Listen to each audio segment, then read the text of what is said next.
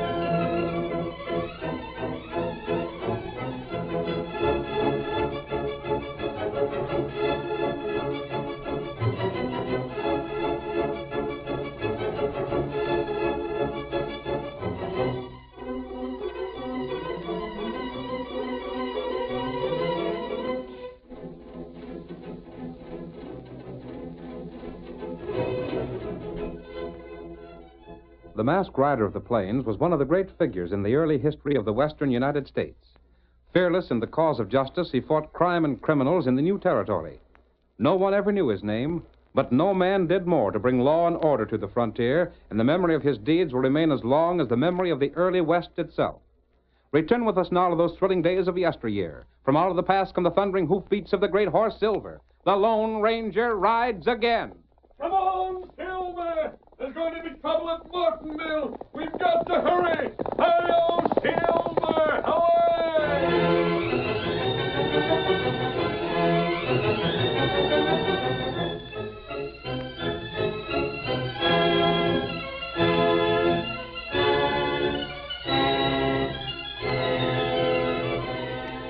As our story opens, two men are riding at breakneck speed across a level section of prairie land. Get up there! Get up! He's gaining on us, Steve. Get up there. Get up, blast you. How close is he now? I don't know, but he's moving up faster than all blazes. Throw some lead back at him. Missed, blasted. Can't shoot good at this speed anyhow.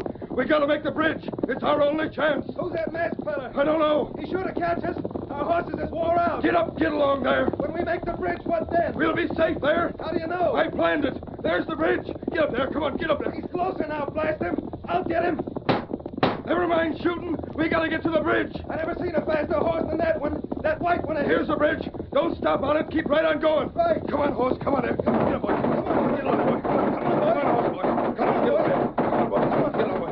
Come on. We're across it. We're all right now. But he's still coming. That don't matter now. Whoa, there, boy. Whoa, there. Whoa. What the Sam Hill? Look at that bridge. Blowed higher than a kite. Gosh, Steve, that was the closest shave we ever had. For a minute, I thought you was loco stopping like this. Tennessee, you ought to be glad you tied up with a fellas as smart as me. I don't overlook nothing. What blowed the bridge up? Sam done it. Sam Larkin. There he comes now. Yeah. I figured when we robbed that there bank over to Martinsville, we might have to make a run for it. But I thought there weren't any better horses in the world than the ones we're riding. I like to drop dead when I seen that white horse overtaking us. I told Sam to stay by the bridge and watch.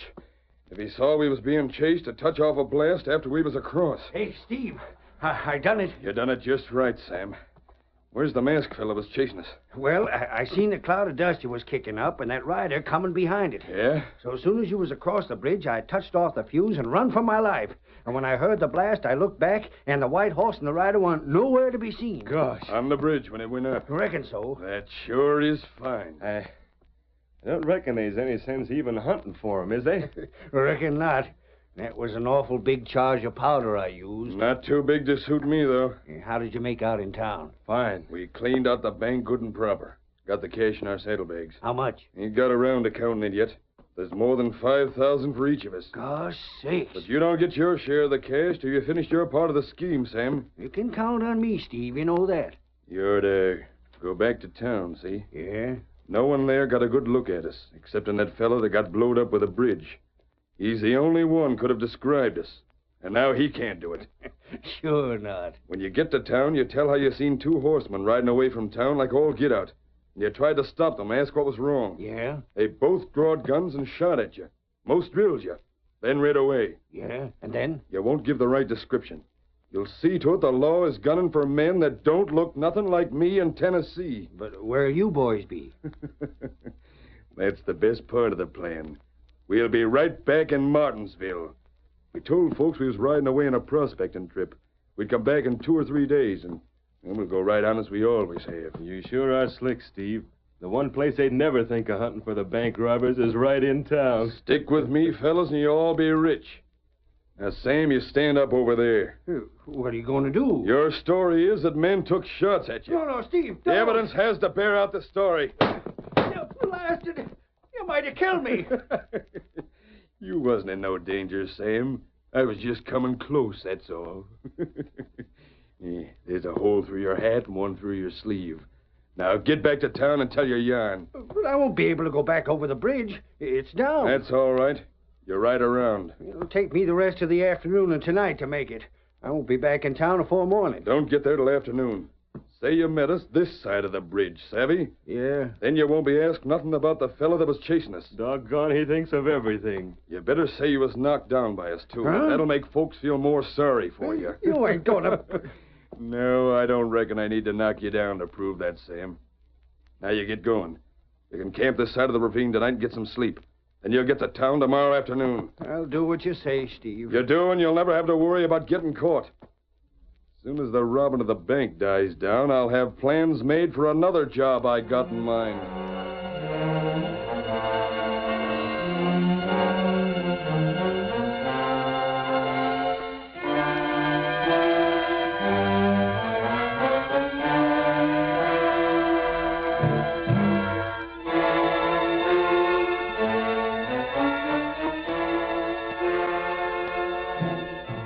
Tonto, the faithful Indian companion of the Lone Ranger, was waiting for the masked man at their camp. When he didn't come at the appointed time, Tonto wondered what could be detaining him. Hours passed by. Night came, and still the mystery rider did not appear. Tonto listened through the night, but there was no familiar shout, no sound of silver-shod hoofs. The Indian kept his vigil until dawn, then saddled his horse. Scout feller, our friend not come.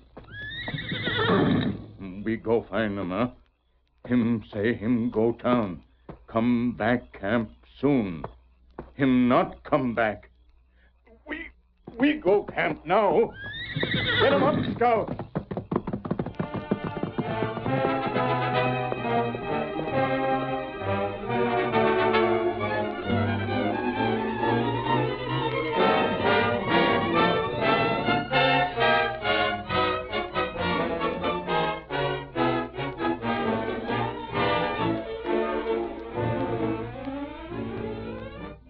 Late afternoon brought Sam Larkin back to Martinsville. He went directly to the sheriff. Sheriff Potsdam. Hey? Why, it's Sam Larkin. Where you been, Sam? I've been having a hard time, that's what. Look at me. Look and see what I run into. What's happened? 2 fellas shot at me. I was most killed. See? There's the bullet holes. Look at my hat. Land sakes. Who was they, Sam? I don't know who they was, but they knocked me down and shot at me. Which way was they going? That way, heading away from town. It was yesterday I seen 'em dead rat the luck. Yesterday, then that's... Sam, did you get a good look at them 2 fellers? I sure did. I Why? bet them's the 2 who stuck up the bank. Why? They cleaned it out. Got more'n $15,000. No. It's the truth. They was escaping when you seen them. That's what happened. Well, I'll be blasted. What'd they look like? Can you remember 'em well enough to tell us? I sure enough can. One of 'em was sort of heavy set, and the other one was...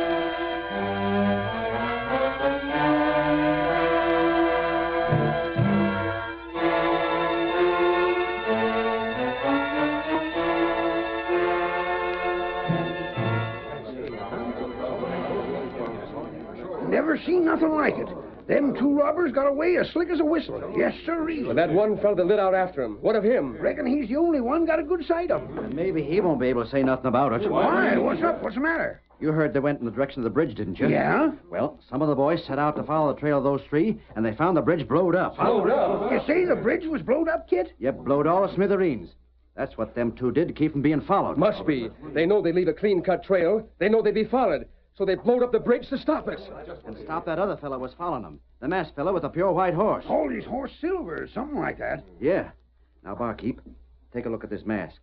Does it look anything like the one the stranger wore? Doggone if I don't. Yeah. Where'd you find it? Right close by the bridge that was blowed up. Yeah? I figured at first it'd been dropped by one of the thieves. But I reckon it was the other fellows. You let me see. An engine. What are you so interested for? That mask. That Well, what's the trouble? mask of white friend. Huh? Him get caught in blast? I'm afraid that's what happened to him, Injun. But what's it to you? Where'd you come from? Me not talk now. White friend. Mask. Silver. What ailed him, Kit?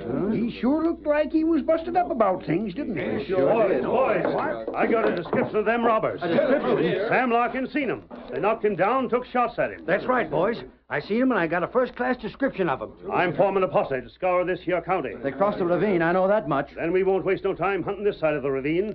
We'll scour the other side. Who wants to help? Then come on!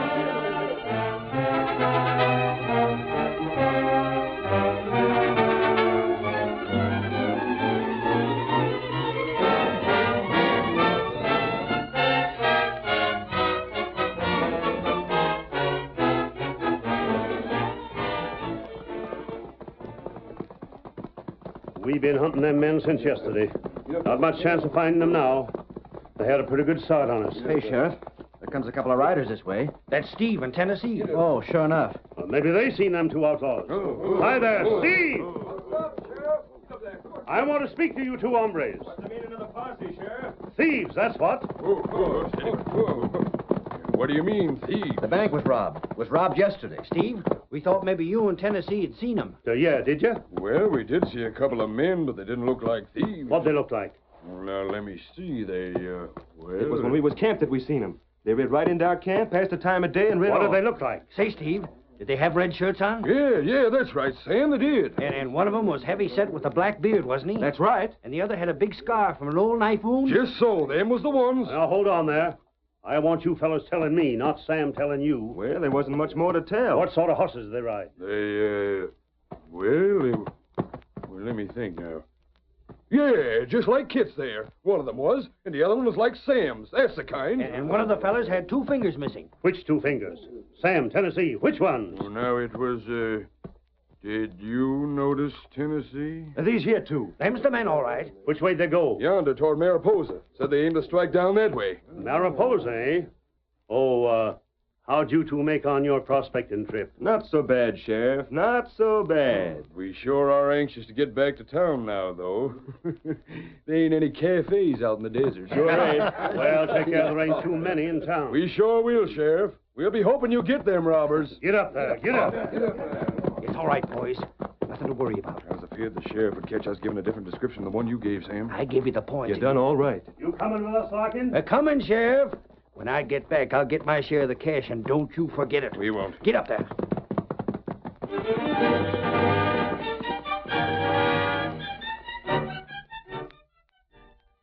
The curtain falls on the first act of our thrilling Lone Ranger drama. Before the next exciting scenes, please permit us to pause for just a few moments.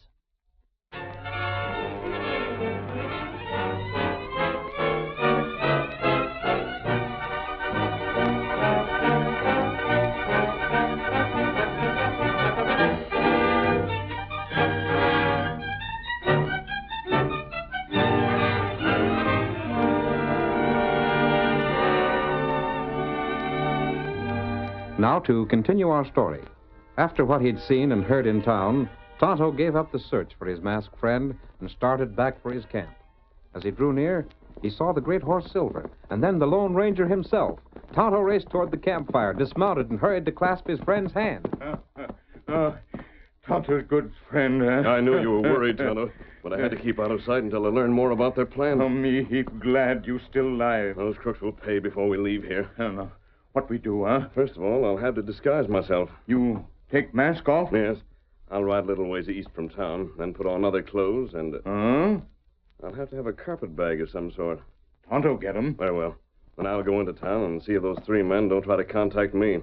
We'll give them every chance to plan another crooked scheme. Then what do? You'll have to play your part, too. Yeah. There'll be some risk. The sheriff's men may try to capture you. Tonto not afraid. Then listen carefully, and I'll outline a plan.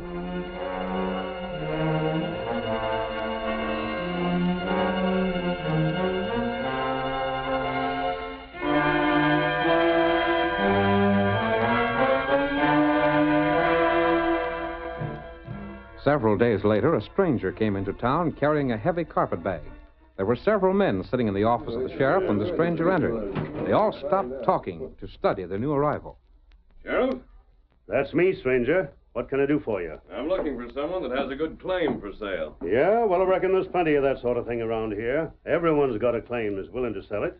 The price is right. Oh, I've got the price all right. Right here. Kind of dangerous toting it around that way, ain't it? I've never been robbed yet. Well, don't say you never will be. Better get it in the bank as quick as you can. I heard that your bank was robbed. I'll keep this money right with me. Suit yourself. I'm taking a room at the hotel. If you hear of anyone that wants to sell, send them over to see me. All right. But what? Strange hombre. Never even give his name. I wonder how much he's got. Must be from the east. He don't talk like us fellas. Blame fool, that's what. Drat it, I know the robbing of that bank could give this place a bad name. Well, I reckon I'll shove on. Maybe Steve and Tennessee would like to sell that claim they got.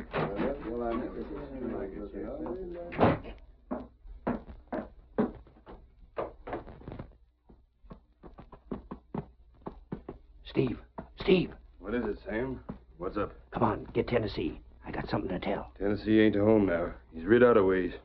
What's going on? Listen, there's a stranger here in town with a whole bag full of money that he hankers to buy a claim with. Yeah? He won't put it in the bank. He's stopping at the hotel. How much he got? I know, but it's a plenty. Listen, we gotta do something to get it. We'll think it over and watch that fella. I'd like to see him. Go on, see him. You can talk about selling your claim. Ain't worth a hoot. He'd never buy it. Sure not. But it'd give you the chance to size him up. Yeah, that's so. That's what I'll do. As soon as we get a plan worked out, we'll figure another slick scheme so's we won't never be suspicioned. Leave it to you, Steve. You bet. Just leave it to me. Yeah, gotta get someone to take the blame, though. We'll find someone.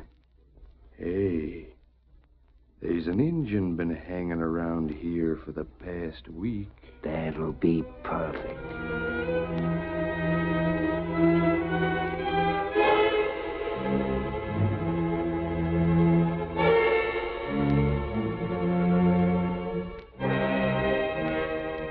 The following evening, Steve, Tennessee, and Sam met in a back room of the cafe on the ground floor of the hotel. There's your drinks, gents. Anything else now? Not now, barkeep. Nothing but this here room to ourselves. Right you are. Now, Tennessee, you're the one that's to go to the stranger's room, being you're the same size as the Injun we got in mind. Yep. I told that Injun he could earn himself some easy money this evening. He's right outside the window there waiting. Good enough. It'll be the word of the three of us again one redskin. You put on this jacket and talk Injun-like when you throw your gun on that fella, savvy? I got it all straight. You went over it before. Good enough. I'll get his jacket. Hey, Injun. Uh-huh. Now, let's take your jacket. Here. Here, jacket. All right. Now, get this. My part is going to use it to play a joke, savvy? Here, Tennessee. Put this jacket on. Sure. Now, listen, Injun. He's climbing to the second floor by way of the rear. When he comes down, he'll give you your jacket and the cash. Get started now, Tennessee. I'm going.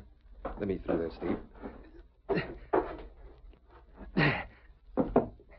What me do next? Wait right here till he comes down. Then get aboard your horse and travel fast. Me go plenty fast.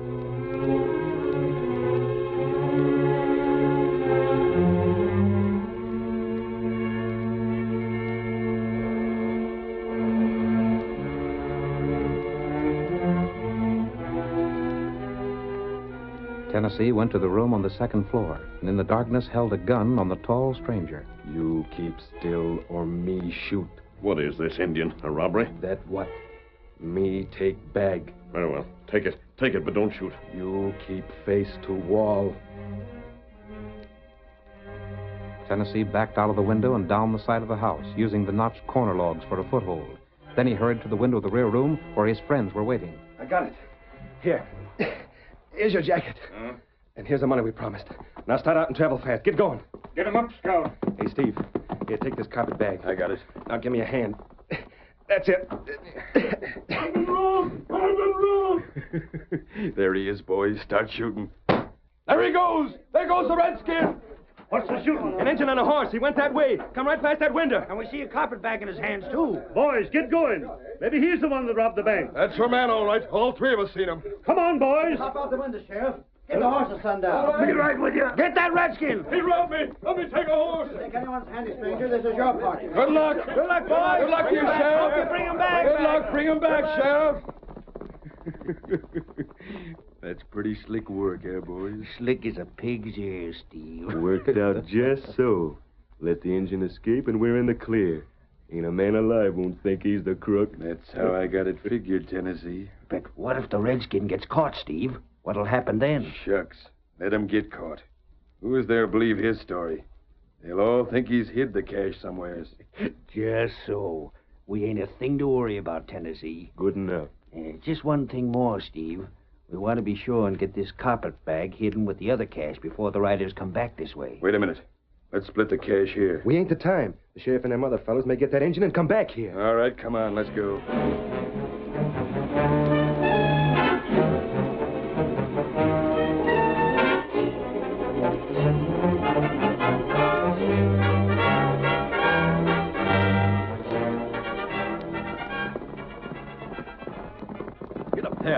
Get along. Dragnet, what sort of a horse that redskin riding?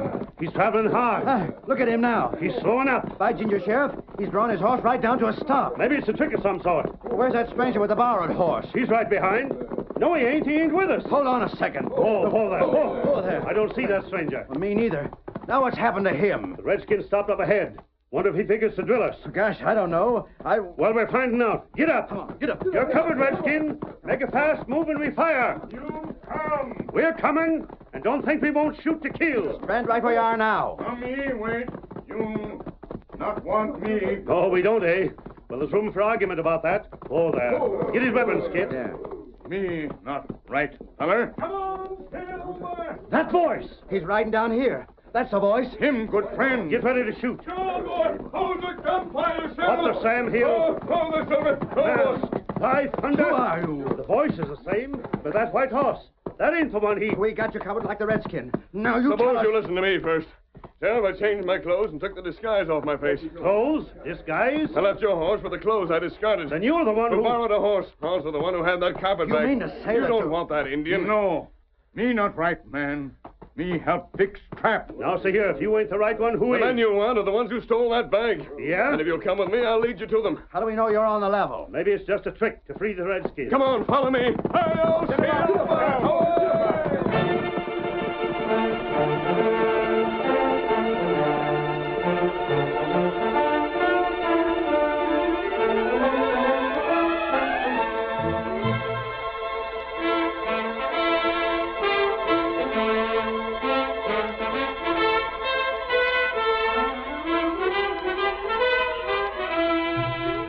Steve, Sam, and Tennessee went on foot to their hideout. When they reached the shack, Steve lighted a candle. Now we'll open our new carpetbag and see what's inside. Maybe a few more thousands of dollars, eh, Steve? Here's hoping. It'd be a funny one if the engine got shot. He couldn't even say he wasn't a thief then. There's a blame good chance of his being shot, too. Sheriff's awful sore about stealing around here. Hurry up, Steve. Get that bag open. Let's see what she holds. I'm getting it. There. I'll dump it on the floor and we'll all count it. Hey, what's that? That ain't money. Bundles or something. Cut that string. I can bust it. What sort of skin game is this? Nothing but blank paper. We're tricked. We're double-crossed. Who done it? See here, Tennessee. Did you do this to double-cross us? No, of course I didn't. Well, where's that gent's money? There never was money. The three of you. The sheriff. Leap and Hannah. That masked fellow chased us through the bridge. He ain't dead. Take the guns, Kit. You turn right. And that's the engine. What's the idea? It's a frame-up. No frame up about it, you ornery thieves. Where's that bank money? We ain't got it. Don't shoot. Don't shoot. I'll tell. Where's it at? Under that bunk there. Take a look, Kit. Right. I'll see if he's telling the truth. What's it all mean? Here's the money. Means you three mavericks are headed for jail, that's what. Listen, that Injun, he's a... You plenty big fool. No use, men. You're finished. That voice. The clothes ain't the same, but the voice is. Yeah, he's the stranger, all right. When you blowed the bridge up, he ducked for cover and let you think the only man that knowed you was dead. But I knew there was no way to prove you men guilty unless we could find the money. So I invited another robbery.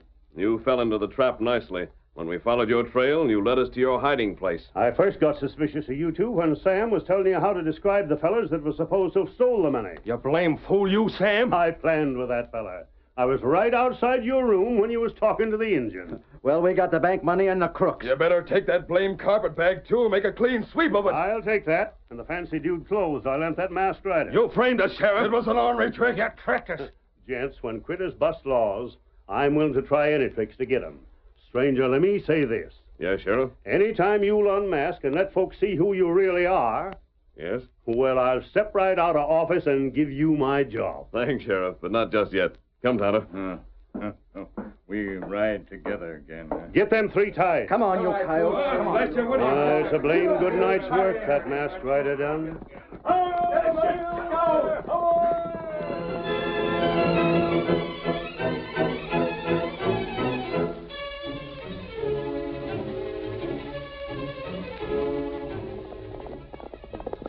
Come on, Silver, old boy! We're heading for the town of Westwood. Tonto's waiting in the trail ahead. Hi-yo, Silver! Away!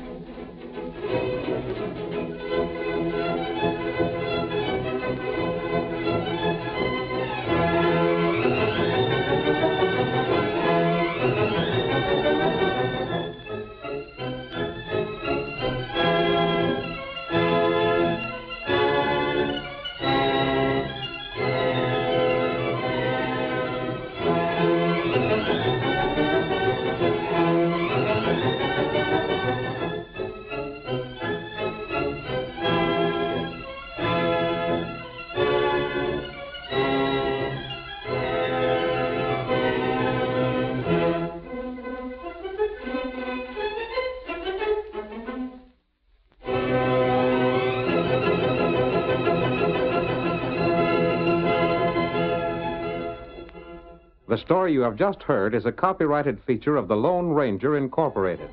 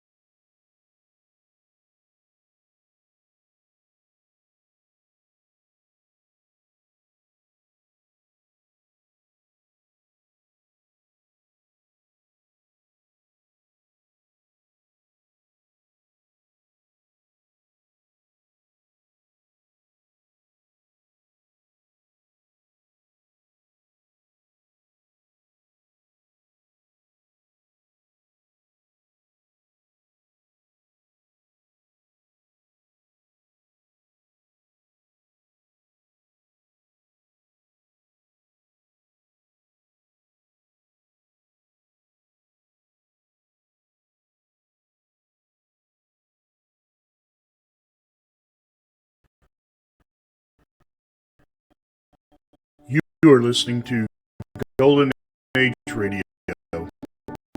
Rumble.com/C/GAR. Brought to you. There's double-barreled action for you this week. Tonight, Gunsmoke, Saturday night, Gunsmoke again. At the end of tonight's show, I'll give you the details.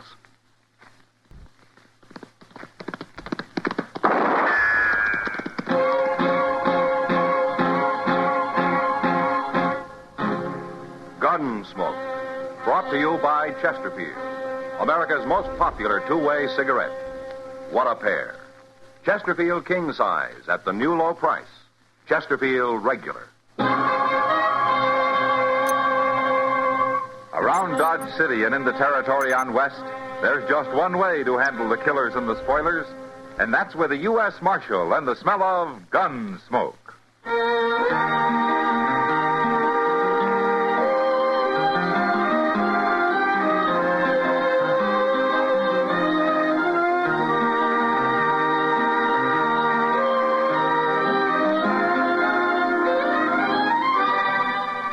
Gunsmoke, starring William Conrad. The transcribed story of the violence that moved west with young America.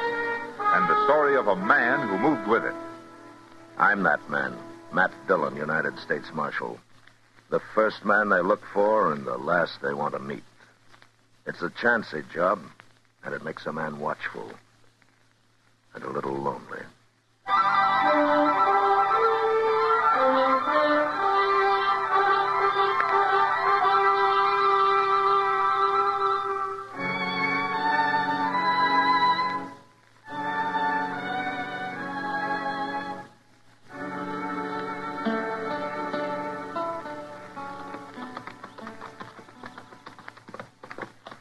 I swear, Mr. Dillon, it seems like we've been riding with that cottonwood grove the last 2 hours. Well, that's because you started thinking about it before you even saw it, Chester. It's water I've been thinking about. I won't never make it to Dodge without water. You'll make it. Not saying I won't. Wait a minute, Chester. Look over there. Who are they? What are they doing in there? Well, the man on the paint horse is Bill Pence, Emmett Bauer's foreman. The other two must be riders of his. Yeah, but that kid they've got... Look, his hands is tied behind his back. They haven't seen us yet, Chester. Let's ride closer. What's Pence taking down his rope for? Well, Mr. Dillon, you know what they're doing? Yeah, only they're not going to do it. They've seen us now.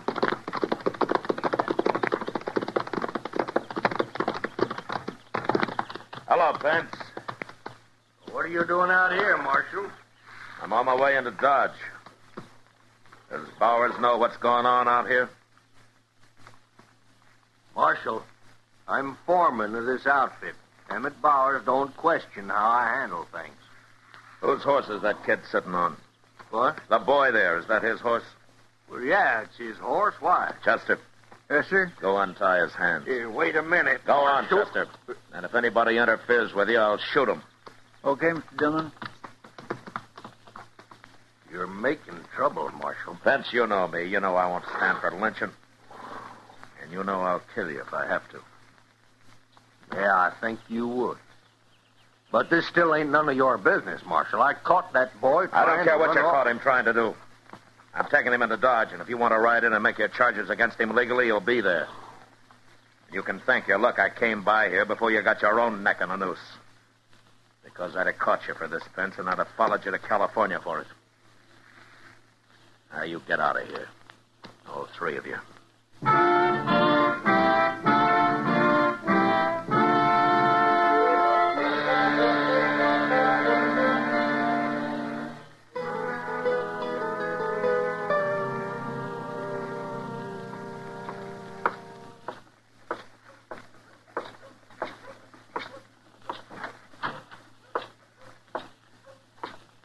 Oh, morning, Chester. Morning, Mr. Dillon. How's the boy this morning? Fine. Except he's wondering when you're going to turn him loose. Well, I saw Emmett Bowers and Bill Pence riding up the street when I came in. Maybe we'll learn the truth about all this now. The boy swears he ain't lying. Yeah, maybe he isn't. Now, here they come. Marshal Dillon. Chester. Morning, Mr. Bowers. Hello, Bowers. Pence. I told Mr. Bowers the whole story, Marshal. Did you? He did, Marshal. What you called a lynching wasn't going to be no lynching at all. No? No. was just a hanging. Pence and them 2 riders of mine caught that fella trying to run off a bunch of my cattle. That's cattle thieving, Marshal, and where I come from, that's a hanging offense. The law, Bowers. The law decides who hangs and who doesn't. The law is too slow. Now, cow thieves has got to be hung when you catch I them. told you yesterday, Pence, you lynch anybody out there and I'll come after you. I don't care what you call it. No, I'm not going to argue about this, gentlemen. We'll worry about that later. Right now, I want to know what you're going to do with that thief. Well, I haven't decided yet, Bowers. But I'll tell you what he told me. I ain't interested in what he told you. Listen anyway.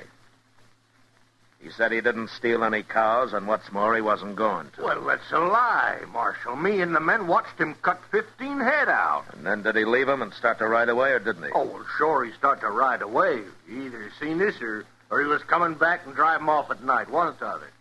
He says he changed his mind. He realized he couldn't do it even though he started to. You believe a thieving kid rather than a man like Bill Pence, Marshal? I don't know who I believe yet, Bowers. Let's get out of here, Pence. Yes, sir. Marshal Dillon, I'll be mighty interested in what you decide to do about this. So will every other cattleman I know of.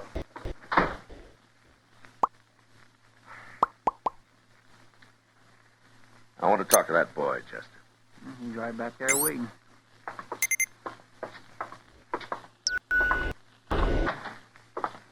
Oh, Marshal. Unlock the cell, Chester. Yes, sir.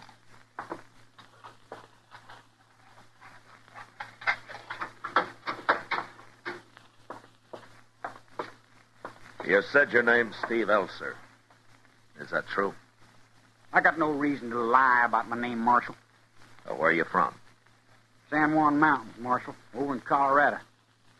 What are you doing in Kansas? I'm 18. I figured it was time to leave home. Why? I'd have killed my pa or he'd have killed me if I'd stayed. Yeah. He ain't let me sleep in the house since I was 10, Marshal. Sometimes he don't even let my ma sleep in the house. Why not? Oh, nothing my pa does makes much sense. I think he got his brains knocked loose about 10 years back. Time a grizzly bear slapped him in the head. It most likely killed him, and I wished it had. I see. Tell me about those cattle of Emmett Bowers, Elser.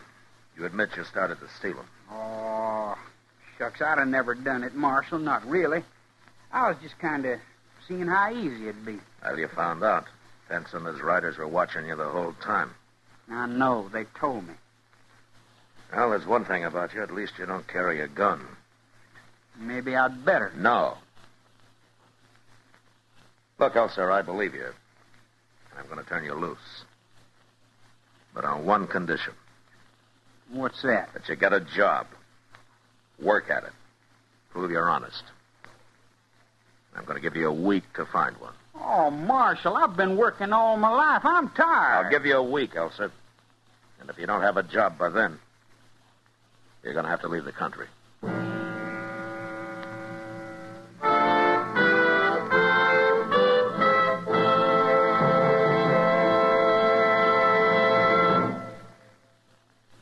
Who do you like in the World Series? New York Giants? Cleveland Indians? Well, I guess that question is on everybody's mind right about now. Of course, the series starts Wednesday at New York's famous Polo Grounds. Then the action moves to Cleveland's great municipal stadium. You fans who have been to these great ballparks know they have one thing in common. The giant Chesterfield scoreboard signs, which instantly flash the official scorer's decision. It's a hit.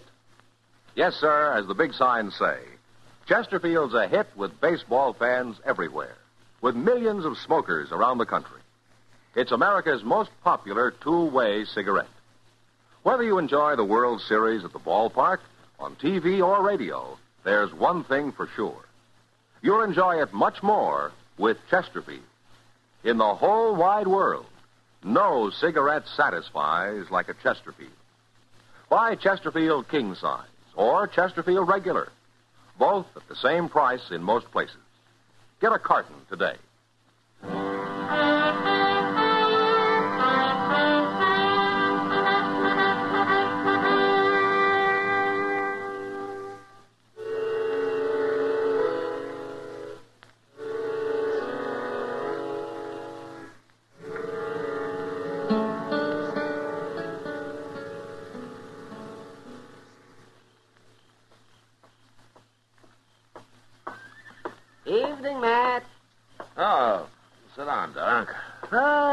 Thank you, Matt. Oh, my. The street looks pretty quiet tonight. Oh, it's early yet, Doc. Oh, see, Chester was telling me about that boy, Elser. Yeah. I hope I was right turning him loose this morning. Well, Matt, it sounds to me like he's one of those fellows that's just about to go bad. A push one way or the other can make the whole difference. Well, I guess it's worth a chance, Doc.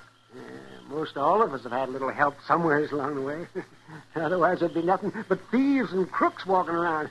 I'll bet you did, Matt. Or you wouldn't be trying to help this boy. Maybe. Yeah, well, anyway, he didn't steal those cows. No, but he came a lot closer to it than a man should, Doc. Mr. Dillon? Oh, hello, Doc. Good evening, Chester. You better step into the Oliver Gander, Mr. Dillon. Pence is in there about to have a fight with young Elser. What? Not a gunfight. Elser ain't armed. But he's making Pence awful mad. I will see you later, Doc. So long, Matt. What's Elser up to, Chester?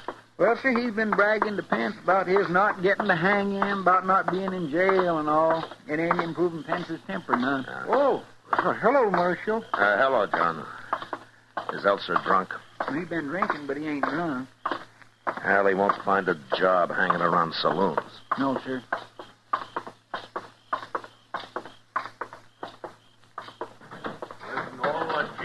Over there at the bar, Mr. Dillon. Now, you just shut up and get yourself out of here, little thief. I ain't a thief.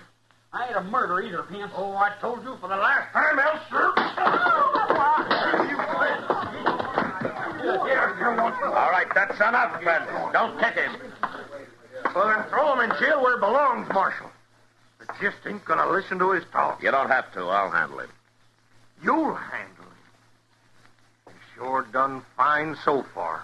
Hit me. I'll kill you for that, Pence. Shut up, Elser. Now get up on your feet. I didn't hurt you, but I sure will next time. And there won't be no marshal around to nurse you, Elser. I didn't come to Dodge to get kicked around. Not no more, not never. You ain't even got half of what's coming to you, kid. Leave him alone, Pence. Now, you, Elser, I told you to go find a job, you remember? A job? It's a gun I'm going to find me. He wouldn't have hit me if I'd been carrying a gun. You start wearing a gun and I'll throw it in the Arkansas and you went after it. Come over here a minute.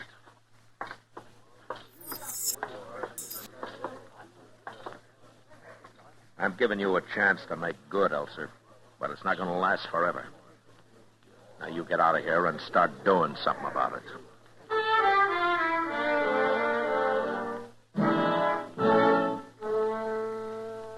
The next day, I had to go up to Fort Larned on government business. But before I left, I talked to a couple of ranchers who were in town about hiring on Steve Elser. However, they'd heard about him and said I was making a big mistake trying to help a boy that was headed for the end of a rope. Well, I argued with them, but it was no use.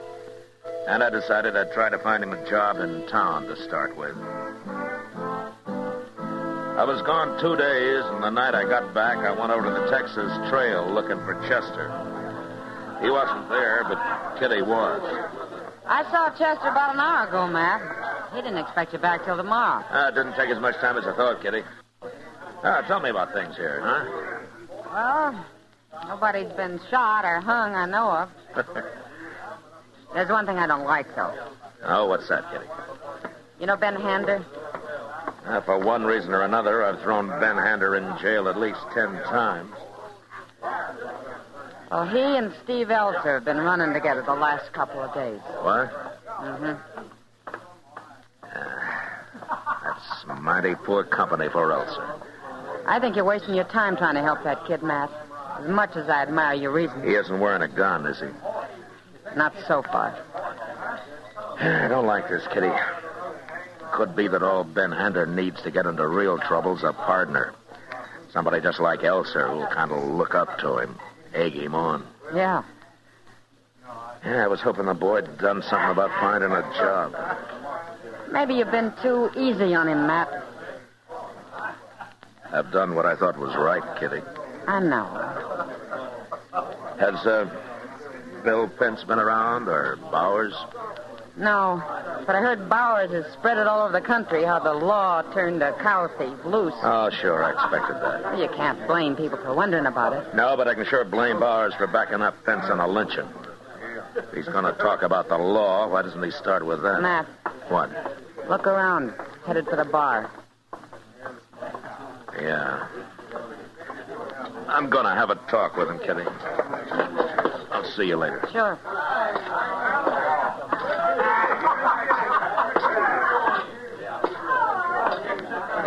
Hello, Elser. Oh, Marshal. I heard you was out of town. I got back tonight. You gonna buy us a drink, Marshal? Not likely, Hander. That ain't very friendly. You found a job yet, Elser? No. No, I ain't. You been looking? Oh, some. Where? Here and there. Where? Oh, it's no use, Marshal. First man I asked said nobody'd hire me. Anyway, there's no lawman's got to have a job. You got to have one. Lay off him, Marshal. He ain't done nothing. Of course I ain't. Why is everybody always kicking me around? Oh, you think that's what I'm doing? Everybody is. Makes me ashamed. Nobody'll trust me. Elser, I'll help you find a job tomorrow. Around Dodge somewhere. But I told you nobody... People will trust you as soon as you prove to them that they can. No, they won't. Besides, I don't want no job. I just don't want one. There's no other way, Elser. You find a job by tomorrow night or get out. No, you can't do that. You give him a week before... I changed my mind, Hunter, since he's met you. What's that got to do with it? You're no good. And sooner or later, he'll be in trouble. So he's got to move faster now. You got no right to talk that way about me, Marshal. Why not? Well, why not? Oh, leave him be, Marshal. Leave me be, too. I'll make out all right. I always do. Oh, you made out fine in that cottonwood grove, Elser. So far, you're not doing much better here. Now, you come see me tomorrow night and you have a job. And if you think I don't mean what I say, you ask Hander here. He knows me.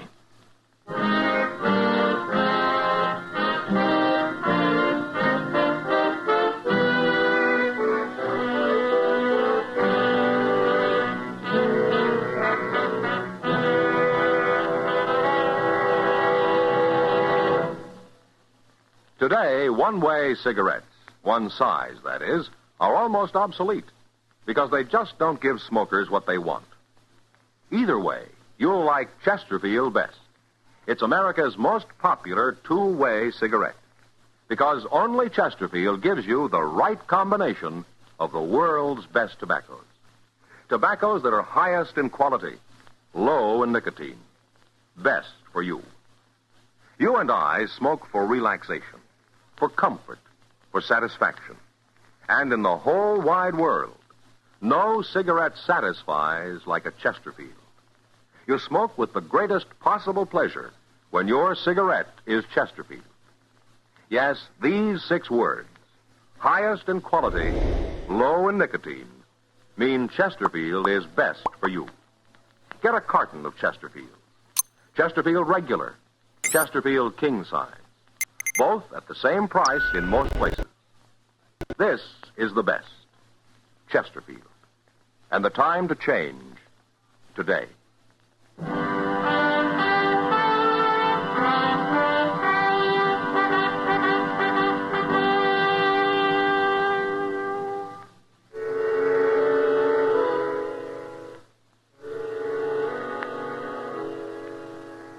Maybe Kitty was right about my being too easy on young Elser.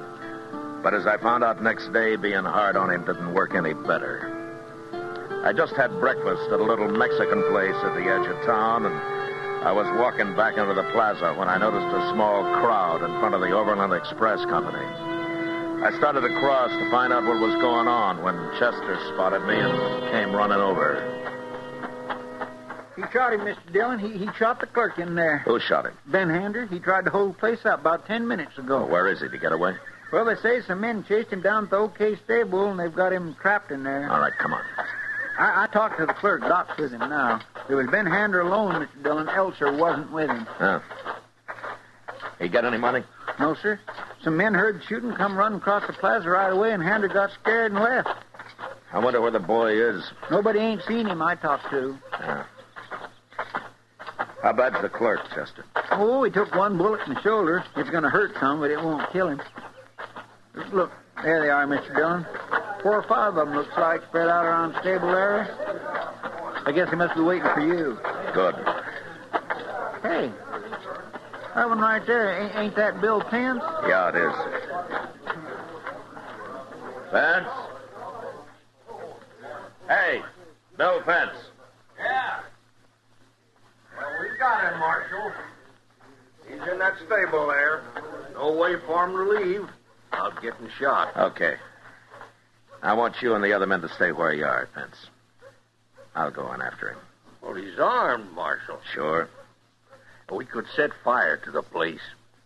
But with horses in there? Oh, I forgot about them. Chester. Yes, sir? Wait here till I yell for you, huh? Well, Mr. Dillon, if it's okay, I'd like to come up to the door with you. All right, sure.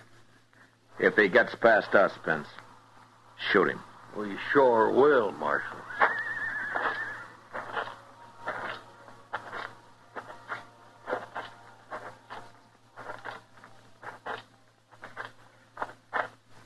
That door swings out, Chester.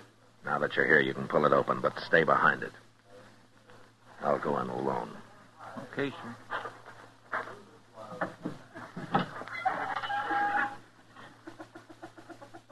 Hander? Hander! It's Marshal Dillon. You stay where you are, Marshal. You can't get away, Hander. There are 5 men waiting out here for you. Now, don't be a fool. That clerk you shot isn't hurt bad. If you try to run now, you'll die for it. I didn't kill him? No. I'm coming in, Hander.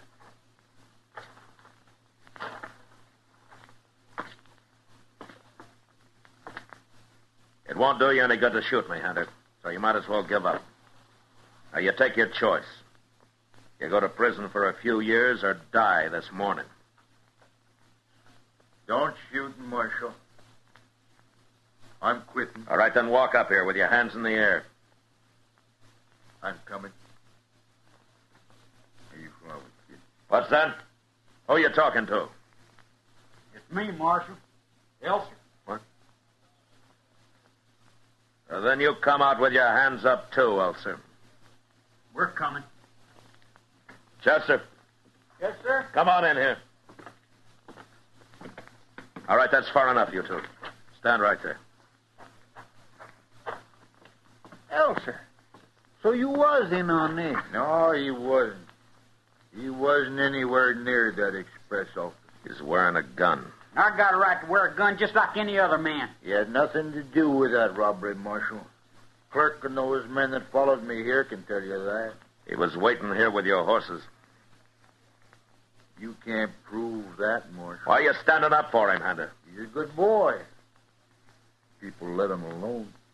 I ain't done a thing. Chester, take Hunter's gun. Yes, sir. I got it, Mr. Dillon. What about Elser? No, leave him alone. Step over here, Hunter. Elser? What, Marshal? I still think you were waiting here to get away with Hunter. But he's right about it being hard to prove. I ain't done a thing, Marshal. No, but you would have. Anyway, I'm going to give you one more chance. I'm taking Hunter to jail now, and while I'm doing it, I want you to get out of Dodge. For good. And don't come back. Kicking me around again, ain't you? I've done all I can for you, Elsa. There's nothing more I can do. You're on your own now. All right, Hunter, you know where the jail is. Start walking. Sure, Marshal. So long, kid. Let's go, Hunter. Mr. Dillon!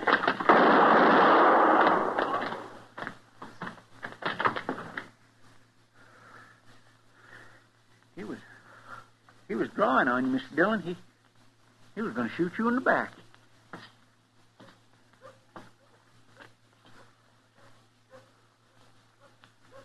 He dead? He died before he hit the ground, Hander. I could see it from where I was standing. Thanks for warning me, Chester.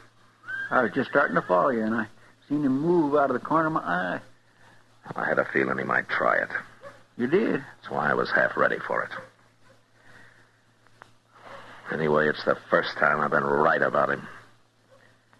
I sure guessed wrong up till now. But it was worth it, Mr. Dillon. Trying to help him, I mean. No, not him, Chester. It was already too late to help him. I should have known that.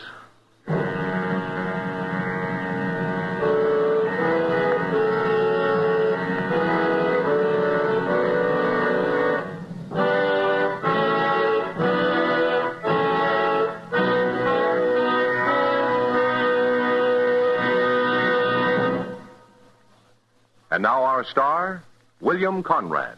Thank you, George Fenneman. Ladies and gentlemen, I have two important pieces of news for you. First, as of this Saturday night, October 2nd, Gunsmoke goes back to its original time, where you discovered it and liked it. That's 8 p.m. in most cities, this Saturday and every Saturday. Second, every Monday, Wednesday, and Friday at 9 p.m. Eastern Standard Time, Perry Como will bring you an exciting new program with all of radio and TV's top tunes. That starts next Monday night, October the 4th at 9 p.m. So remember, Gunsmoke every Saturday night, Como every Monday, Wednesday, and Friday. They're both on CBS Radio. Thank you.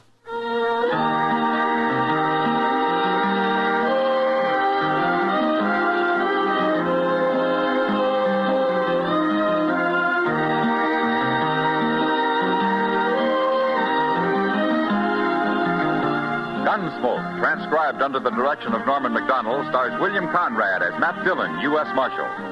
Tonight's story was specially written for Gunsmoke by John Meston, with music composed and conducted by Rex Corey. Featured in the cast were Sam Edwards, Lawrence Dobkin, Joe Cranston, and John Daner.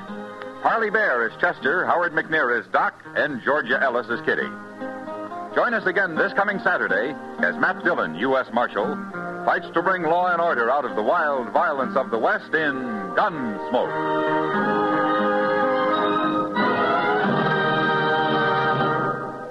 L&M filters are sweeping the country, and the reason's simple. No filter compares with L&M's exclusive Miracle Tip for quality or for effectiveness. And notice how easy it draws. You get much more flavor, much less nicotine. Yes, only L&M gives you effective filtration, and no other cigarette has it. Our statement of quality goes unchallenged. L&M is America's highest quality and best filter tip cigarette. Buy L&M's, now king size or regular, both at the same low price. Remember, a week from tonight, hear the great new Perry Como Show on every Monday, Wednesday, and Friday. And this coming Saturday, hear Gunsmoke, both over CBS Radio. This is the CBS Radio Network.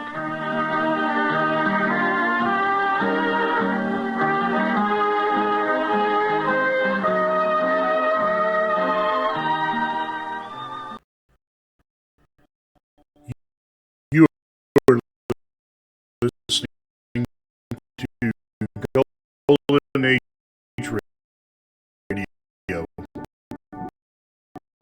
Rumble.com GAR. Brought to you by G3PL.com.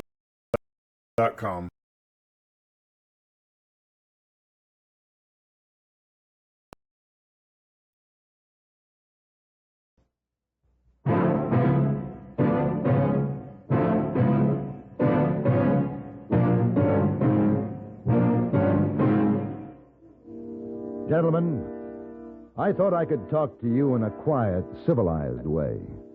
But it looks like that is out of the question.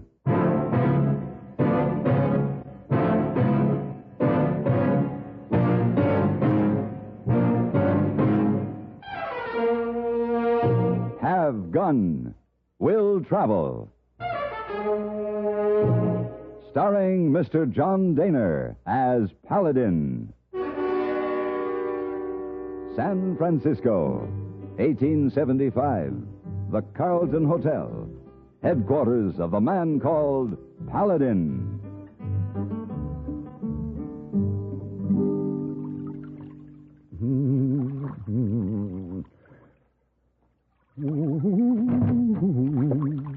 Oh, Mr. Paladin. Oh, Mr. Paladin. Hey, boy, if you don't mind, I'm taking a bath. Oh, yes, Mr. Paladin. Hey, boy, remember this fact so he know just where to deliver important-looking telegram for you. You see? Yes, I see. And to you, every telegram is important. Yes, sir.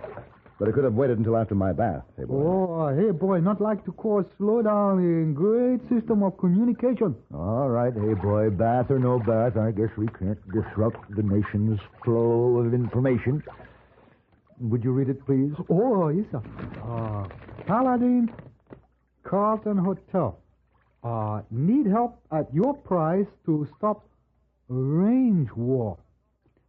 A $500 deposit with telegram. Advice. James Ellis, Mayor, Preston, Arizona. James Ellis, Mayor. Yes, sir. You know him? Well, if it's the Jim Ellis I'm thinking of, I certainly do. He was the slickest gambler and confidence man east or west of the Mississippi River. You got to help him? Well, $500 deposit, huh? Telegram man say you can pick it up at the office. I can't see Jim Ellis as mayor of anything except perhaps a penitentiary. But I guess it must be true. Mr. Paladin want hey boy to pack for him or get ticket for a stagecoach? Yes, hey boy. You do that. Right now, I'm going to enjoy this bath. It may be the last one I'll have for quite a while.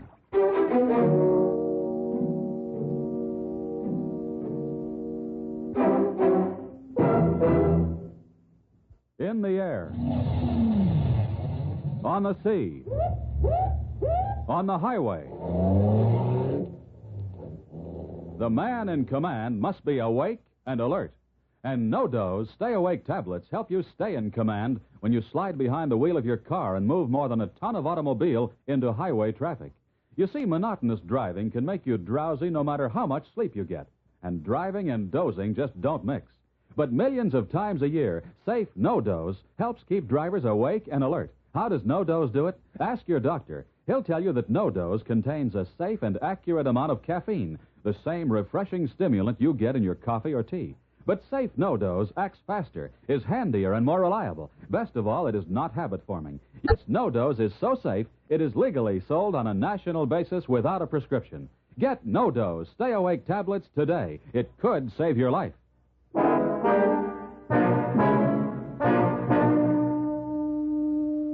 The stagecoach ride to Preston left something to be desired, namely some other means of transportation. We rode through mile after mile of magnificent cattle country, large ranches and small. Preston was the center of this cow kingdom, a booming, growing, prosperous community. As I got off the stagecoach, any doubts I may have had that Mayor James Ellis might not be the Jim Ellis I knew were soon dispelled. Paladin! Paladin, you old renegade. Am I glad to see you? I don't believe it. Well, I am. Sent for you, didn't I?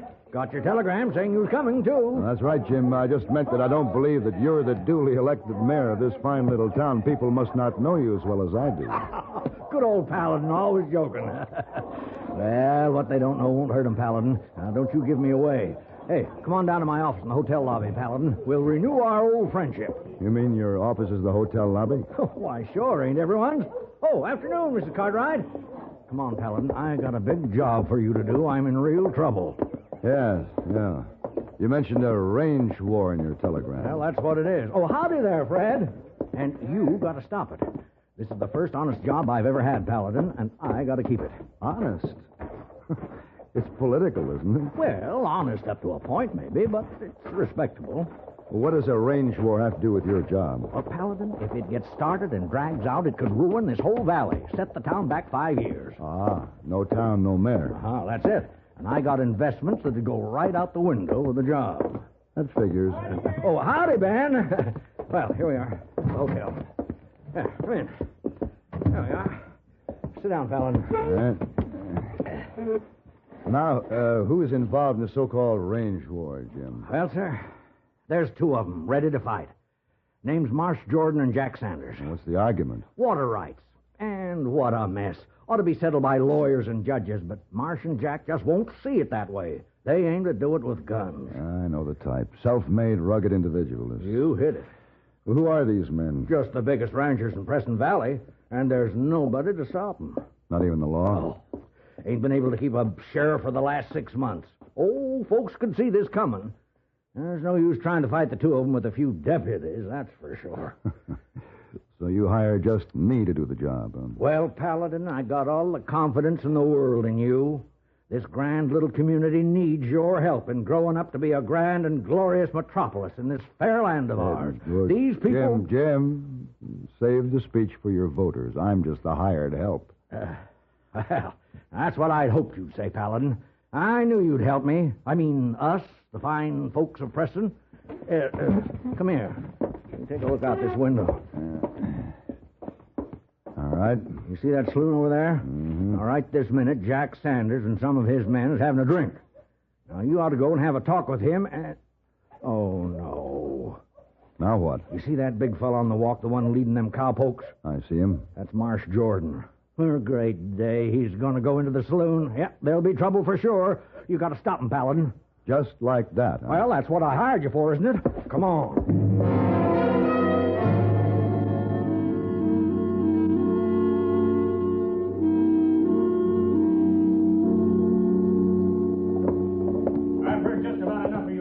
There, Paladin. I told you they'd be at it. Well, the fact is, Jack, I'm in control of the river right now. And you nor nobody else from the Sanders outfit's going to get it away from me. Now, Marsh, Jack. Now, men, let's not be hasty. You keep out of this, Ellis. As mayor of Preston, Mayor of Preston, you got nothing to say about anything between me and Jack Sanders. And you keep your mouth shut, Mayor. I'll have my foreman throw you out of here. That goes for your friend, too.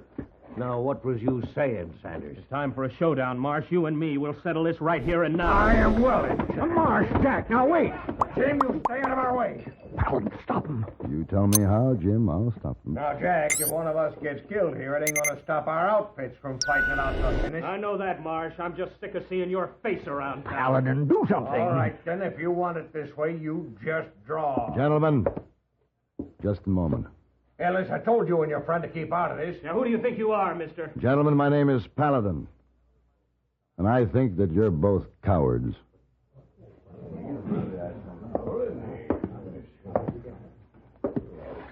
Now, maybe I didn't hear you right, mister.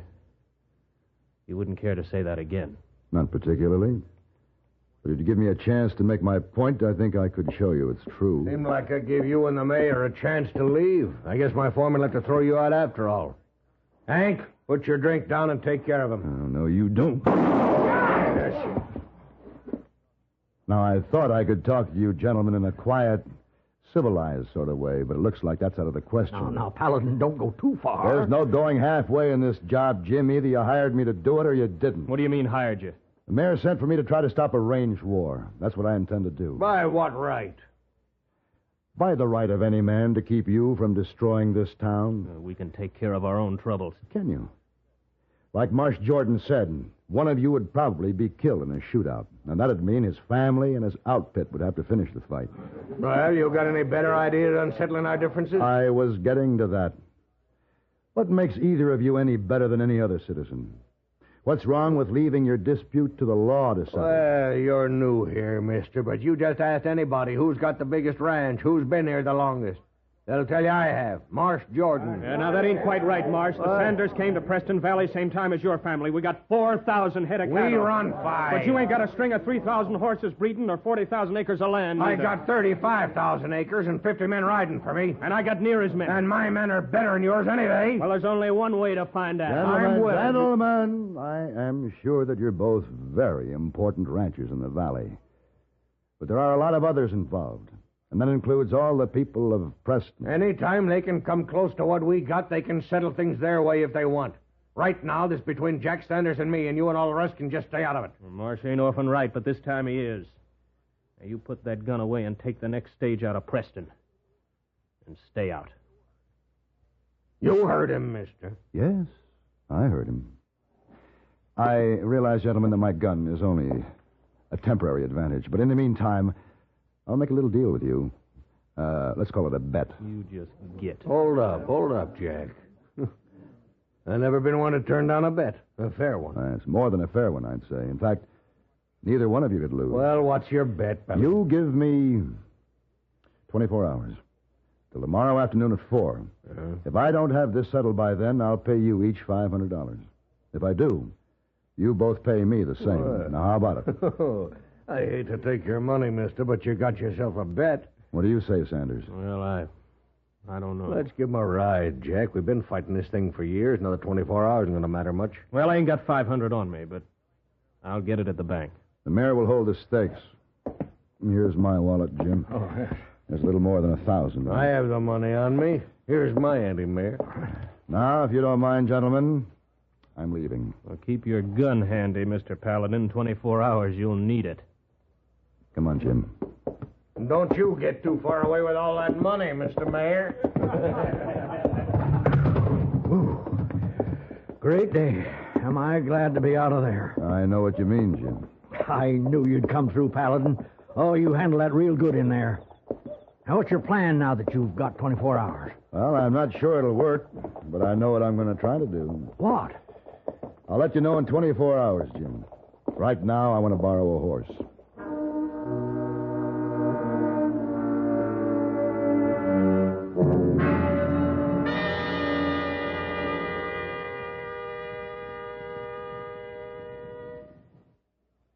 And now, here are Edgar Bergen and Charlie McCarthy. Say, Charlie, isn't that your French girlfriend coming into the service department?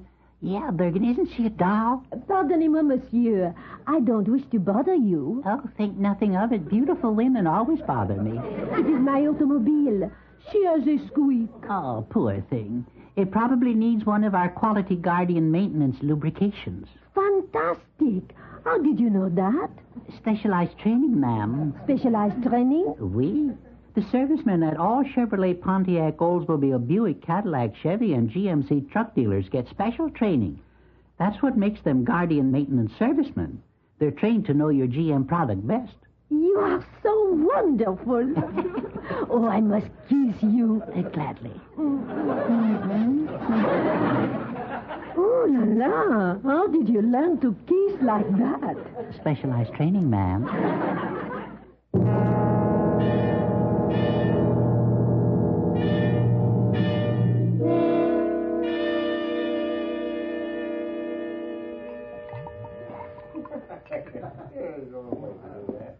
Hey, you're spilling your drink, Mayor.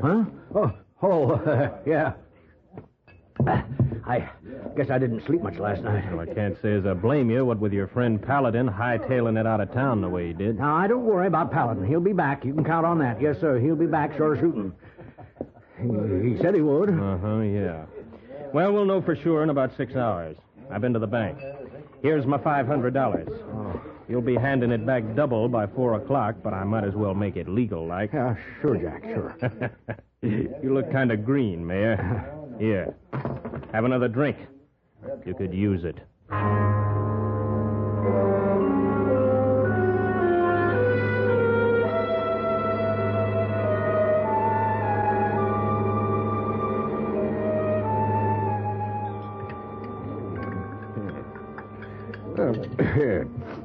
You sure you won't have a little steak, Mr. Mayor? No, thanks, Marsh.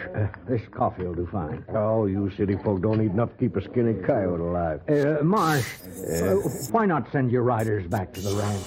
Well, that wouldn't be very smart, Mr. Mayor, with the whole Sanders outfit in town. But there's sure to be trouble. Pass salt, will you? Sure. Thank you. There was going to be trouble before your friend Paladin stuck his nose into our business, and there's still going to be trouble. The only way to settle it. But, Marsh, the folks in town. Everybody took to cover already, Mayor. Stores is closed, wind is boarded up. Nothing can stop it now. But you got to wait till 4. You both promised you would. Oh, we'll do that. Jack and me got it all figured. He's got the east end of town. Me and my boys has the west. Come 4 o'clock, we meet you in front of the hotel and collect our betting money. What then, Marsh? Then? Well, sir, if you don't find yourself a nice, solid hiding place, you're going to be as full of holes as this here town of yours.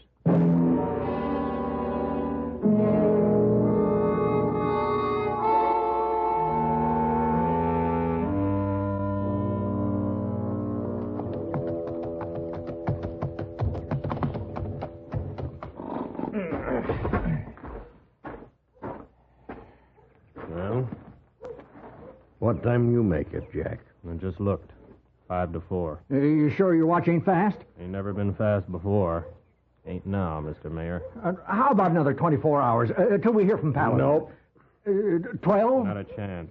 Our men are at either end of town. They're itching for a fight. They're going to get it. You ain't going to be seeing that Paladin feller, Mayor. He left his 1,000 so he could get out of town in one piece. 24 hours gave him a pretty good start. You might as well start paying off, Mayor. But I got 2 minutes. Now. Who's coming? Why, that looks like Paladin. Yeah, it is Paladin. He did come back. Got less sense than I thought he had. What's he waving at us? Some kind of papers? Hello, Jim. Gentlemen, I'm glad you waited for me. Well, you got here just in time to see us get your money. Let's not be hasty. I've got something to say. Oh, it better be real powerful, Paladin. Just might be, Jim. Mr. Jordan, Mr. Sanders.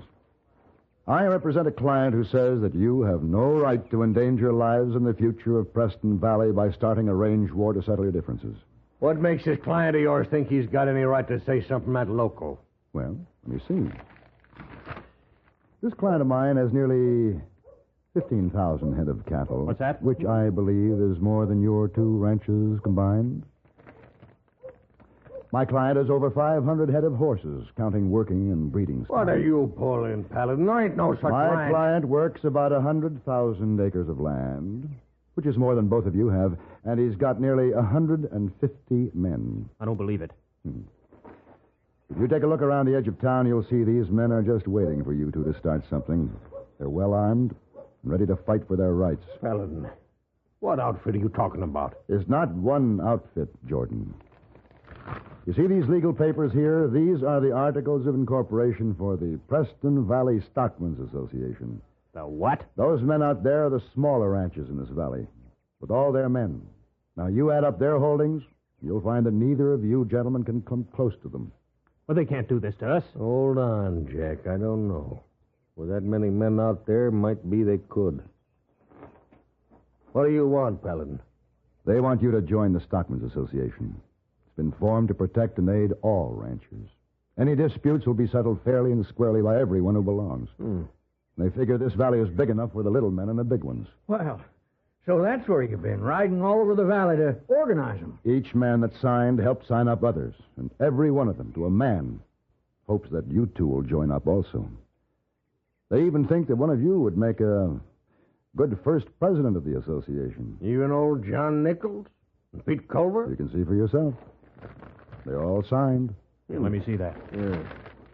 I came here to do a job. Now, I'm not interested in taking your money. If you sign up, I'll donate my winnings to get the association treasury off to a good start. You will, Paladin? That's right, Jim. Well, but I still get my fee, right? Oh, sure. Anything you ask. Well, gentlemen, it's after 4.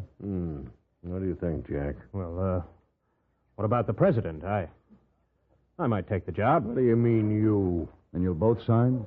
Well, I'll sign. All right. I'll go along. Good. You won't regret it. Jim, can you call a meeting? Can I call a meeting? Oh, Paladin is mayor of this fair city of Preston. I'll call as many meetings as you want whenever you want them. And may I say now... No, you may not. You call off your men, Marsh. Yours, Jack. The association will call off theirs. All right. Yeah, what about the job of president? Yeah, what about that job? Well, gentlemen, that's something you'll have to settle with ballots, not bullets.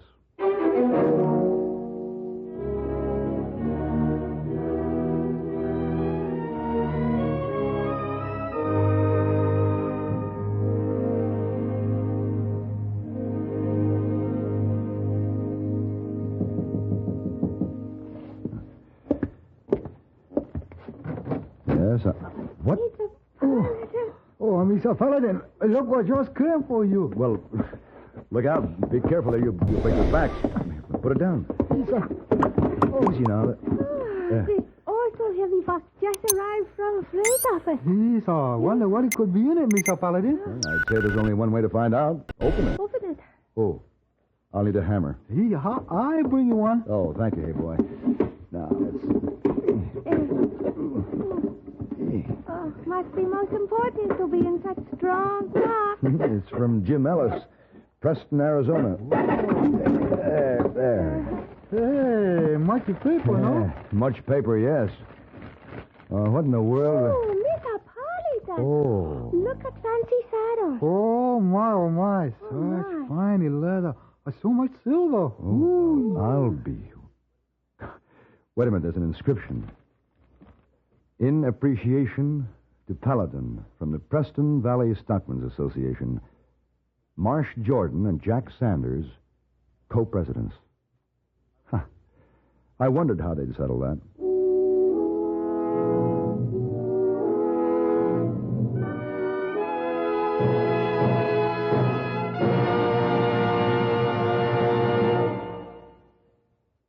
Next time you refresh, enjoy a frosty, ice-cold Pepsi-Cola. Sociability, Charlie. All right, Kay, how's this?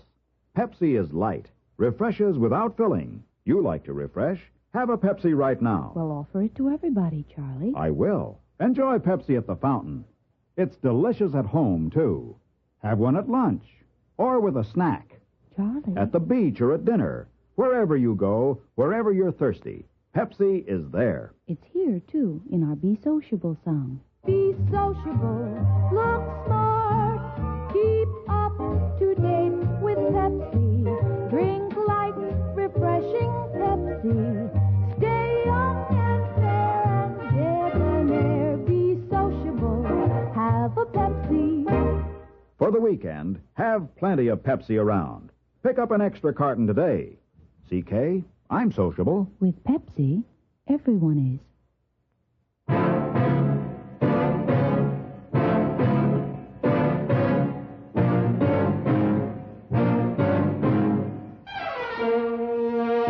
Have Gun Will Travel. Created by Herb Meadow and Sam Rolfe, is produced and directed in Hollywood by Frank Paris and stars John Daner as Paladin, with Ben Wright as Hayboy and Virginia Gregg as Miss Wong. Tonight's story was specially written for Have Gun Will Travel by Rod Peterson. Featured in the cast were Joseph Kearns, Lawrence Dobkin, and William Redfield.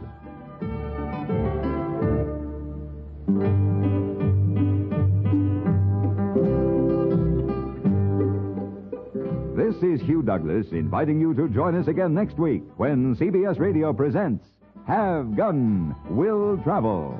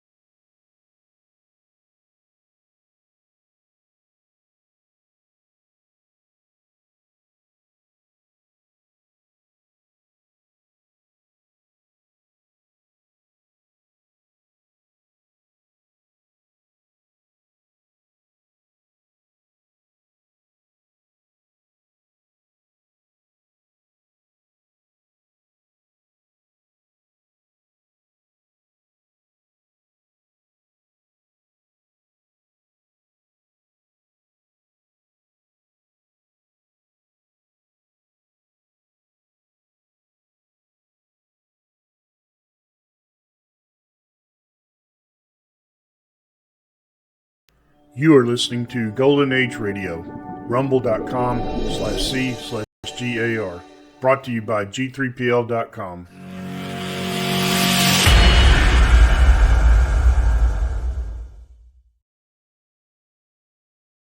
Kellogg's, the greatest name in cereals, presents Wild Bill Hickok!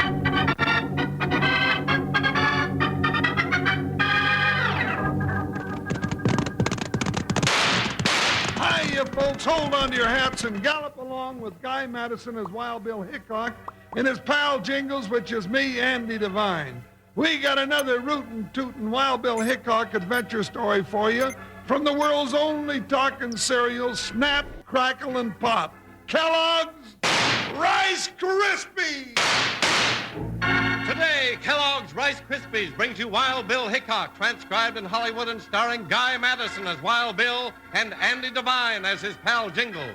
In just 30 seconds, you'll hear the exciting story, Jingles, the Ladies' Man. Something's happened that you'll want to see, and your mom will want to see. Every single one of Kellogg's cereal boxes have been changed. Yes, all 10 of them. They all look different with pictures on the front and interesting games, cutouts, and things to read on the backs. Tell Mom to look at them, too, and ask her to get you a big box of Kellogg's Rice Krispies. That's the crisp, fresh, snap, crackle, pop, talking cereal, you know.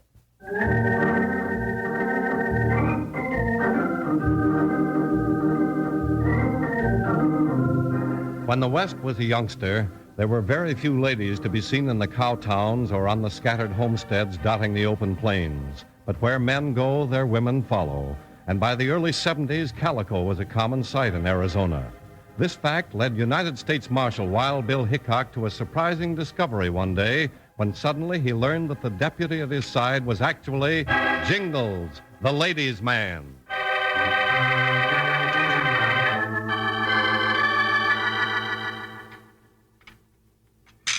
I'm sorry, Dad, but there are no biscuits because we're still out of flour. Yeah, I know, honey. But Duke Nuller's coming to end his rope. You sent for Wild Bill Hickok? I sure did. Nuller can't keep on stealing every shipment of flour from the freight wagons and selling it at double the price. Wild Bill's going to take care of that just as soon as I tell him what I know. Well, I wish you hadn't found it out. Now, don't you worry, Marie. Duke don't know I know what I know. How do you know he doesn't? I don't reckon he saw me back of the warehouse that night. But if he did, he'd be out to kill you, sure. Dad, I'm scared. I've been scared ever since you came home and told me. I won't even go near Carlotta's cafe because I'm afraid he'll see the fright in my eyes and know I found out his secret. I'm scared, I tell you. Now, honey, no Stillson's ever been scared of the likes of Duke Nuller. But he might try to kill you.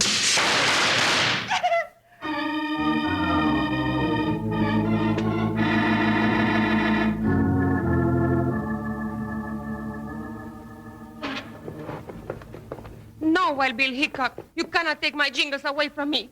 He's mine. He will stay here and marry me. Marry you? Oh, now, Carlotta, honey, See, you will marry me, and we will run the cafe together with each other, no? No, Bill, get me out of this, please. You got yourself into it, making calf eyes at her, partner. Oh, but Bill... You better stampede, partner, before she gets her brand on you. The padre will be showing up here any minute. What is that you say about the padre? Oh, now, Carlotta, he didn't say nothing about the padre. Now, you just go back to your nice little old kitchen and bake a batch of beans or something, and I'll be back on it. Now you're talking, Jingles. I want to get out to Fred Stolzen's ranch before dark. No, you not leave me, Jingles. Oh, yes, I do. I mean, I am, Carlotta. I'm going right now. You go to see that Marie Stilson. I know. You like her. You not like Carlotta. Well, all right, you go. I hate you. Hey, easy, Carlotta. Bill, let's get out of here. You said it, partner, and fast. Run for it. Well, now, Carlotta, that was a right fine act. Look real convincing. No, you go away from me, Duke Noller. What's the matter? I said it was a fine act. I'm proud of you, Carlotta. Well, I am not proud. And it was no act. I mean it, every little word. What? You mean you really got a crush on that big ox, Jingles? Don't you call him no ox. I fix you for that. Hey! Now you cut that out, you little wildcat. No, you let go of me. Go, I tell you. I'll let go when you simmer down. All right, I simmer down. But I fix you later. You forget who's boss around here. You're no more my boss. I quit. You're a bad man, I know. You want to kill Wild Bill Hickok and my Jingles. Now, whatever give you such a good idea? It was your idea, not mine. That's why you want me to make up to Jingles. You're talking too much, Carlotta. And I will talk a lot more. You see. You see? You come back here, you little... Now that racks up a big mess for me. If she runs and tells Hickok, I'll have to kill them all. No, they're not running me out of business. Duke Nuller ain't no dope.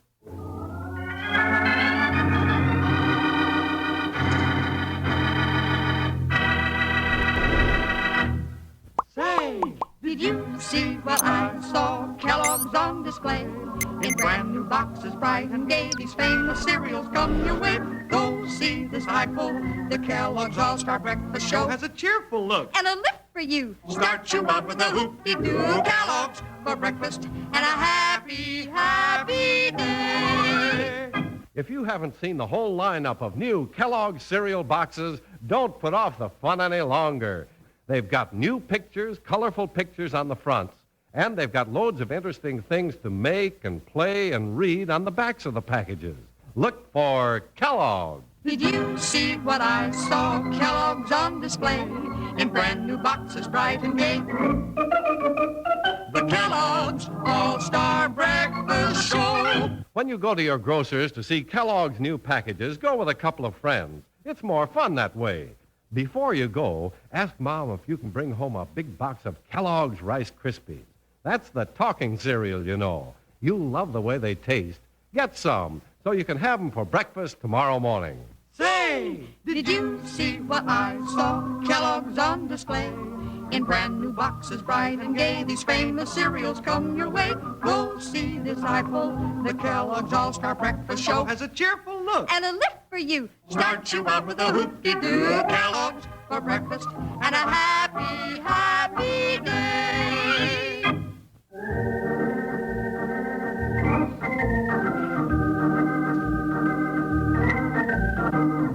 Duke Nuller had threatened death to Wild Bill, Jingles, and Carlotta without their knowing about it. Bill and Jingles, after leaving Carlotta's cafe, rode out to Fred Stilson's ranch. Oh, Buckshot. Oh, boy.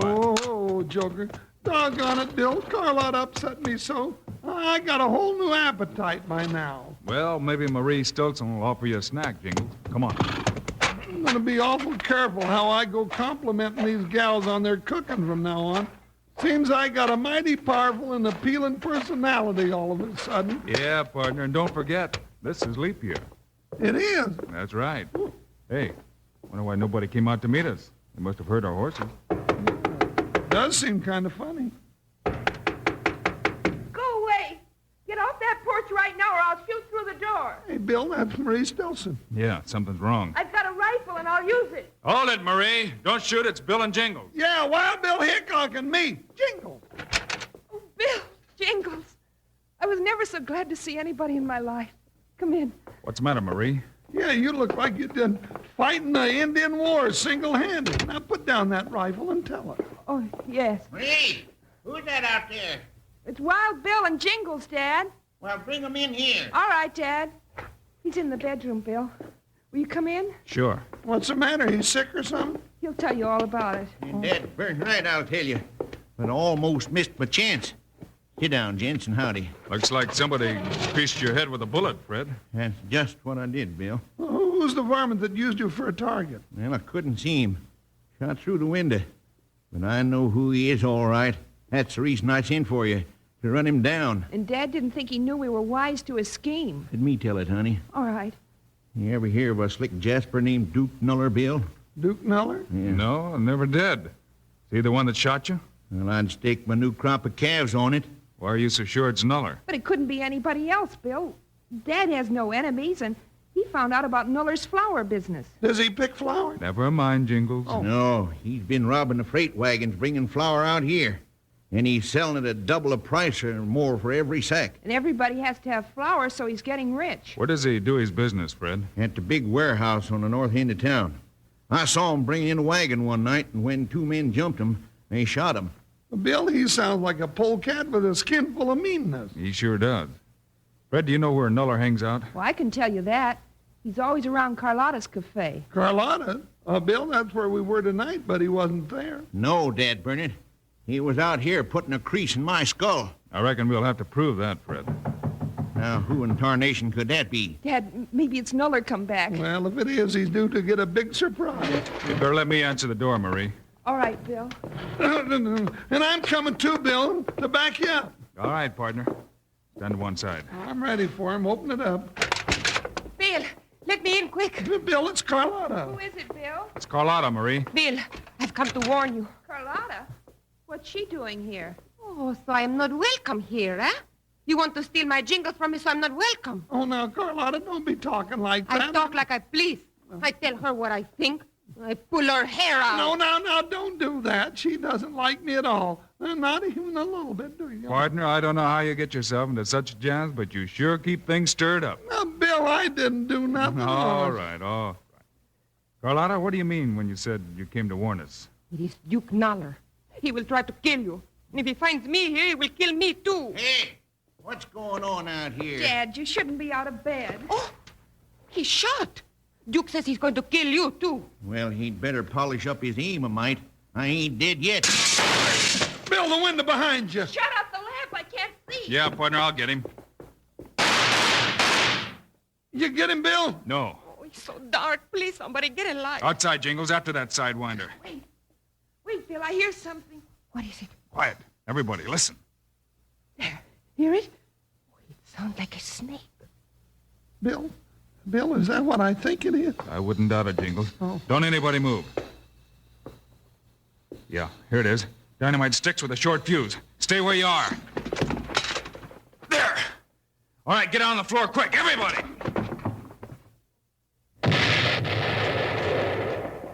Woo-wee, that coyote means business. Come on, Jingles, we're running Duke Nuller to ground. I'm with you, Bill. And so am I. You will not leave me, Jingles. No, now, Carlotta, honey, this is man's business and woman's place is in the home. Now, you stay here.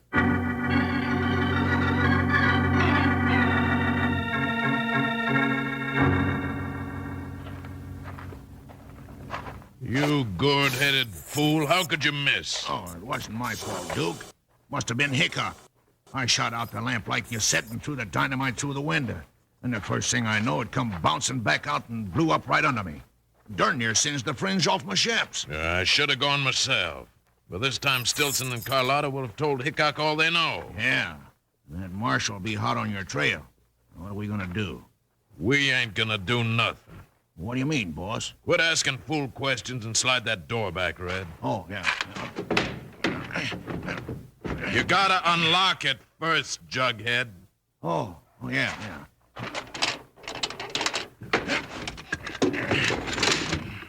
All right. Leave it open. This won't take long.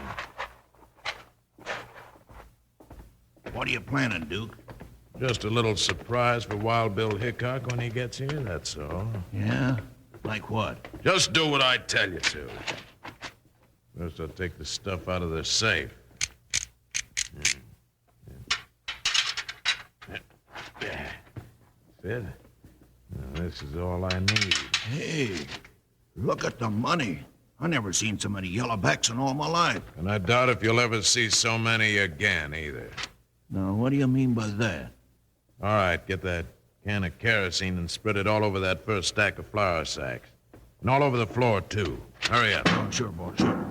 But if this stuff gets near a match, the whole place will go up and nothing flat. Now you're getting the idea, Red. Oh, you're figuring on Hickok and Jingles coming here, huh? Not figuring, Red. I'm counting on it. Now I'll set a candle up just about here. Now light it. Hey, be careful with that match, Duke. Don't worry, I know what I'm doing. Now this long string tied to the candle, then run it along the floor to the outside. Hey, you ain't planning to burn this warehouse down with all our flour in it, are you? Why not? Didn't cost me anything, and I got plenty of money already. Yeah, but what about me? You? Yeah. Oh, yeah. I almost forgot about you, Red. Oh, now, Duke, you couldn't forget. Hey, what are you doing with that gun, Duke? You want to turn around, Red? No, Duke. You wouldn't shoot me. Duke, after I worked for you and helped you in all your business, you need me, Duke. No, Red. I don't need you any longer. Oh. So long, Red. Now I'll just go outside and sit back in the shadows to wait for them two snoopers, Hickok and Jingles.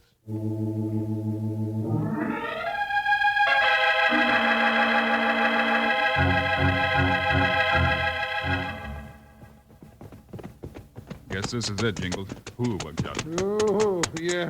Oh, Joker, this is the only big warehouse at this end of town. There's a light inside. Maybe we're in luck. Well, better unholster that hog leg if Nuller's in there. I'm enough for that when he starts shooting. Now, that could be just a doggone second too late. Seems kind of funny the door should be open. Watch out for tricks, Jingles. What for? He don't know we're coming after him. Nuller may be smarter than you give him credit for. I don't get what you're... Oh, Bill, I just stumbled over something. Bill, it's a body. You're right, partner. And he's not long dead. Bill, I don't like this setup. I don't either. Hey, you smoke kerosene? Yeah, Bill, I do real strong. Hello, Hickok! Bill, somebody's closed the door. I'll blast. Hold your fire, Jingles. That won't do any good. Bill, look, that candle is falling. Right in the kerosene. Now you got a fire and some flour, Hickok. Why don't you mix up a batch of biscuits? You doggone lop-eared Gila monster, let us out of here! Keep your head, Jingles. But, Bill, if we don't get out of here, we'll be burned alive!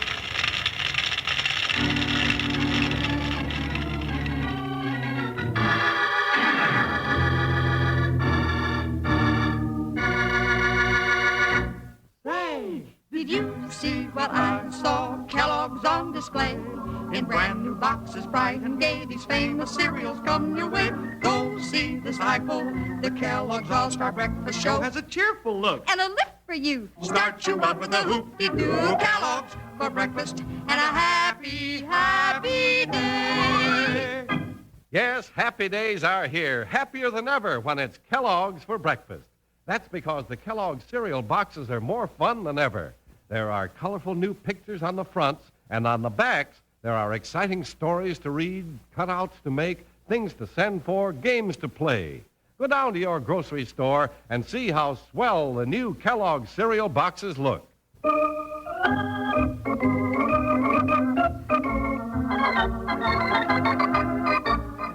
Here's something to think of, too. Mom will want to see these new Kellogg's cereal packages, so tell her about Kellogg's All-Star Breakfast Show and go along with her down to the store so you can both look over the whole lineup of new Kellogg's packages. And when you're there, ask her to buy a big package of the famous talking cereal. Now, you know which one that is. Sure enough, Kellogg's Rice Krispies. Say, did you see what I saw? Kellogg's on display. In brand new boxes, bright and gay, these famous cereals come your way. Go see Disciple, the Kellogg's All-Star Breakfast Show has a cheerful look. And a lift for you. Start you out with a hoop-de-doo Kellogg's for breakfast and a happy, happy day.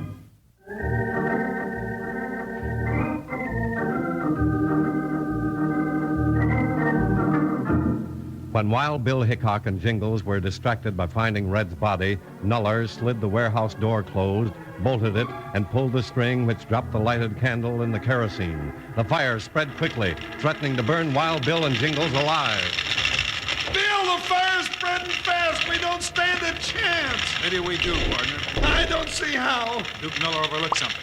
Here, grab some of these sacks of dry flour over here. Well, what for? Dry flour will smother the fire, partner. Hurry it up now. Do we bust them open, Bill? Rip the sacks open with your knife and throw the flour right on the flames. We're gonna work fast. All right. Now, there's one. There's another one. Hey, it's working. Grab some more. Keep at it. Yeah. Hey, it's going down, Bill. A couple of more ought to do it. Oh. There's one of them. There's some more. Well, that does it. Whoo-wee, Bill, I sure thought we were going to be roast pig this time. I guess Nuller did too, Jingles. Come on. What now, Bill? We've got to get back to Stilson's before Nuller has a chance to finish his job. What job? To kill everybody who knows about his flour stealing. You mean he'll go back out there and kill Fred and Marie and Carlotta? Unless we get there to stop him. But we're still locked in here. I'll fix that right now. Stand back, I'm going to shoot that lock loose. Reckon that did it? Give me a hand, we'll soon find out. Bill, it's still stuck. One more big one, partner. All right. Now let's go. I sure hope he was in too much of a hurry to steal our horses. Here, Buckshot. Hey, Bill, here they come. Come on, Joker boy, yeah. Into the saddle, partner. I'm ready, Bill. All right, let's ride. Hi, Buckshot. Hi, boy. Jump, Joker. You heard what Bill said. Ha, ha, ha!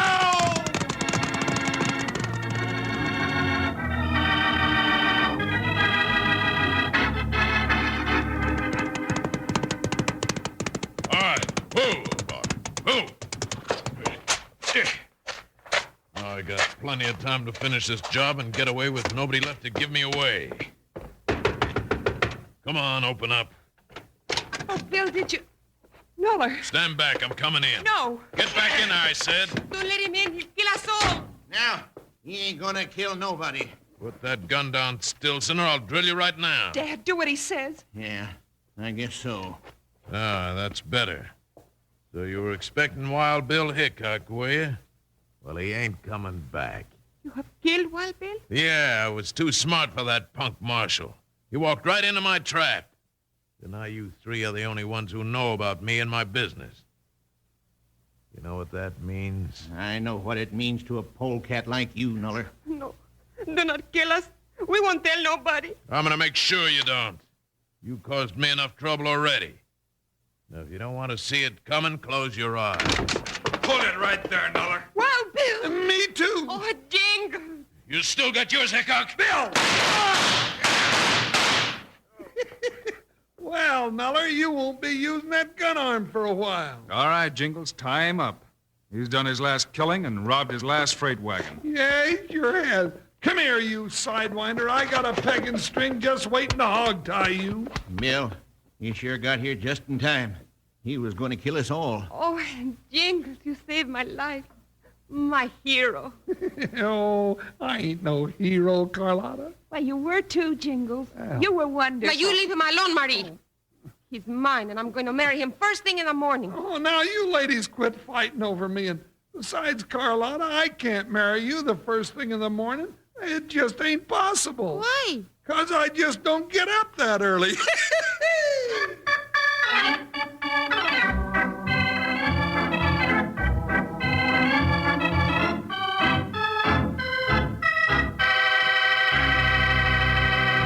And now, here are the stars of Wild Bill Hickok, Guy Madison and Andy Devine. Well, Andy, what's our story for Friday? Oh, we've got a pipperoo guy all about Wild Bill trying to save a whole town from the fury of Savage River. Well, Andy, hope the folks remember to get Kellogg's Rice Krispies. Right, it's the world's only talking cereal. You bet it is. Andy and I think Kellogg's Rice Krispies are great. So long. See you Monday.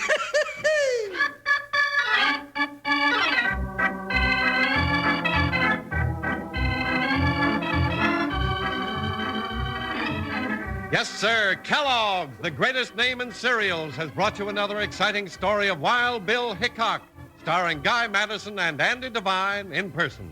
Today's cast included Lillian Bayef, Nancy Shields, Paul Freese, and Jess Kirkpatrick. Our director is Paul Pierce, story by Larry Hayes, music by Dick Orant. This is a David Heyer production, transcribed in Hollywood. Don't forget to listen Monday, same time, same station, when Wild Bill Hickok faces the fury of Savage River. Now, this is Charlie Lyon speaking for Kellogg's Rice Krispies, the world's only talking cereal. Kellogg's Corn Flakes, America's favorite ready-to-eat cereal. And Kellogg's Sugar Corn Pops, the cereal with the sweetening already on it.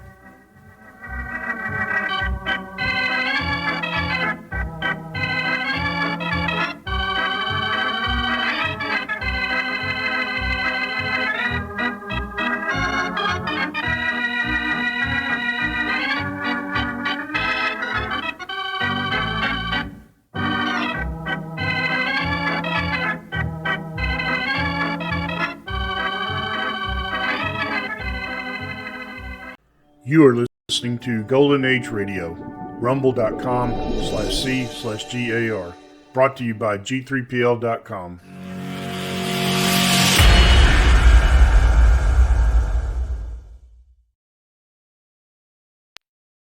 The National Broadcasting Company presents Joe McCrae in Tales of the Texas Rangers. Tonight, transcribed from Hollywood, another authentic reenactment of a case from the files of the Texas Rangers.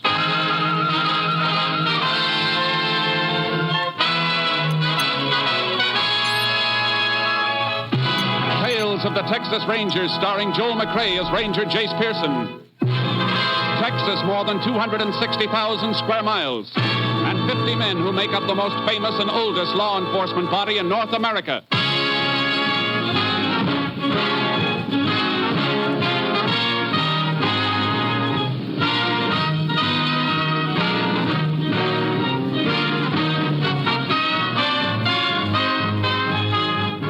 From the files of the Texas Rangers come these stories based on fact. Only names, dates, and places are fictitious for obvious reasons. The events themselves are a matter of record.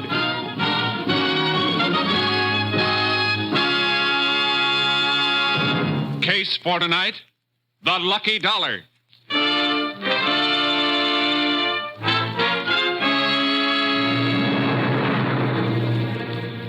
It is 7:30 of a simmering hot night, August 14th, 1945. In a small South Texas town not far from Corpus Christi, Joe Barry is counting up the day's receipts of his modest store. His wife, Clara, is locking up in back. 15's a dollar. 10, 20, 30, 40, 50. What the? Joseph! Well, what's happened to the lights? I'm not through back here. Well, I didn't turn them off, Ma. One of the fuses must have blown.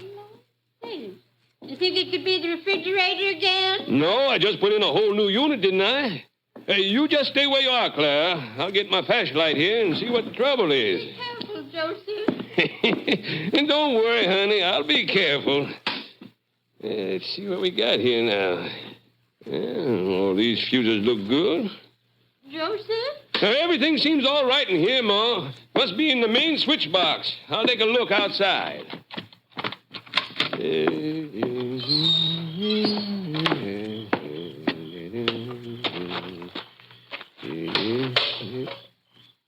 Well, I'll be done. Main switch is pulled. Now, who in thunder... Hold everything, Pop. Huh? Keep your back to me and give me a flashlight. What? Who are you? Never mind. Now, hold up. Nobody's going to hold up Joe Barry. Wait. I'll Oh, you old fool! Oh, fool. Didn't you find the trouble, Joseph? Joseph? Joseph, what on earth you doing trying to count up here with so little... No, Joseph. What are you doing? Keep away, old woman. Joseph! Get away from that cash register. Shut up! Crazy old bat.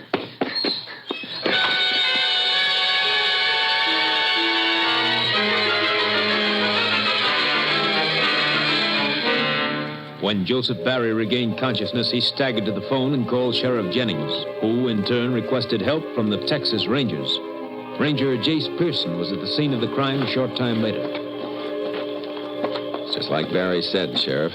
The thief pulled his master switch outside the store to draw out the storekeeper. And he must have thought Joe was alone in the store. Sure he did. Too bad he wasn't. Mrs. Barry'd be alive now. Well, let's go inside again, Sheriff. I'd like to ask Barry a few more questions. You know, Jace, this is mighty like another holdup we had in this area just a week ago. Yeah? Liquor store. No gunplay, but otherwise just the same. Main switch pulled.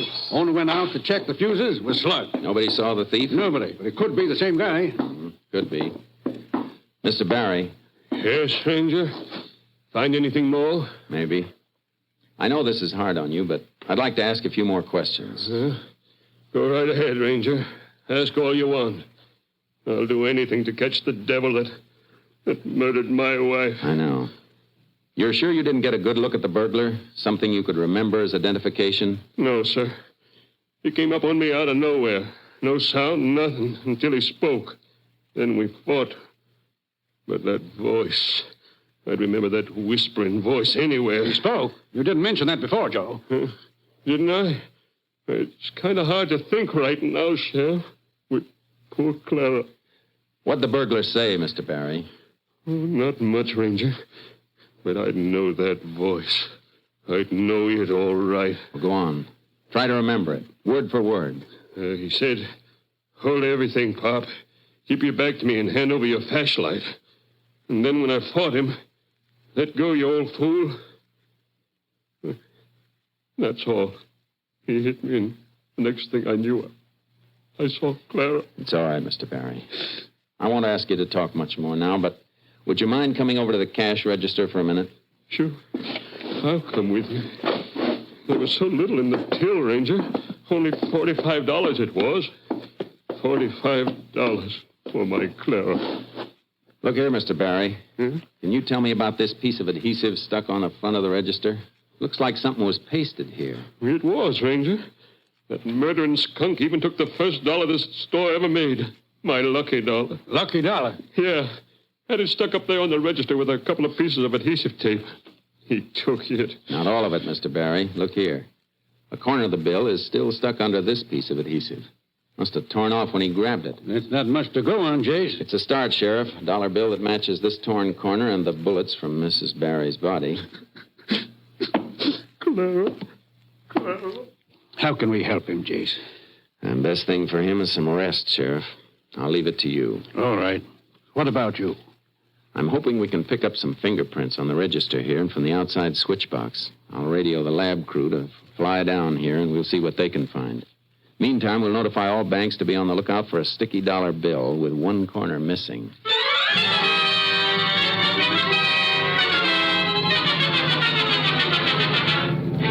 lab crew came in from Austin and gathered all evidence. By the next day, I had a report from Captain Stinson. On that Berry robbery and homicide, Jace. Yeah, Captain. Any make on the bullets or prints? Nothing on the bullets. All we know is that they're from a .32. But on the prints, that's another thing. The lab dug up something interesting. What's that? No direct prints, Jace, but the thief wore cotton gloves. There's an imperfection in the weave of the left thumb. It's not a lot to go on, Captain. I know it, Jace. You got any more leads? Not exactly, but we don't think it was done by somebody just passing through. No, why not? Because Sheriff Jennings had a similar robbery in this area last week with the same M.O. Pulled the switch and worked in the dark. A lot of people down there with the cotton season in full swing, aren't there? Swarms of them. Reckon it could be a cotton worker? It's hard to say. Well, if it is, you've got a big territory to cover, Jace. Well, I got an old dollar bill working for me, too, Captain. Yes. And by the way, Jace, all the banks in your territory will have blow-ups of the torn corner of that bill by morning. Good. I guess all we can do now, Captain, is sweat it out and wait for that dollar bill to pay off.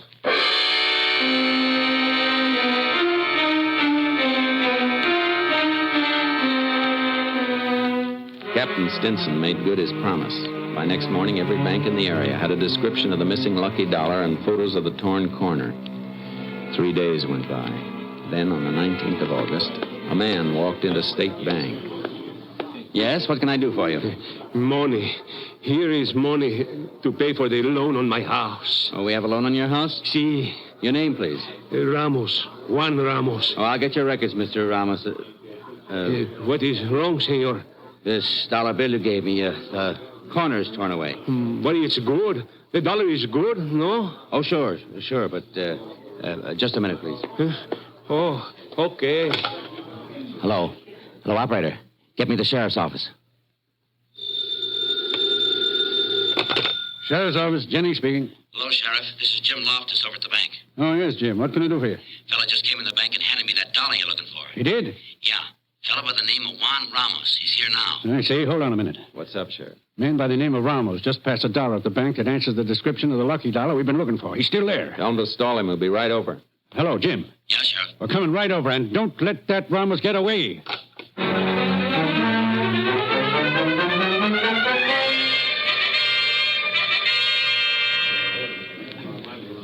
This is the missing lucky dollar, all right, Sheriff. See how it matches? But I swear to you, Ranger, I do nothing wrong. I come to the bank to make payment for my house. Where'd you get this dollar, Ramos? I earned it, Ranger. Quien sabe where it come from? One day I work one place, one day another place. Who knows where I get paid the dollar? Where was your last job? Wait, I worked for 5 days for Mr. Larson, Sheriff. You know, across the tracks. Larson? Odie Larson runs a sort of swap shop in the Mexican settlement, Jace. It's a dump, but Odie does a pretty good business. Let's go see Mr. Larson, then. Maybe he'll be able to tell us something about Ramos and the lucky dollar.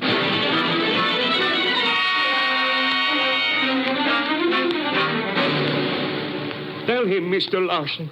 Sure, Ramos works for me, Ranger, but only for a few days. Mr. Larson, look carefully at this dollar. What about it? Ever see it before? How do I know, Ranger? A dollar's a dollar, ain't it? Not always. Feel this one, for instance. Kind of sticky. And the edge is torn. Try to remember, Odie. It's very important. To you. To me? An old lady was shot down, killed, by someone who stole this particular dollar. An old lady? That dollar come from someone who... No. I didn't do it, Ranger. I earned the dollar here from Mr. Larson. Take it easy, Ramos. Say, maybe I do remember this dollar, Ranger. You do? It seems to me a little Mexican girl give it to me. Sure, I remember because it stuck to the other money she gave me. Know where we can find her? I think she works at one of the cotton farms near here, Sheriff. I don't know for sure, but she gave me this dollar and 2 more to pay down on a red silk dress. Yeah, I'll show you. It's in the back room. Never mind that, Mr. Larson. Just when did she pay you on the dress? Just last evening, Ranger. Yeah, I keep open at night for the workers, the cotton pickers. I paid off Ramos when we closed up. Must have given him that sticky buck along with the rest of his pay. I told you, Mr. Larson give me that dollar. Did the girl say when she'd be back for a dress? Today. You've never seen the girl before, Mr. Larson? You don't know her name or where she lives? No. Didn't you give her some kind of receipt for her deposit? Oh, sure, but just for the $3. When she brings in the receipt and the rest of the money, she gets the dress. Don't need a name and address for that. What do you think, Chief? I think we'll wait for the lady, Sheriff. Meantime, Ramos. See you, Ranger. Stick around town. I may want to talk to you again. See you, Ranger. Gracias. Now, Mr. Larson, you mind if we wait for the girl in the back room? Of course not, Ranger. Just come this way. It ain't much to look at. All this junk piles in the air, but make yourselves comfortable as you can. Don't worry about us, Mr. Larson. Just go on about your business as if we weren't here. When the girl comes in, let us know. You can depend on that, Ranger. I will. Jace, do you reckon Odie's telling us the truth? I don't know, Sheriff. We ought to find out pretty soon. I got a hunch that lucky dollar is going to hit the jackpot.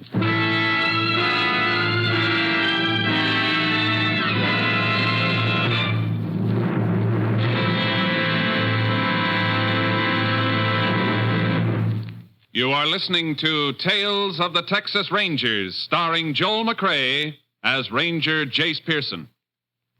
We continue now with tonight's case, The Lucky Dollar, an authentic story from the files of the Texas Rangers. We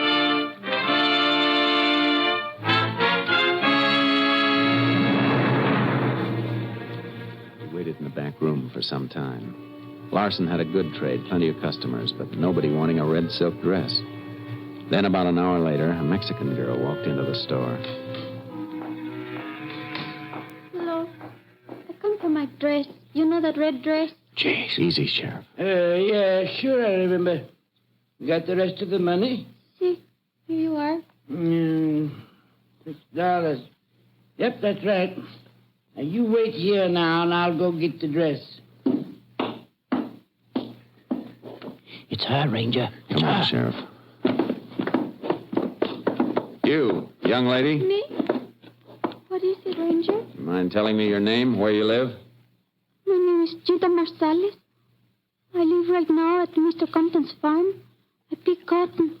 My whole family works there. My mother, father, brothers. Prescott Compton. I know him, Jace. Owns one of the biggest farms in these parts. When does he pay his pickers, Sheriff? Like the rest. Once a week. Saturdays. What's wrong? Why you ask this question? Because you paid this dollar down on a dress last night, Cheetah. It's a dollar we've been looking for.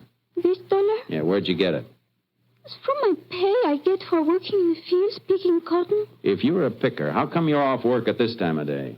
I want to get my new dress. I ride into town in one of the trucks. You can walk off your job anytime you feel like it, Cheetah. It's my business. You're wrong there, young lady. It's plenty of our business when you pass a stolen dollar. Stolen? Come on. You're going back to the Compton farm with us.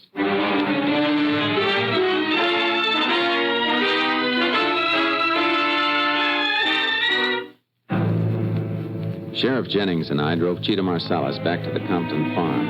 The girl had her new red dress, but it didn't seem to make her happy. We found Prescott Compton at one of the trucks near the main house, weighing the cotton his pickers were bringing in. Now that's Compton right over there. You made it 2.5 pounds, Pedro. Okay, I'll bet that's your count. Dump off. Miss Compton. Well, howdy, Sheriff. This is Ranger Pearson. We'd like to talk to you. course. Does this girl work for you, Mr. Compton? Cheetah? Well, sure she does, Ranger. The whole Marsalis family works for me. They're fine people. Hey, what are you doing away from the fields, Cheetah? You haven't gotten yourself in any trouble, have you? I've done nothing, Mr. Compton. She passed this dollar bill that was stolen in a robbery and killing 4 days ago, Mr. Compton. Cheetah can't seem to remember where she got it unless it was from you. Not from me, she didn't. That robbery was 4 days ago. I pay off on Saturdays, Ranger. Where a whole family is hired, like the Marsalis, I pay the head of the family. In this case, the father. Let's see that dollar, Ranger. Here you are.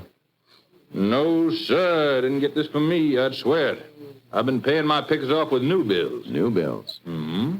Well, Cheetah? I didn't do anything wrong, Ranger. I don't know where that dollar came from. Oh, we'll soon settle this, Ranger. Cheetah's brother is working right close here.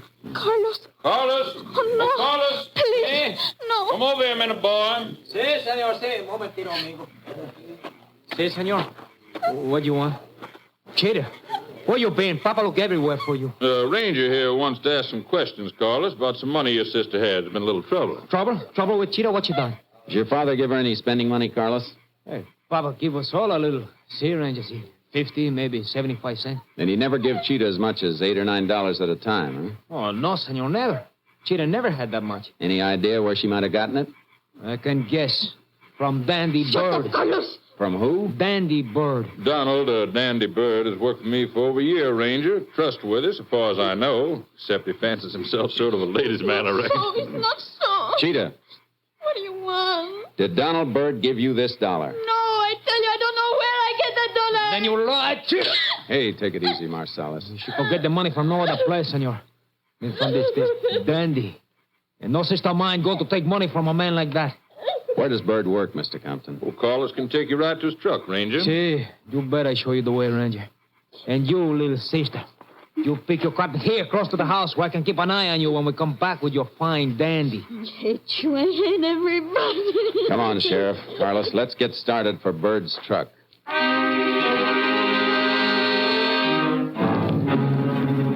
Carlos Marsalis directed us along the road through the cotton fields to where Donald Bird had been working. A trailer was there, but the truck was nowhere in sight. Hey, that's strange, senor. I know he was working here. Hey, Sam, come over here a minute, huh? Come right over, boy. Maybe move to another part of the field. No, I don't think so, Sheriff. What do you want, Carlos? Where's Dandy Bird? This ranger here want him. Well, Dandy drove out of the fields 3 or 4 hours ago, Mr. Ranger. He had full load. He's in town? He sure is, boss, at the cotton gin. Does Dandy get himself some kind of trouble? I'm going to make him plenty trouble if he don't leave Cheetah alone. Your sister? Well, she drove into town with Dandy. She did. And she lied to us twice, Sheriff. Bird was at the gin when she came to the store for her dress. Sure he was. Thanks for the information, Sam. Oh, glad I can help, Mr. Ranger. Carlos. Si, senor. Can you give us a good description of Dandy Bird? Si, si. He is about as tall as the sheriff. That makes him 5'10". He's thin, blonde. Color eyes? Blue. Pale blue. Cold like a snake's eyes. No scars, no distinguishing marks? No, senor. Only he is always dressed up, even in a truck at work. He dresses fancy. That's why they call him Dandy. That's a pretty good description, Jace. Couldn't be hard to pick him out in the crowd. Oh, please, Ranger, let me go with you to town, eh? No. You can do more good back at the farm, Carlos. I'll drop you there. You keep an eye on your sister until we contact you again. Bueno, senor. We'll head back for town, Sheriff. We'll pick up Dandy at the Cotton Gin.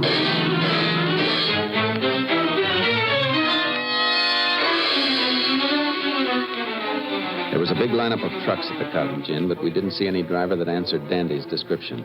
Sheriff Jennings and I went up to the loading platform and headed for the superintendent's office. Here we are, Jace. Yes, sir. What can I do for you? Ranger Pearson would like some information, Mr. Collins. Why, sure. Come on in my office so we can hear ourselves talk. There. Have a chair, gentlemen. Now, how can I help you? You know most of the drivers by sight, don't you, Mr. Collins? I'd say so, Ranger. The regulars, anyway. But there's a heavy crop this year. You saw the line of trucks outside. Well, there's lots of new drivers. The man we want is regular, Mr. Collins. Works for Press Compton. Man's name is Donald or Dandy Bird. Dandy? Why, sure, I know him. Funny, you should ask for him, too. Oh, somebody else wanted him? Yeah, phone call came in here about half hour ago. Phone call? Mm-hmm. I went out on the platform and gave a yell. Dandy moved up close to the head of the line, and he climbed out and came back in the office with me. Then you heard the conversation? What there was of it, Ranger. I wasn't paying much attention. But seems to me he did say something about meeting somebody at the same place tonight. Then he hightailed out of here, and I haven't seen him since. You any idea where he went? No, and I wish I did. Left the truck standing, blocking the whole line. You're looking for Dandy Bird, Ranger. I'd like to get my hands on him myself. Well, thanks, Mr. Collins. Oh, one thing more. Do you know who called Bird on the phone? I know. Sounded like some little Mexican gal.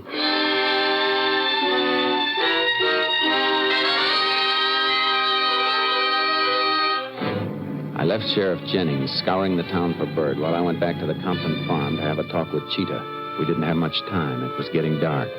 As I turned off the highway onto the Compton Road, I saw Carlos Marsalis running toward me.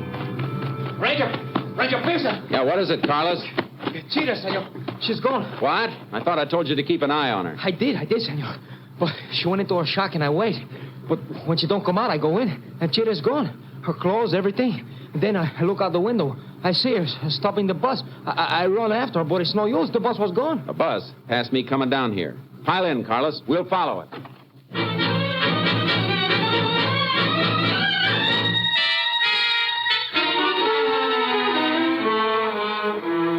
Carlos Marsalis and I followed that bus for 18 miles. Then we saw Cheetah get off in a town that wasn't more than a whistle stop.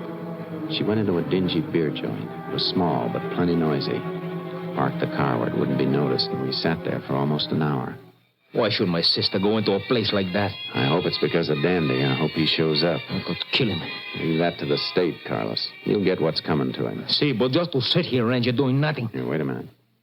Look, going into the cantina now. Huh? Is that Bird? See, that's him, Ranger. Let me go, huh? No. You stay here, Carlos. And I mean it. See, Ranger, whatever you say.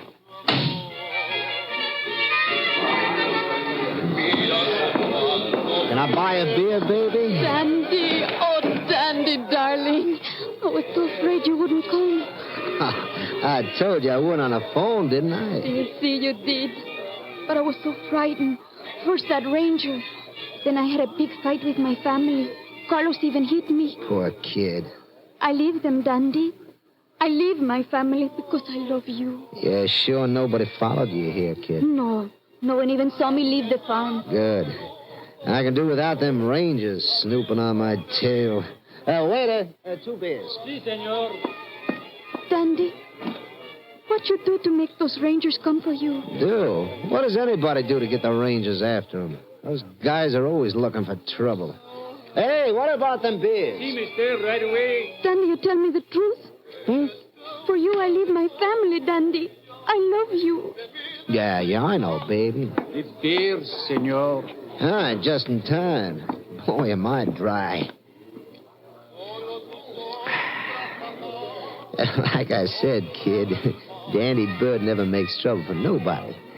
I got plans for you. Dandy, what's wrong? That ranger coming in the door. He's heading this way. Put away that gun, Dandy. Come on, Cheetah, we're getting out of here. The bus. Stay where you are, Bird. So you did leave the rangers here. No, Dandy. You stay where you are, Ranger. Don't go for your guns. I got the girl in front of me. Dandy, let me go.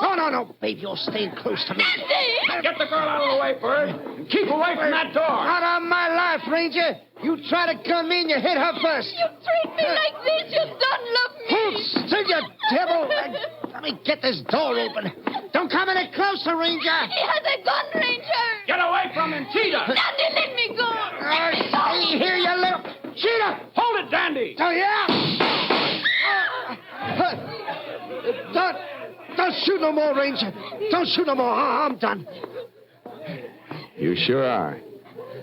Too bad you didn't stick to the cotton business. Come on, Dandy. On your feet.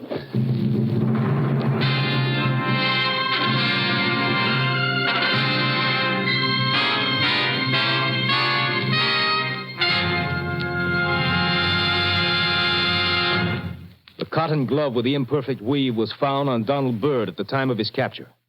Confronted with this and the undeniable evidence establishing his gun as the murder weapon, Donald Dandy Bird made a full confession. Cheetah Marsalis was given a suspended sentence of 5 years. Bird was sent to the state penitentiary at Huntsville for the rest of his life.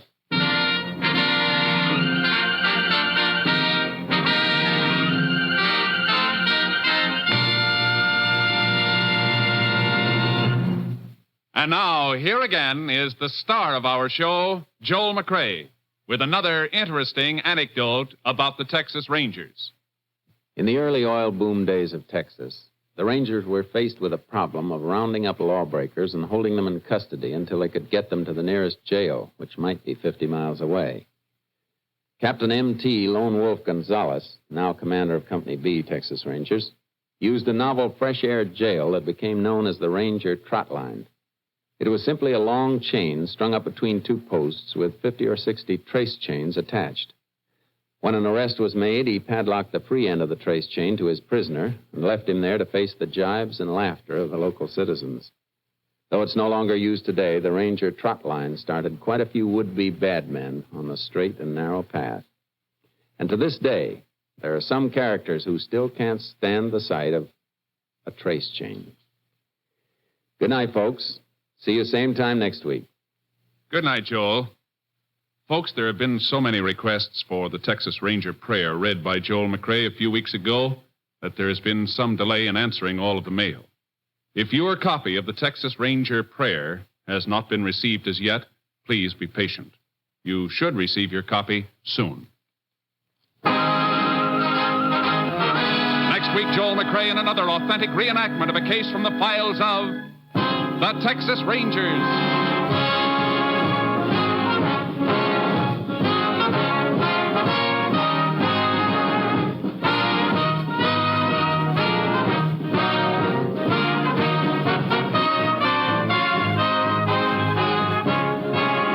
Joel McCrea is currently seen starring in the Universal International Technicolor production Saddle Tramp. Tonight's cast included Tony Barrett, Nestor Paiva, Peggy Weber, Lou Krugman, Herb Butterfield, Byron Kane, Wilms Herbert, and Barney Phillips. This story was transcribed and adapted by Virginia M. Cook, and the program was produced and directed by Stacy Keach. This is Hal Gibney speaking.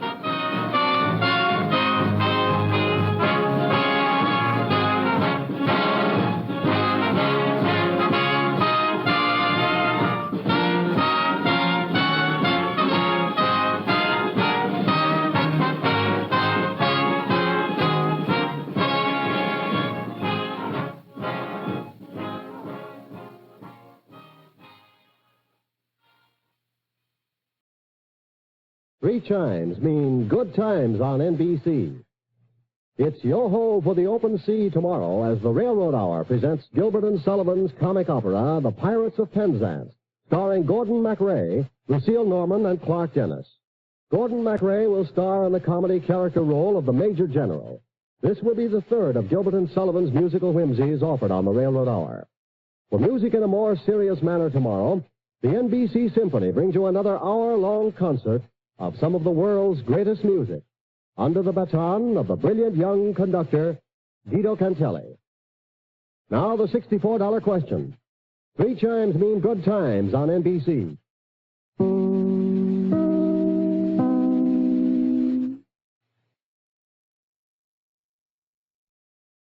You are listening to Golden Age Radio, rumble.com/C/GAR.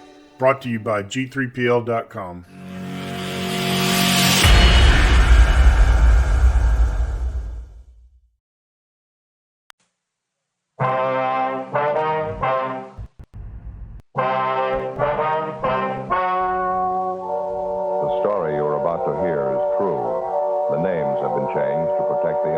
Fatima Cigarettes. Best of all king-size cigarettes brings you Dragnet on both radio and television.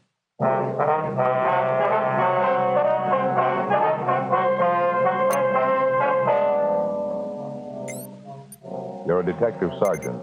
You're assigned to vice detail. A professional gambling ring has set up operations in your city. Dozens of citizens are being victimized. The gamblers keep on the move, changing their locations day to day. Your job? Get them. Compare Fatima with any other king-size cigarette. Yes, compare Fatima with any other king-size cigarette. 1. Fatima's length filters the smoke 85 millimeters for your protection. 2. Fatima's length cools the smoke for your protection. 3. Fatima's length gives you those extra puffs. 21% longer than standard cigarette size. Fatima gives you more for your money. And in king-size Fatima, you get an extra mild and soothing smoke, plus the added protection of Fatima quality. Buy Fatima in the bright, sunny yellow pack. Best of all, king-size cigarettes.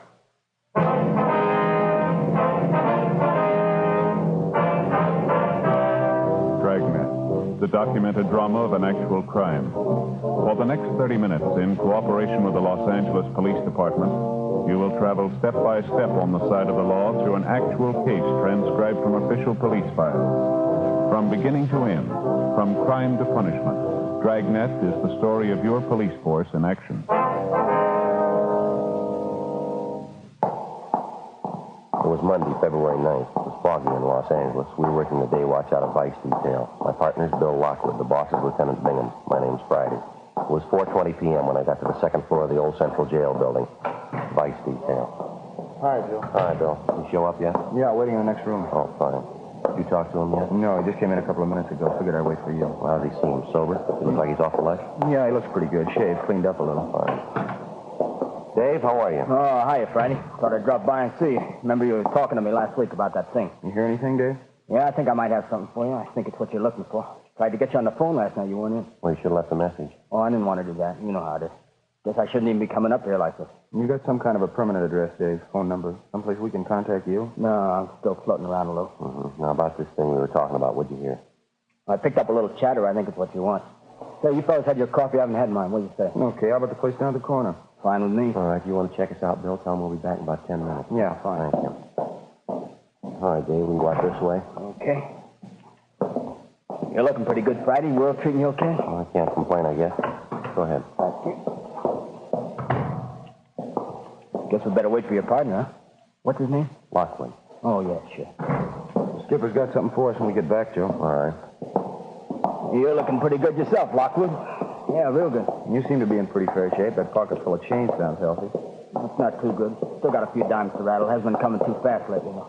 Mm-hmm. You still setting pins down there at that bowling alley? Yeah, a lot of help hanging around, though. We really got to hustle for it. That's so. Oh, yeah. A lot of the alley's changing over to those automatic machines, you know? Mm-hmm. Quite a few guys out. A lot of the machines can set pins better than a man can. Hi, Matthews. How are you? Hi, Joe. Hi, Bill. What do you say, Jack? Say, who's that guy? He works out of the office. Why? Nothing. I thought I'd seen him around. Yeah. No, down this way, Dave. Just a couple of doors. Oh, yeah. By the way, did you hear anything about Tony? You know if he's in town? No, I've been working on it. But Dirty Tony, he's not going to show. Go ahead, Dave. Yeah, thanks. Now, why don't you two grab the back table? I'll order up. All right, fine, Bill. Black with sugar, huh? All right. Cream and sugar for you, Joe? Yeah, that's fine. Bring a couple of those jelly donuts, would you? Okay. All right. Well, what's the story, Dave? What do you hear? Well, I heard about it last night, right after I left the alley. You told me to keep my ears open, you know? Yeah. Said you figured there might be something on that new bunch hanging around the bar down from the alley. You figured they might tie in with a new bunch of high rollers in town. Yeah. What'd you pick up? I think you figured right, from what I heard anyway. Mm-hmm. Here you go. Have a donut, Dave? Oh, yeah, thanks. You make a fine waiter, Lockwood. Thanks. We don't get a lead pretty soon. I may have to take it up. Dave was just telling me he figures he might have something for us. He picked it up at the spot down from the alleys last night. Well, like I said, after I was through at the alleys, I stopped by the place and had a couple of beers. Can't afford anything else but a few nickels they pay me. Lucky to get enough to eat the way things are going. Yeah, it's pretty rough, I know. Well, what's the pitch you got, Dave? Well, I was sitting there having a beer and a couple of those new faces were sitting next to me. So I put my ear out and tried to pick up some of the talk. Yeah. I couldn't get all of it, but I did get enough to make out there's going to be a big game tonight. From what I could get, there's going to be a lot of scratch floating around. You hear what it's going to be, Dave? Well, I had to play it careful, you know. Couldn't be too nosy. Sure. I sat and had another beer, and one of the new monks heard the other guy call him Mike, I think. He asked the bartender for change to make a phone call. He got the change, went over the wall phone. I got up and drifted over that way. And made out like I was watching the shuffleboard. I caught some of his talk. Yeah, what was that? Well, he was talking about some big game tonight. I heard him say to the guy on the other end not to show up before 11:30. You get an address? Yeah, Said he'd be back of an empty store building down on Gibbons Avenue. You get a number? 9122. What was that again? 9122, is that right? Yeah. Gibbons. Now, I'm pretty sure. As soon as I got out of the place, I wrote it down. Wait a minute. I got it. Let's see. Yeah, 9122 Gibbons. That's it. Now, this fellow that made the phone call, you say his name was Mike, is that right? Yeah, that's what I heard his partner call him. He's kind of a Short guy, like 35, 36, on the fat side, black hair. Mm-hmm. Mike Filmer. You know him? Yeah, we've had an eye on him. Thought he might figure in. Not about the size of it, Dave? That all you heard? Yeah, that's about it, Friday. As soon as he finished the phone call, him and his partner left. I finished my beer and left, too. I had to. Couldn't afford another one. Real tough these days. Yeah, well, thanks a lot, Dave. Really appreciate it. Well, don't mention it. You've always done all right by me. Donut sure tasted great. Still hungry. The way I feel, I could take on a 3-inch steak. I'm sorry things aren't better for you, Dave. How about a 10 spot? Will that help you any? It sure will, Friday. Thanks a lot, huh? You really can use it. Well, I'm glad to help you. You're always helping out. You sure make it nice. I mean, you make it nice and easy on a guy. How do you mean? Well, it's always there first. I never have to come right out and ask. Okay. Good, though. You always get the pitch, don't you?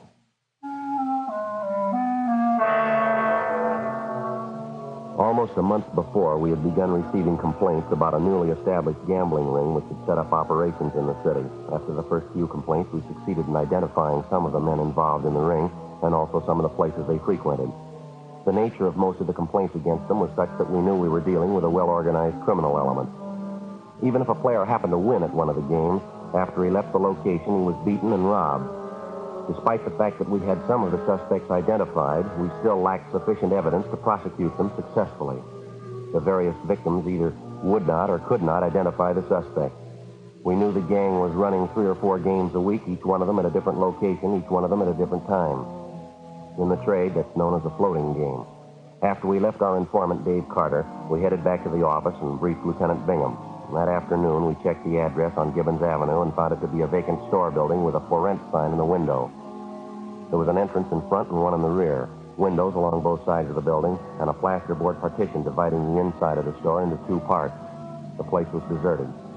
At 10 o'clock that night, Bill Lockwood and I staked out in our car down the street from the store. Sergeant Fred Taylor and Jack Matthews were staked out in their car from another point of observation. We were in constant touch with each other by 3-way radio. 10:30, 11 p.m., 11:30. 1K87 to 1K80, come in. 1K80 to 1K87, go ahead. Joe, did you notice the lights come on in the back of the store a minute ago? Yeah, 2 men. They went in the back way, parked their car just down the street from us here. You see anything else? Car just pulled up down the street from us. 2 men getting out, heading for the store. Joe, just a minute. Yeah, they're going that way. Yeah, They're going around the back, Joe. Uh-huh, looks like it's going to pay off. Let's sit on it a while. KMA 367. We waited. 11:45. A blue pickup truck pulled up and stopped a short way from the front entrance to the store. We saw 2 men get out and go around to the back of the truck and unload half a dozen large boxes, which they carried around to the rear entrance of the place. One of the men came back, got in the cab of the truck, and sat there. Midnight, 12:15 a.m. Over a period of half an hour, we watched 18 persons arrive from different directions and enter the store from the rear. 12:30, 1 a.m. There were no new arrivals. We waited. 1K87 to 1K80, come in.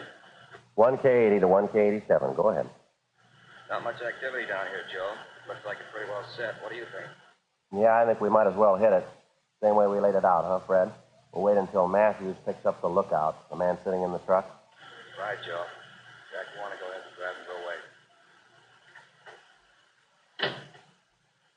He's on his way, Joe. Okay, as soon as he picks him up, we meet in front of the place. Bill and I'll take the front. You cover the back. You got that? Okay, Joe. Oh, hold on a minute, will you? Yeah, Jack got him. Bring him back to the car. Okay, let's go. KMA 367. Got the car keys, Bill? Yeah, let's go. All right. You figure that's the best way, Joe, too, was going in the front? Well, that's probably where the rush is going to be. When Fred goes through the back, they're sure to start for the front. Okay, Joe? Yeah. Jack's got the lookout in our car. He'll wait for us. Right. Now, what do you think about this, Fred? You go around and hit the back door. As soon as they hear you inside, they'll probably start for the front. We'll take care of them there. That's a good idea. Give me half a minute to get back there. Huh? Right. Watch yourself. All right, Joe. Let's go.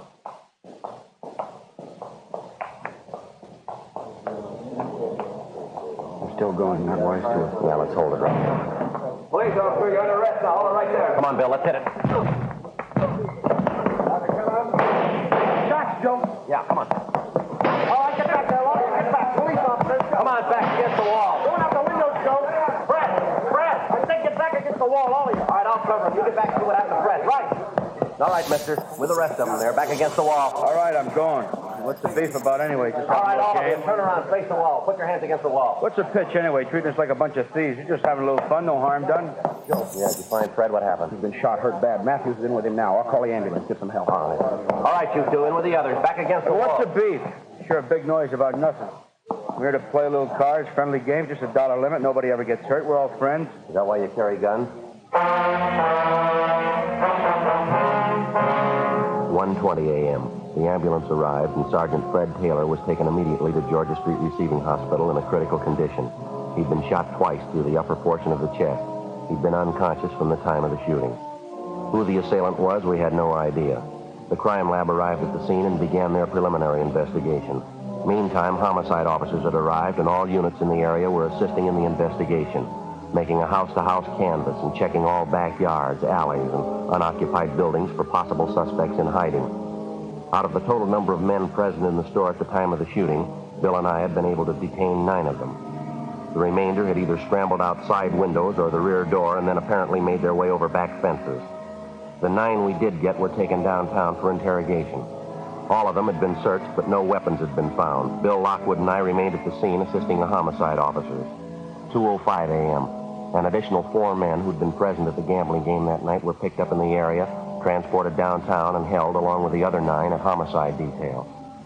2:20 a.m. Bill and I were called downtown to assist in the questioning. We got nowhere with the first 3 suspects. It was the same with the 4th.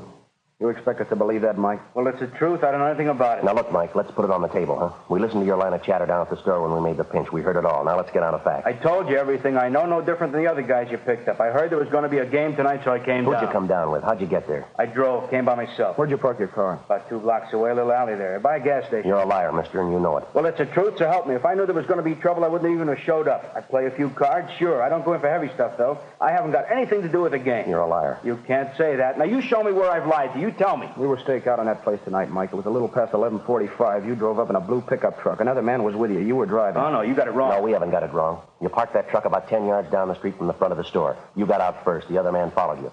You unloaded 6 large cartons from the truck. Some of the equipment we found on the store. You took it around back and into the rear door, didn't you? You got it wrong. It wasn't me. It couldn't have been me. Come off it, Mike. The man you were with, we've got him down the hall. The other officers have talked to him. He gave him the straight story. But I didn't come with any other guy. Now, will you listen to me? I knew some of them there. I'll admit that. I came by myself. Now, you listen to me, mister. You get this through your head. Get it once and for all. This isn't a gambling beef anymore. Somebody's been shot. He's been hurt bad. Well, that's not my fault. I didn't shoot him. I don't know anything about it. You know more than you're telling. You lied about coming there in that truck. We saw you. Something else. The truck's been checked out. It's registered in your name. Now, you come up with an answer for that one fast. Well, I don't get it. Maybe my truck is down there. If it is, I don't know how it got there. You're in a jam, Mike. This isn't any misdemeanor rap. I think the sooner you realize that, the better it's going to be Look, for you. You don't have to tell me it's serious. I know that. Now, what do you want from me anyway? You know what we want. You know the answers, and we want them. You're part of that gambling setup. We know that. We know who was there tonight. Everybody. We want the names of every one of them. Now, either you got the answer to that shooting or somebody in that crowd has. We're going to get the answer, Mike. Don't make any mistake about it. We're going to get it. Now, what do I have to say to convince you you're talking to the wrong guy? Not according to the man they got down the hall, the one in the pickup truck with you. He gave us the whole story. You hired him to help you tonight. You were going to pay him $20. He helped you haul the equipment to the store, and he was supposed to be the lookout at the front door. It ties in all the way. How about it? All right. Now, you've been calling people liars, huh? Well, he's the liar. The whole lousy story is nothing but a lie. All right, keep quiet. Friday talking. Oh, yes, sir. Oh, all right. Yeah. Okay, thank you. Now, you listen, Mike.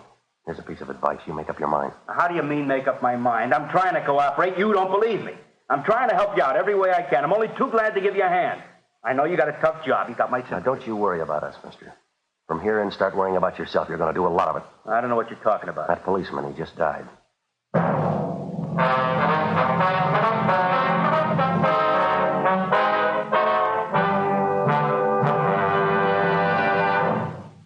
You are listening to Dragnet, authentic stories of your police force in action.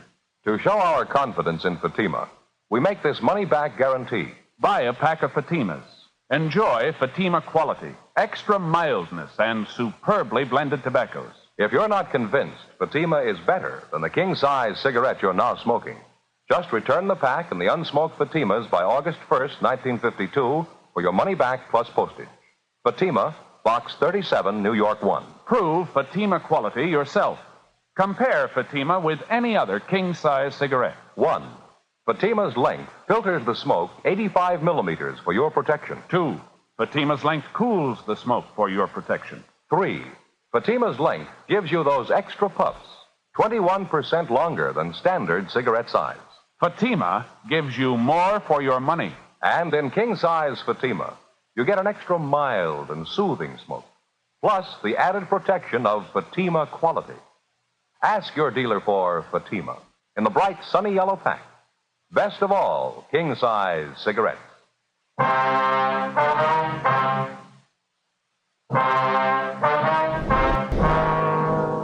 Tuesday, February 10th, 5:30 a.m. Sergeant Fred Taylor had died at approximately 5:22 a.m. Cause of death was listed as hemorrhage and shock due to the 2 gunshot wounds in the chest. Officers from the medical detail had rushed Taylor's wife from his home to the receiving hospital. She was with him at the time of his death. Unfortunately, he never regained consciousness. 5:45 a.m. While the investigation went on at the scene of the murder, Bill Lockwood and I continued our interrogation of the suspect, Mike Filmer. Another hour of questioning, and he still refused to tell us anything.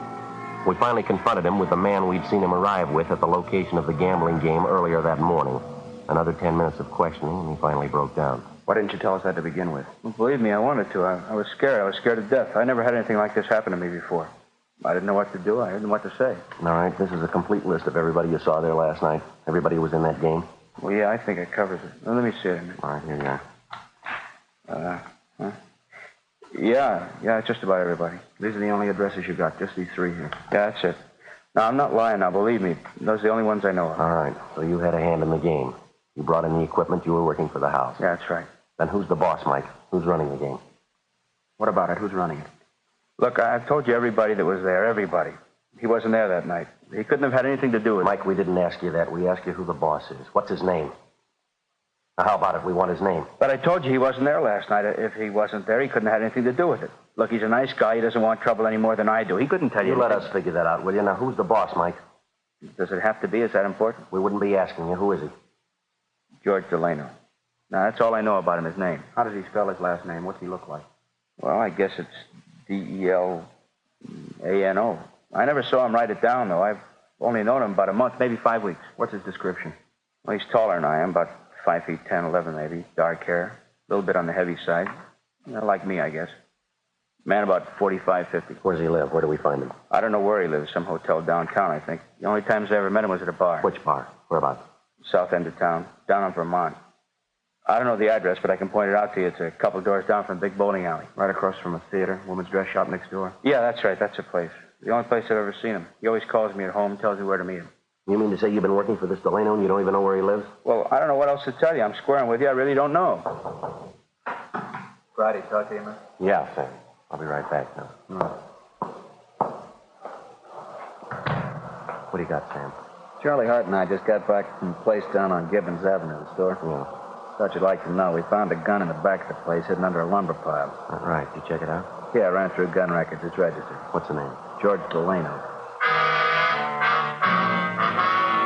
7:38 a.m. With the new lead on the alleged boss of the gambling ring, George Delano, we interrupted our questioning of the suspect, Mike Filmer. We took him down the hall back to the homicide squad room to be held for further interrogation. We checked Delano through R&I, but we had no record on him. Then, along with Sergeants Sam Flowers and Charlie Hart of Homicide, we drove out to the address of George Delano as listed in the gun registration files. It was a small cottage in the Wilshire area. The woman who answered the door identified herself as Mrs. George Delano, the suspect's wife. She called her husband to the door. We identified ourselves, briefed him on the reason for our visit, and told him we wanted to talk to him downtown. He appeared cooperative, more than willing to come along. He got dressed. We drove him back to the city hall and took him to the interrogation room. He was well-dressed and, in his own way, well-mannered. After being told of the situation, he admitted freely that he'd been operating games at different locations throughout the city for the past month and a half. He told us that he'd employed Mike Filmer to assist him in his operations, and he also admitted ownership of the gun found near the murder scene. The gun had since been checked by Russ Camp and ballistics and found to be the murder weapon. Well, yes, it's my gun, but I'd like to explain a little bit about it. What's that, Delano? Well, number one, I admit I'm a gambler. That's my racket. I'm new to Los Angeles. I even admit I've been working a few games, but I'm no murderer. I wouldn't have any part of it. You said you were going to explain about the gun. Now, what about it? Now, look, I'd like to fill you in on everything, officers. I got nothing to hide from you. I'll tell you everything. Now? When I first came to this town, as I say, it's been about 5-6 weeks, I made a few connections, and I started running these games. For the first couple of weeks, everything went fine. No beefs, everything was fine.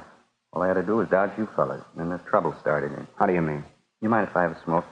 I'm a little upset. All right, go ahead. You care for one? No, thanks. Yeah. I want to fill you in from the start. I want to clear this whole thing up. Yeah, that's what you said. Yeah. Well, as I told you, first few weeks, everything was fine. Then one night when the game was just about ready to break, a couple of punks came in, held us up. They cleaned everybody in the place, made a big haul. When was this? Where did it happen? Down on the east side. Punks took us for everything. You know how it is. Couldn't make a report to you. I just had to take it, cover the losses myself. Yeah, now how about that gun? I'm coming to it. This thing happens, and I figure that's the end of it. But no, a couple nights later, they hit again. I still can't squawk. I have to stand the losses. Another couple nights, they knock us over again. Couldn't do a thing about it. Losing money. All right, we've heard all that. That's your racket. You can expect it. All we want to know is about that gun. Now, what's your story? I told you I was coming to it. After the third time they reached us, I hired a guard. Somebody to stand watch outside in case of another stick-up. The only thing I could do. Yeah? Well, so I hired some guy to stand guard on the game. Loaned him my gun in case there was any trouble. And you told him to use it in case there was trouble. Yeah, that's right. How about a raid from the police? You tell him to use it for that? No. Matter of fact, I made a point of telling him about that. All he was supposed to use the gun for was just to fire it up in the air, maybe scare those punks off and warn the guys inside at the same time. We'll talk about that later, Delano. We want to know who had the gun last night. Well, the guard did. I told you I loaned him the gun. Who's the guard? What's his name? Where do we find him? His name's Jake. A friend of mine got him for me. It's Jake Gleason. That's Gleason. Where's he live? Couldn't tell you that. I don't know. I always contacted him at a bar in South Vermont, place I go quite a bit. You're a little too early to catch him there now. What do you know about this Gleason? What's he look like? I don't know. I haven't seen him much. I guess you'd say he's about 32, 33. Kind of light brown hair, tall.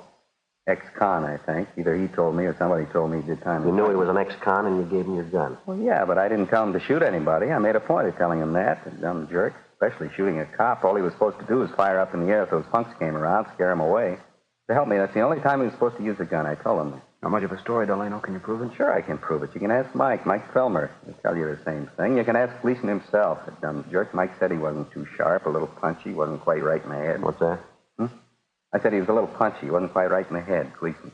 You mean you met him in a bar? You didn't know anything about his background. You knew he was an ex-con. You had an idea he wasn't too sharp. Maybe he wasn't all there. Is that right? Yeah, that's about it. And you put this man in a spot where you knew he'd be in trouble, and then you gave him a gun. Is that right? How about it, Delano?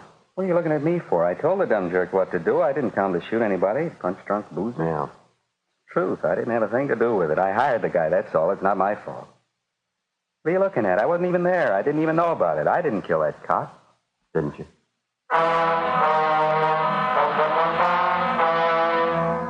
9:23 a.m. We continued questioning George Delano. He told us that he'd instructed Jake Gleason, the ex-convict, to stand guard at the rear of the store where the gambling games were held. He insisted that his instructions to Gleason were that if he had to fire the gun at all, he was to fire it in the air, and then only as a warning signal in case of robbery attempt. Delano was detained by homicide officers pending further investigation. We checked the name and description of Jake Gleason through R&I and found his record and mugshot. We showed the mug to Delano, and he identified it. Gleason's record showed him to be on active parole. 10:30 a.m., we contacted the parole office. They gave us his address, and Bill and I checked it out, the second-rate hotel on South Flower Street. The manager told us Gleason had left the hotel about 7:45 that morning and that he was not expected back until after 6 o'clock that night. He also told us there was a chance we might locate him in one of the bars around the neighborhood. 10:45. We started making the rounds of the bars in the immediate vicinity. The third place we stopped at was practically deserted. The jukebox at the back of the place was turned up to full volume. There was a smell of disinfectant, whiskey, and stale perfume. There was one customer drinking at the far end of the bar. It was Gleason. Stand up, police officers. All right. Take him down, Bill. Clean, Joe. All right. Hands in back of you. Yeah. You want to kill that jukebox, Bill? Yeah. All right, you know why we want you. Yeah, I know. I knew there wasn't any sense running. I knew you'd be around. All right, let's go. Could you do me a favor? I mean, wait a minute, just a minute. Yeah? Just like to tell you I didn't mean it. I guess it's my own fault. I shot him. I shouldn't have had the gun, shouldn't have taken the job. I shot him. I didn't mean it. All right, come on. There ought to be a way, don't you think? I mean, there really ought to be a way. What's that? I didn't mean it. No reason to kill him. I didn't even know him. I just keep thinking there's only a way if I could take it back again, you know? Yeah, we know. I mean, if I could go back and change it, make it all different. I mean, right from the beginning, I wouldn't even look at a gun. I'd change everything. I bet I would. I wouldn't even look at a gun. Only had the chance, you know? Second chance. There ought to be a way. Second chance. You started with a gun, Jay. Yeah? You never had a first one. The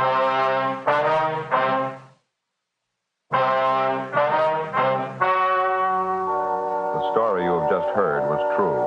The names were changed to protect the innocent. On May 22nd, trial was held in Superior Court, Department 88, City and County of Los Angeles, State of California. In a moment, the results of that trial. And now, here is our star, Jack Webb. Thank you, George Fenneman. Friends, Fatima gives you more for your money because no other king-size cigarette can match Fatima quality. Because Fatima's length filters and cools the smoke for your protection. Gives you those extra puffs, 21% longer than standard cigarette size. I'm convinced that you'll agree with me once you try them. Get a pack of Fatimas next time you buy cigarettes. Fatima, an extra mild and soothing smoke. Best of all, king-size cigarettes.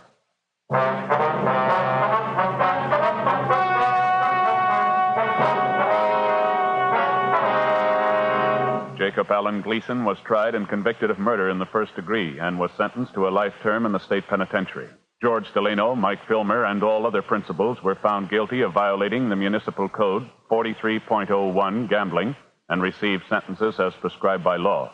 George Delano and Mike Filmer were sentenced to 6-month terms in the county jail. Others received proportionate sentences.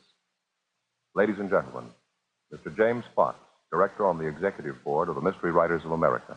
Tonight it is with a great deal of pleasure that I, speaking for the entire membership of the Mystery Writers of America in all fields, present the Edgar Allan Poe Award for the second consecutive year for the finest radio presentation in its class, Dragnet. To you, Jack Webb, and your fine group of technicians responsible for the overall production of Dragnet, we present this statuette of one of the immortals in the field of mystery, Edgar Allan Poe. Thank you very much, Mr. Fox, and thanks also to the membership of the Mystery Writers of America. And standing by to receive his award, also for the second consecutive year, as the outstanding radio writer in his field, and for the consistent job he does on Dragnet, Jim Moser. Here's your statuette. Thank you very much, Mr. Fox. Ladies and gentlemen, it's seldom indeed when the writer of any radio show receives his just and due acclaim. It's with the greatest of pleasure that we accept the Edgar Allan Poe Awards, as it is primarily a writer's award. All of us who have had a hand in bringing Dragnet into your homes each week are proud of our writer, Jim Moser. For as anyone in radio will readily go on record by saying and knowing that you're only as good as the script you read. So it's with deep gratitude that we receive the MWA Award, which best illustrates and confirms the high opinion which we all hold of our writer, Jim Moser. Thank you, Jack, and I'd like to express my special appreciation to our technical advisors from the Los Angeles Police Department, without whom none of this would be possible.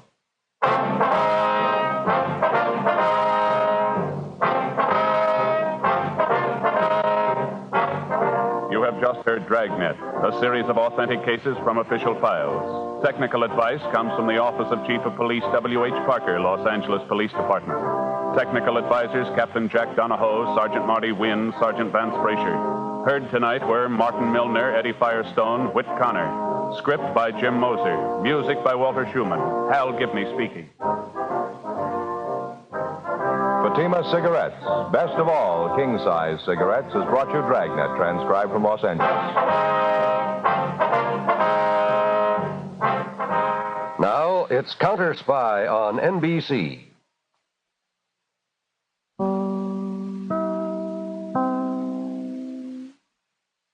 You are listening to Golden Age Radio, rumble.com/C/GAR. Brought to you by G3PL.com.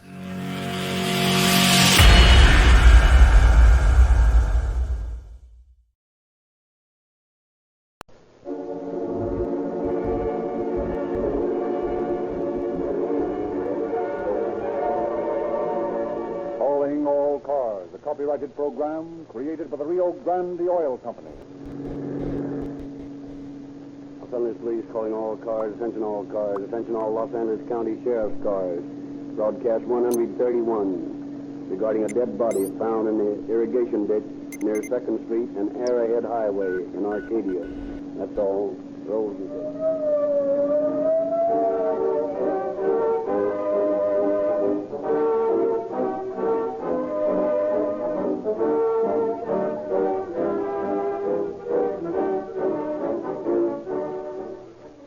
Thrilling experience to be in the radio broadcasting room of a big city police department. You hear the calls for help coming in over the telephone. Some frantic, some screaming. Thousands of emergency calls every day.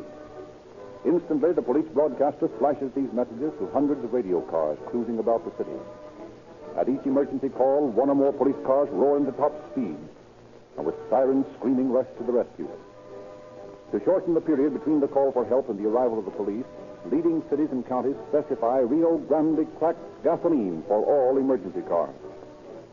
Tests have convinced officials that Rio Grande cracked excels ordinary gasolines in getting started quicker, in instant acceleration, and in power.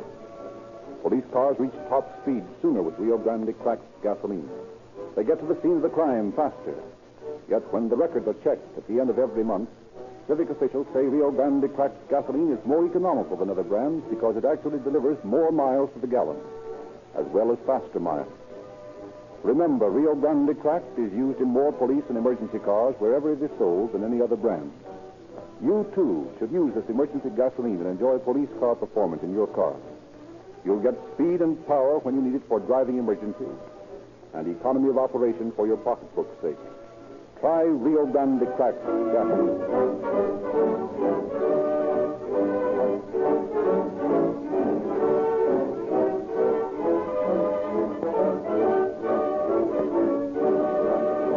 And now it is our great pleasure to introduce Sheriff Eugene Bisbellew of Los Angeles County. Sheriff Bisbellew. Good evening. The case you will hear tonight deals with an Oriental murderer. Of all the racial groups which live among us in the West, the Orientals are among the most law-abiding and, as a rule, give us the least trouble. But when an Oriental is involved in a crime, the investigating officers face a difficult task. The philosophy of the Asiatic, his psychology, his viewpoint is so completely different from ours that an experienced officer must be assigned to such cases. The manner in which Chief Criminal Deputy William Bright, who was at the time head of the homicide squad, handled this case, scarcely leaving his office, is, I believe, an example of the technique of which our office is justly proud. We have substituted the old-fashioned third degree with common sense, shrewd psychology, and quick thinking. Listen carefully as Chief Bright finds his way through a maze of Oriental intrigue.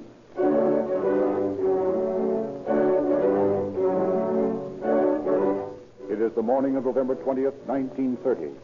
Captain Bright, head of the homicide squad of the Los Angeles Sheriff's Office, is just entering his office. Good morning. Good morning, sir. Anything new this morning? Nothing in the mail, but Deputy Sheriff Cloud is waiting to see you. Send him in. Yes, sir.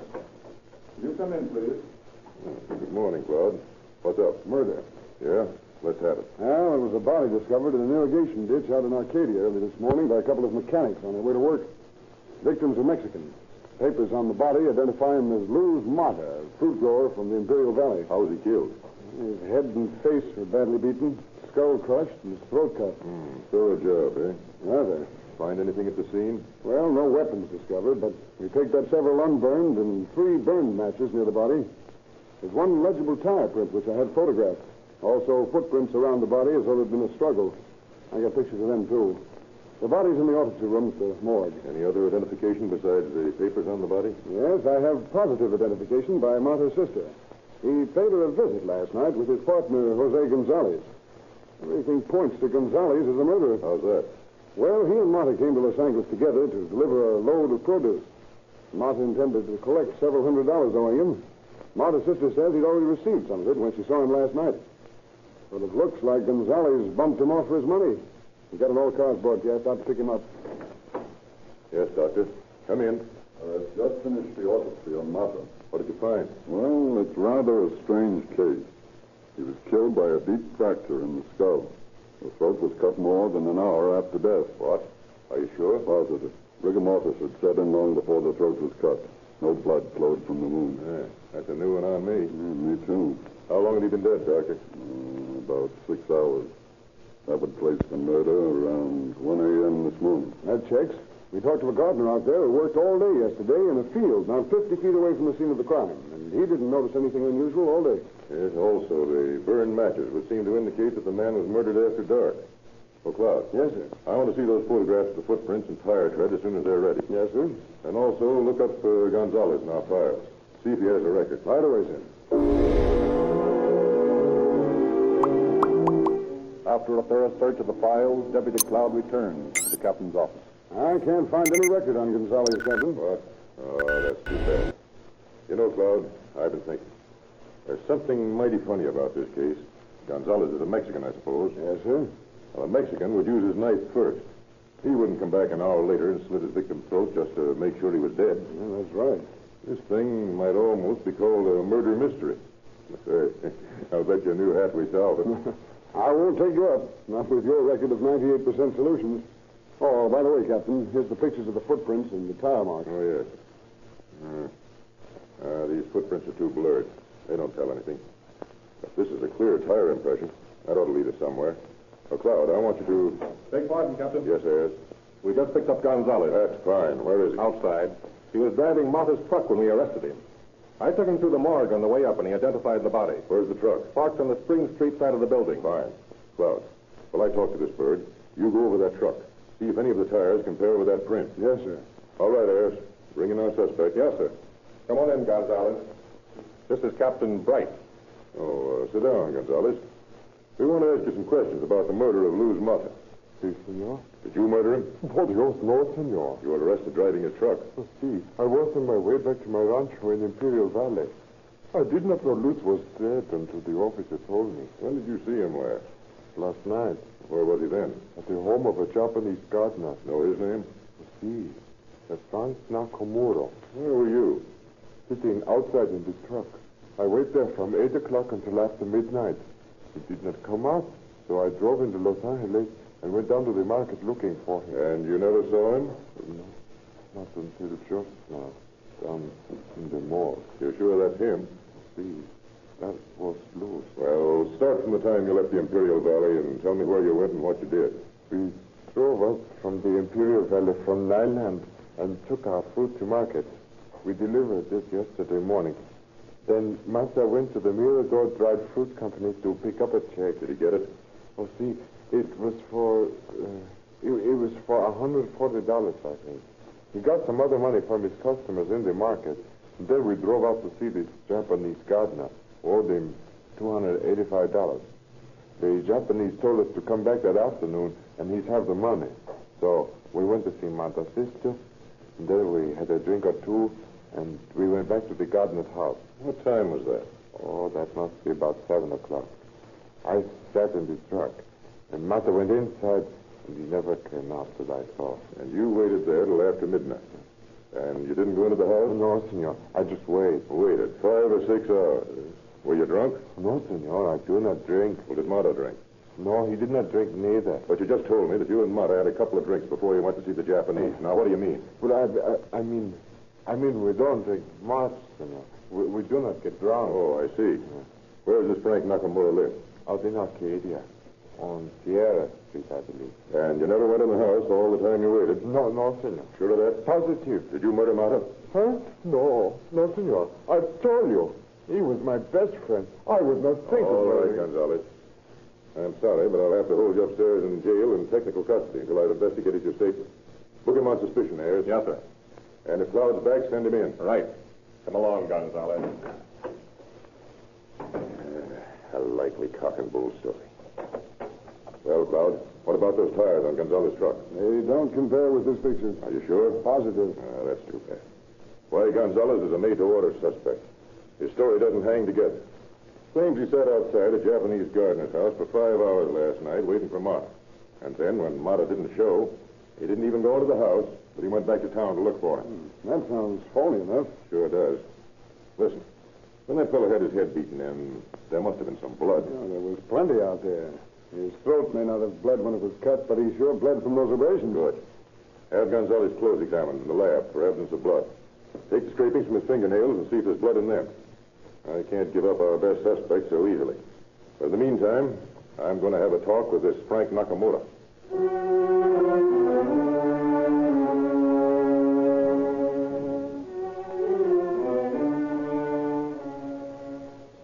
Sit down, Mr. Nakamura. I want to ask you some questions. Oh, yes. May I know why I'm bringing here by policeman? Sure. You know a Mexican fellow called Luz Mata? Oh, Mata. Oh, Mata-san. Oh, yes, sir. I know him. He was murdered last night. Murder? Mata-san murder? Oh, no.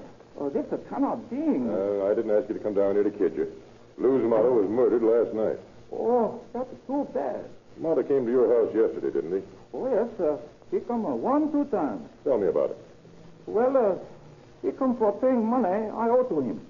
He come one time in the morning, but I'm not having money. He come back 7 o'clock. I pay him money. How much? Oh, I pay $600 for dates bought other time, and I pay $285 for dates bought this time. $885. That's a lot of money. Did you get a receipt? Oh, yes, sir. I having receipt. Where is it? Oh, I leave receipt at home. When Mother came to your house, was he alone or was someone with him? Tall Mexican fellow with him both times. The second time he came, did this tall Mexican fellow come in the house? Oh, yes, sir. Both the fellow coming in house, drinking sake and talking. We do business. We have a nice time. Drink much sake? Oh, maybe so. Two Mexican fellow, they get pretty drunk. You sure they were drunk? Oh, yes, they are pretty drunk. When did they leave? Oh, they leave after getting money and having a drink of sake. Well, I guess that's about all I wanted to know, Nakamura. Thanks for coming down. Oh, yes, sir. Thank you, sir. Yeah, nice clean overalls you got there, Nakamura. Wash them yourself? Oh, what, please? Your overalls. I say they're nice and clean. Look like they've been washed. Oh, yes, sir. I washed them this morning. Yes, I washing myself. You see, my wife, she got much to do with the kids, so I wash them. Well, you're a model husband. Thanks again for coming down. Oh, yes, sir. Thank you. Hello, Eddie. Japanese just left my office. Have him tailed. Send a man out to his house in Arcadia to meet him when he gets home. Get the receipts from him for $885 paid to Lou's Mata for fruit. Tell the man who goes out to the house to look around and get a sample of the washing water from the Nakamura's washing machine or laundry tub or whatever they have, or from the ground where they throw their water. Yeah, that's right. Is Cloud out there? Good. Send him in. Well, Cloud, how about the tires on Nakamura's car? Well, they don't tally with that picture either. This is beginning to be discouraging. Did you search him when you brought him in? Yes, sir. Explained it was a routine procedure. Find anything? Well, I got a scrap of paper with his handwriting on it, and these. Matches with blue and yellow heads. Yeah, they're the same kind of matches we found at the scene of the murder. Yes, but on the other hand, they don't mean a great deal. There must be 100,000 people in Los Angeles carrying matches with blue and yellow heads in their pockets. What's on the scrap of paper? Just a notation about vegetable spray. Valuable as a specimen of his handwriting, though. This case begins to look bad for Gonzalez. How's that? Well, if Nakamura is telling the truth, Gonzalez is lying. The Japanese claims he and Mata got drunk out there last night. Still, you haven't any positive evidence on Gonzalez. No, but he was at the proper place at the proper time to commit the crime. And he lied in his statements. Yes, and on the other hand, Gonzalez might have passed out in the truck outside the Japanese house, and anything could have happened to Mata while he was unconscious. Yeah, that's true enough. I don't feel that Gonzalez is the guilty party. Why not? Well, I just got some reports from the boys you sent down to the Imperial Valley to check on Mata and Gonzalez. According to all they can discover, those two were like brothers. Never been in trouble beyond getting drunk occasionally. Well, they've been pals for years. Well, maybe you're right. I confess, this thing's got me up a tree. Yeah? Oh, all right. Send him in. Who is it? Somebody with some information on the case. Can't tell what it is. Come in. Captain Bright? Yes? I'm Howard Downing. I manage the branch bank at Figueroa and Pico. Yes? I have a little item I think should be brought to your attention in connection with the Mata murder. Yes? What is it? Well, this morning, a young boy brought a check into the bank to be cashed. That check was made out to Lou's Mata by the Mirador Dried Fruit Company. Did you cash it? Yes. After we asked him who sent him, and he told us a dark fellow who looked like a Mexican, it seemed to be all right. Lots of the men from the market send errand boys to have their checks cashed. Have you got the check with you? Yes, here it is. For $140. That's the one Gonzalez told us about, Cloud. Yeah. I didn't know about the murder. I wouldn't have cashed the check, I can tell you. I didn't read about it until this afternoon's papers came out. Now, what I want to know is, how can I get my money back? This will go hard with me, you know. Now, listen, Mr. Downey. How can we tell you when you'll get your money back when we haven't caught the murderer yet? You leave this check with us. Well, that's the only proof I have. You think we're liable to mislay it? Why, this check may be the key to our case. Cloud. Yes, sir? Have the handwriting expert compare this signature on the back of the check with samples of Mata's, Nakamura's, and Gonzalez's handwriting. Let me know what he says as soon as possible.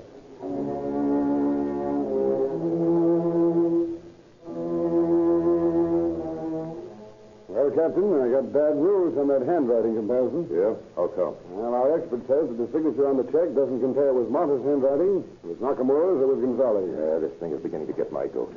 Mata was bumped off for his money. Somebody even forged an endorsement of a check made out to him.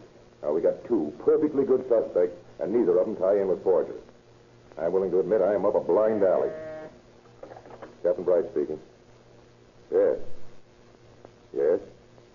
At 207 McDowell Street, huh? All right. Fine work. Yes, I'll take care of it. Keep after him. Well, Cloud, maybe this is it. What's that? That was the man I sent tailing Nakamura. He reports that Nakamura stopped on his way home at 207 McDowell Street and had a long conversation with a Japanese at that address. Come on. We'll pay a visit over there.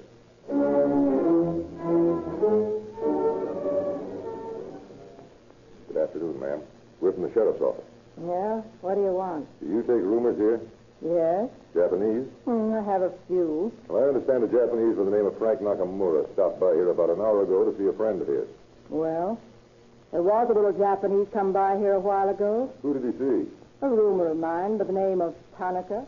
Yu Tanaka. Sort of a shifty little rat, to tell the truth. How long has he been rooming here? Oh, just came in the other night. What night? Night before last, I think it was. What room's he got? Number 4. Down the hall, second door to the left. Is he in? No.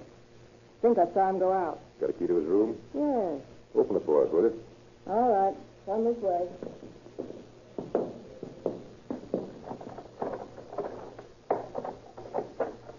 There you are. Thanks. Now you just go on about your work as though we weren't here, excepting that you might let us know if Tanaka comes back. Yeah, all right. I will. Come on, Cloud. Let's look the place over. Nothing much to see. A couple of suits in the cupboard. There's a handbag, but it's empty. Wait a minute. Here's something in this drawer. Huh? What? Discharge papers from San Quentin made out to you, Tanaka. Went up from San Francisco on robbery. So, at last we run to a guy with a record. Just because he served a term in the pen for robbery doesn't make him a murderer. No, that's right. Let's take a look down the hall. Well, did you find what you was looking for? Oh, more or less. Who lives on this floor? Number 1 is occupied by Japanese. What's his name? Moto. T. Moto. And who lives in number 2? It's Hamagori. Japanese. Yes. There's another in number 3. What's his name? D. Coney. Well, that accounts for all the rooms on this floor, but this one here at the end of the hall. Who's in it? That's the bathroom. Only one on the floor? Yes. Come on, Cloud. Let's look at it. What's so interesting about a bathroom? Sometimes you can find out more about people in their bathrooms than any place else. You know, just what I thought. An old-fashioned bathtub on legs. What of it? Oh, nothing. Except that they make excellent hiding places. For what? Almost anything. It takes a more meticulous housekeeper than our landlady seems to be to clean out behind them. Hand me that curtain rod, will you, Claude? Yeah. What are you going to do? Going fishing behind the bathtub. I got a bite. Well, will you look at that? A revolver. Come on, let's have a look at it. One shell's been fired, 5 intact. Look, the one's been fired has been fired twice. Dark stains on the butt. Looks like blood to me. Got your benzodrine outfit with you? Yeah? All right. See whether it tests for blood. Okay.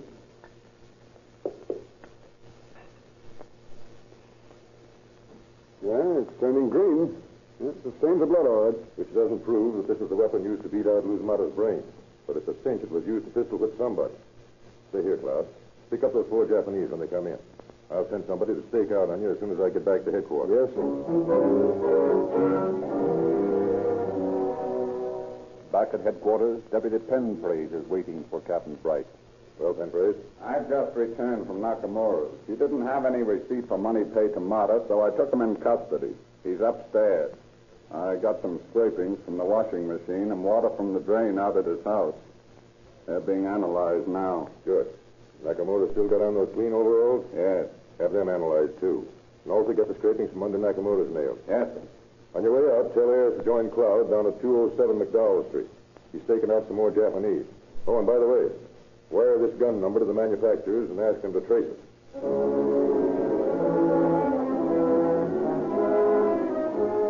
The first Japanese to be picked up at the McDowell Street stakeout is Hamagori. He is brought to headquarters, and some suspicious stains on his trousers are immediately analyzed. He is then led into Captain Bright's office. Hamagori, the stains on your trousers are blood. How did they get there? I not know how they got there, but these trousers, they were being worn not only by me. Who else wore? My trousers were lent to you, Tanaka, by Coney, a friend of mine. Tanaka again. That's all you know about the trousers? Yes. Well, I know. All right, Sergeant, take him out. This way. You know, Penpraise, that's a plausible enough story.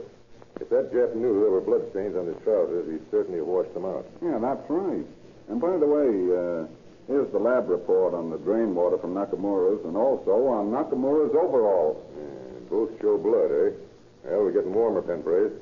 Now we've got two suspects with blood on them.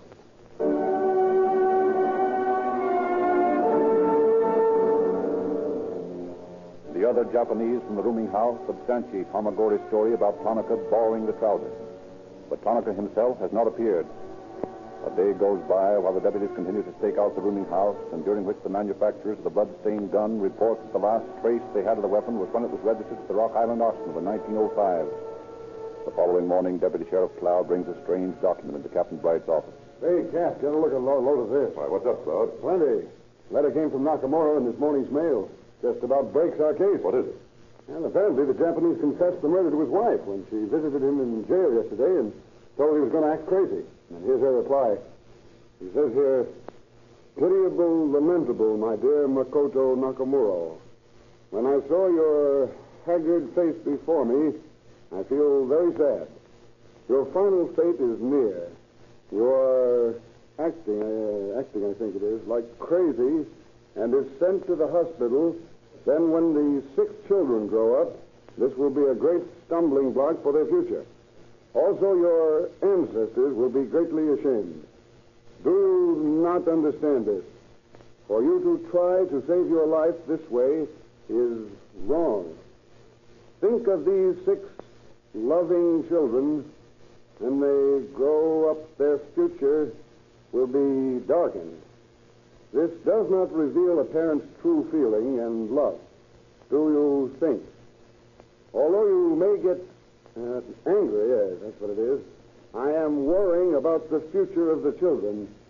I swallow my tears and make this final request of you. Act like a man and a samurai. Well, she goes on like this for pages, pleading with him to confess so the kids won't have a blot against him. That's swell. Maybe this will crack the case. Hey, let me see that letter. Yeah, here you are. And bring Nakamura down here. I want him to see it.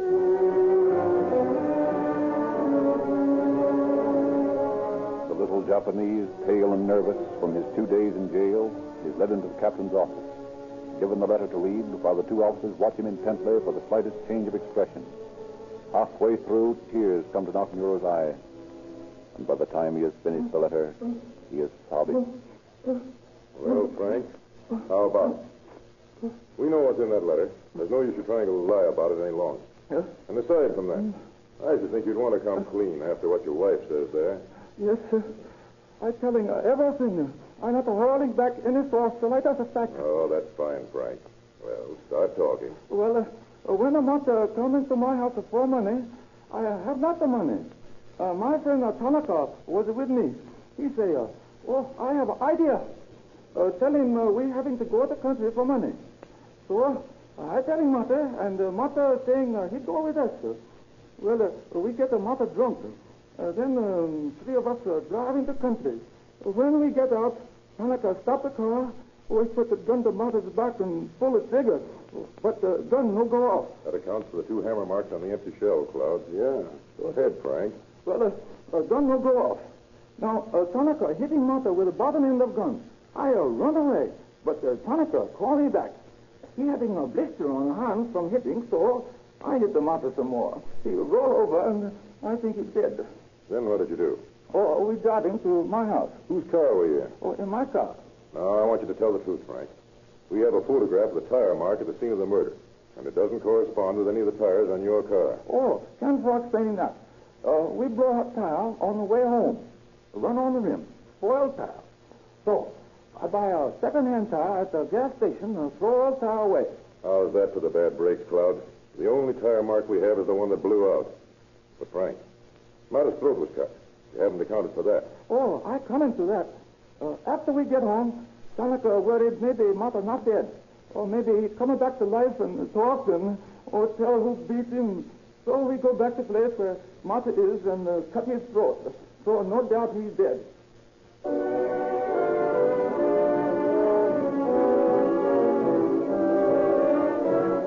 Nakamura grows more voluble, goes on and on with the bloody details of his crime. Within an hour, the early editions of the afternoon papers are carrying the story of the confession. And late that afternoon, a Japanese walks into the Boyle Heights police station. What can I do for you, buddy? I am under the impression that I am wanted by the police. Yeah, what for? Murder. Whose murder? I am Yu Tanaka, who murdered the Mexican Macha. I perceived that it would be useless for me to try to escape now that my weak-willed accomplice has sold everything. Therefore, I save you any further trouble. Will you kindly place handcuffs on my wrist?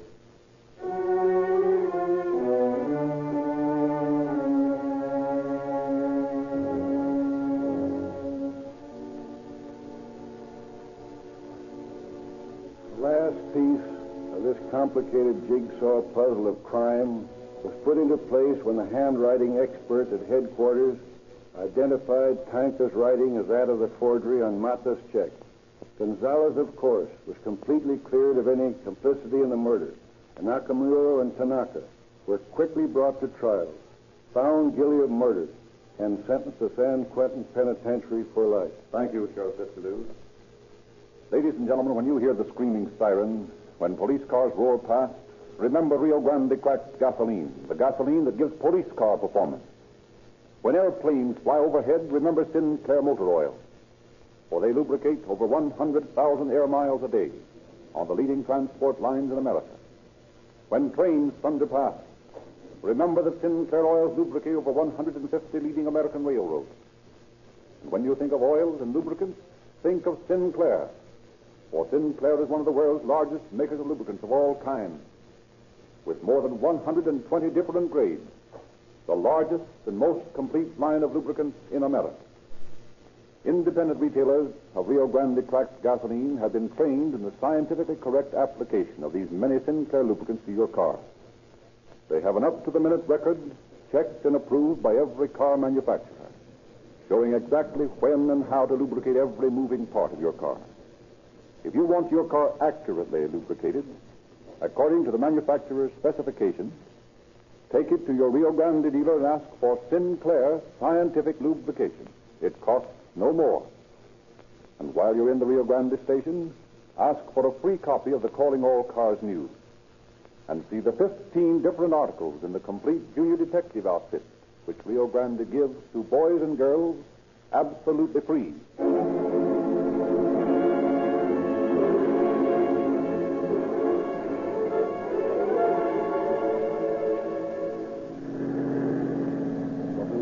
Calling all cars, attention all cars, attention all Los Angeles County Sheriff's cars, cancellation broadcast 131 regarding a murder near Arcadia.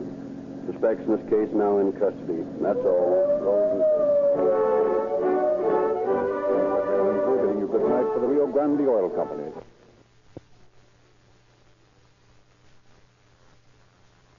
You are listening to Golden Age Radio, rumble.com/C/GAR. Brought to you by G3PL.com.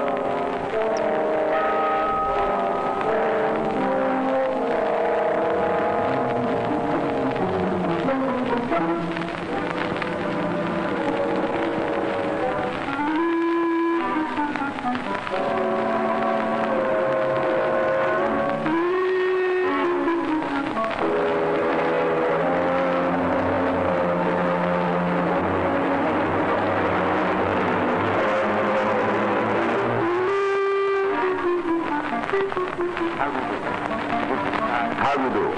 This is Clive Brooks. Do you gamble?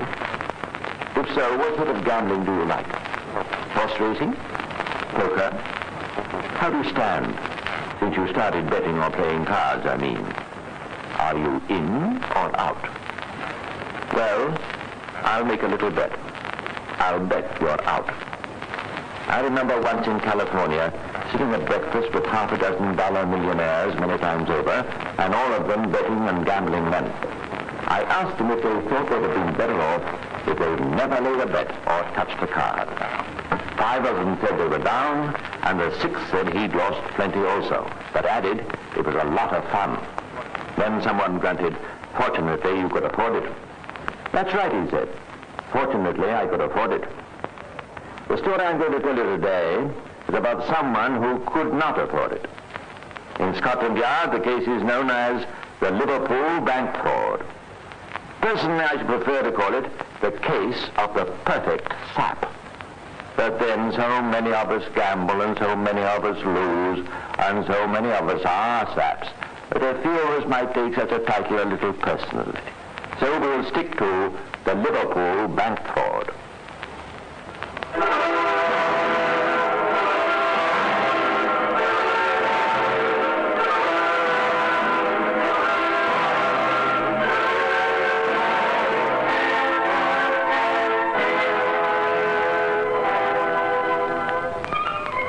There's something always very dignified and slightly awe-inspiring about the atmosphere of the general manager's office of a large bank.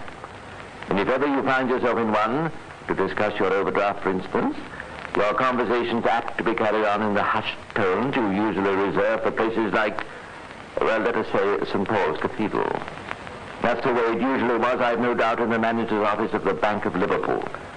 But that's the way it certainly was not on this particular day on which our story begins, the 21st of November, 1901.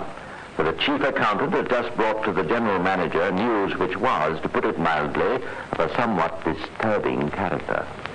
A discrepancy of £160,000, you say? That's as near as I can calculate at the moment, sir. Maybe a little less, it may be a little more. It's unbelievable. How could anyone possibly get away with such a sum? Well, there must be some mistake. There's no mistake, sir. I've made a careful check of books. So much for our foolproof accountancy system. So much for our auditors. There's going to be the deuce to pay over this. We'll be lucky if we don't lose our jobs. Oh, don't, sir. That's, what would I tell my wife? Oh, the devil with your wife, man. What am I going to tell the board? This is going to be the biggest financial scandal for years. I don't suppose, sir, it could be hushed up. Of course it couldn't be hushed up. Don't talk like a fool. No, sir. What about young Hardy? Will you see him now? You're quite sure he's the one responsible? Oh, there's no doubt about it, sir. I can't understand it. Upon my word, I can't. Always thought he seemed a quiet, decent, honest young man.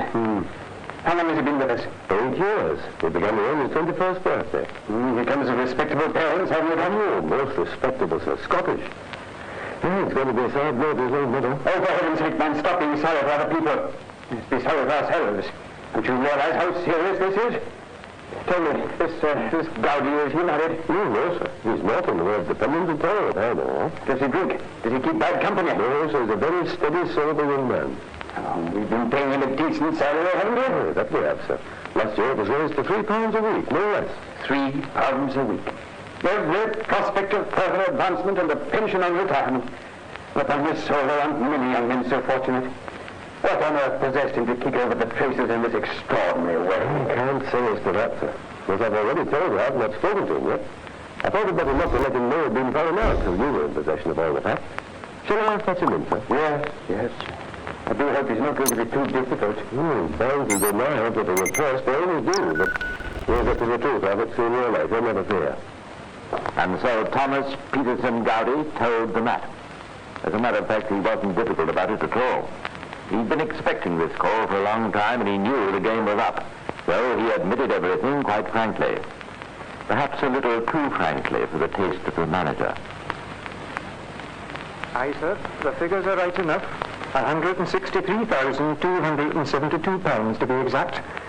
I've kept a careful note of it all in this little book here. Really, Gowdy, do you understand what I can't do and tell me, haven't you any shame, young man? I'll not say I'm proud of what I've done, sir, but you've asked me a straight question, so I've given you a straight answer. How long has this incredible business been going on? About 3 years. £160,000 in 3 years? Why, that's more than £1,000 a week, sir. Do you realize what that means, Gowdy? All the publicity and disgrace of a trial. Imprisonment. Your career wrecked. Your whole life ruined. I realize it only too well, sir. Yes, well, you've only one chance, young man.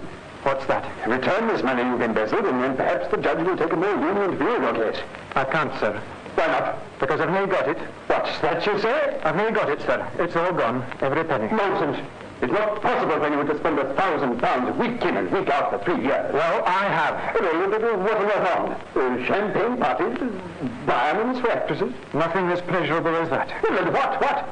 On horse racing. But you've been buying race horses? No, sir. Betting on them and losing. Not that I couldn't have bought half of them 10 times over for the money they've cost me.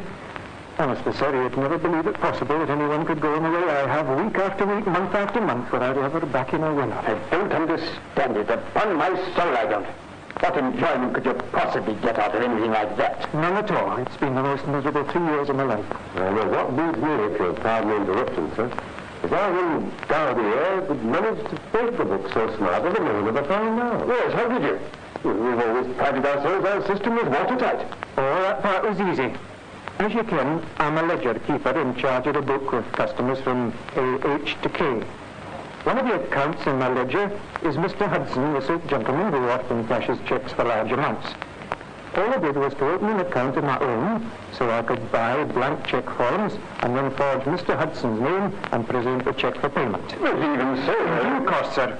The teller would enter the check in the journal and then pass both along to me for entering my ledger. I'd mark the journal as if the ledger had been posted, but I'd not make any entry in the ledger at all, and I'd destroy the check. You see, sir, it was quite simple. Well, surely the first time the ledger and journal were compared, the discrepancies were found out. Aye, but I was able to overcome that, sir, by a method I devised. It's a bit complicated to explain in detail, but if you'll give me leave, I'll get the book, sir, and I'll show you how it was done. They're just outside in the general office. Fetch them by all means. Aye, sir, if you'll pardon me, I'll not be a minute. I don't know whether you've understood all this talk about journals and ledgers and so on. Quite frankly, I haven't. But then I can't even understand my own income tax assessments. Well, I don't want to anyway. Anyhow, it doesn't matter very much, for by now you've suspected, as the manager and accountant obviously didn't, that Gowdy's purpose in leaving the room was not to bring back the books at all. Well, a minute passed, then a second, then a third, and finally the manager began to feel vaguely that everything wasn't as it should be. He sent the accountant out to look for Gowdy. The accountant, at any rate, was back promptly enough. Well, he's gone, sir. But, gone? Yes, sir. Walked straight out of the office, took his hat and coat, and went to the front door as calm as you like. Well, why didn't someone stop him? I suppose they thought he was on business for you, sir. Oh, for heaven's sake, don't stand there gaping like a fool, man. Do something. Yes, what do you suggest? Send someone after him at once and get in touch with the police. Go on. Oh, never mind, I'll do it myself. As you can imagine, there was quite a hue and cry for young Mr. Thomas Peterson Gowdy, supervised by the Chief Commissioner of Police himself. The point we must bear in mind is that the fellow obviously has plenty of money. The last cheque he forged only 10 days ago was for £31,000. He's bound to try to get out of England as quickly as possible, and he won't care what it costs. My guess is that he's probably bribed the captain of some cargo ship and is well out at sea already. However, we must do the best we can.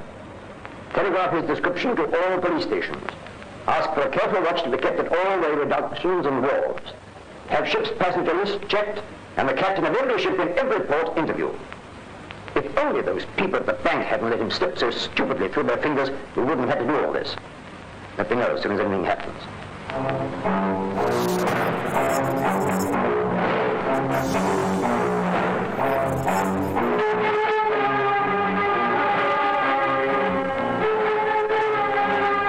As it turned out, the commissioner was a shade optimistic. For whatever had become of the £31,000, Gowdy certainly didn't have it. A few days later, in a village not very far from Liverpool, an innkeeper found himself involved with trouble with one of his guests. Just a minute, if you don't mind, Mr. McBone. Where do you think you're going with that portmanteau? Why, I'm leaving. I told you I'd be off today. So you thought you could just walk out on me, eh? What about my money? That's 37 shillings you owe me. Aye, of course. I'll write you a check. No checks, thanks. I'll have cash if you don't mind. I'm out of ready cash just now, but if you'll wait till I go to the... Oh, no, you don't. I've been bit that way before. I want your cash, Mr. McBain, and I want it now. But I tell you, I've not got it. In that case, I'll keep your bag till you find it. Come on, give it here. What do you think you're doing? That's mine. Let go of it. I want my money. Give me my bag. Now, come on. Now, then. What's going on here? Well, this man's trying to get away without paying board. That's not true, Constable. He's trying to steal my clothes. I'm holding him for security. I offered to... Oh, no, you didn't. That's enough. Here, you. Haven't I seen you before? Oh, you may have done. I've been in the village a few days. What's your name? Douglas McBain. Are you quite sure of that? Are you quite sure it's not Thomas Peterson Gowdy? Of course I'm sure. Who's he? I've never heard of him. You answer his description well enough. I tell you, my name's McBain. Perhaps so and perhaps not. I'd better take you to the station, I think, to have a talk to Sergeant. And I'd not try any funny business if I was you, my lad. I was North Country wrestling champion, catch as catch can not so long ago. Go on along with you now.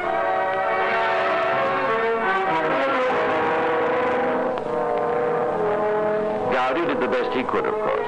He persisted in an indignant denial of his identity, and he was still persisting and threatening all sorts of legal action when they returned him to Liverpool in custody. There in his cell, he was identified by the manager of the bank, and when that gentleman had gone...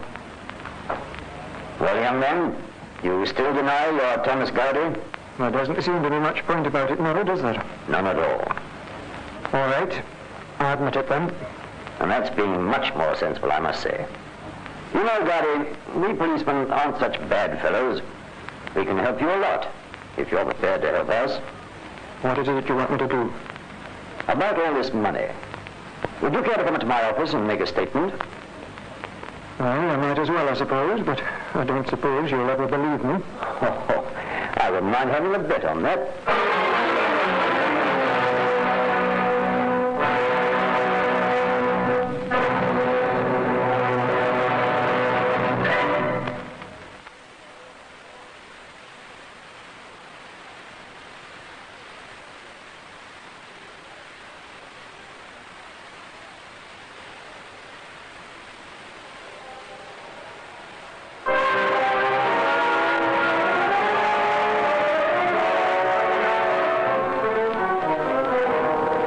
Gathered by now, Thomas Gowdy was not a young man to do anything by half measures. When he'd embarked on his career of embezzlement, he'd made a thorough job of it. After all, £160,000 is hardly a sum to be sneezed at. And now that he'd decided to confess, he made a thorough job of that too. It was an incredible story he told. So incredible that for a while the police commissioner must have found it difficult to believe, except of course that no one could have invented anything quite so fantastic. Well, it had all begun about 3 years ago, so Gowdy's statement went.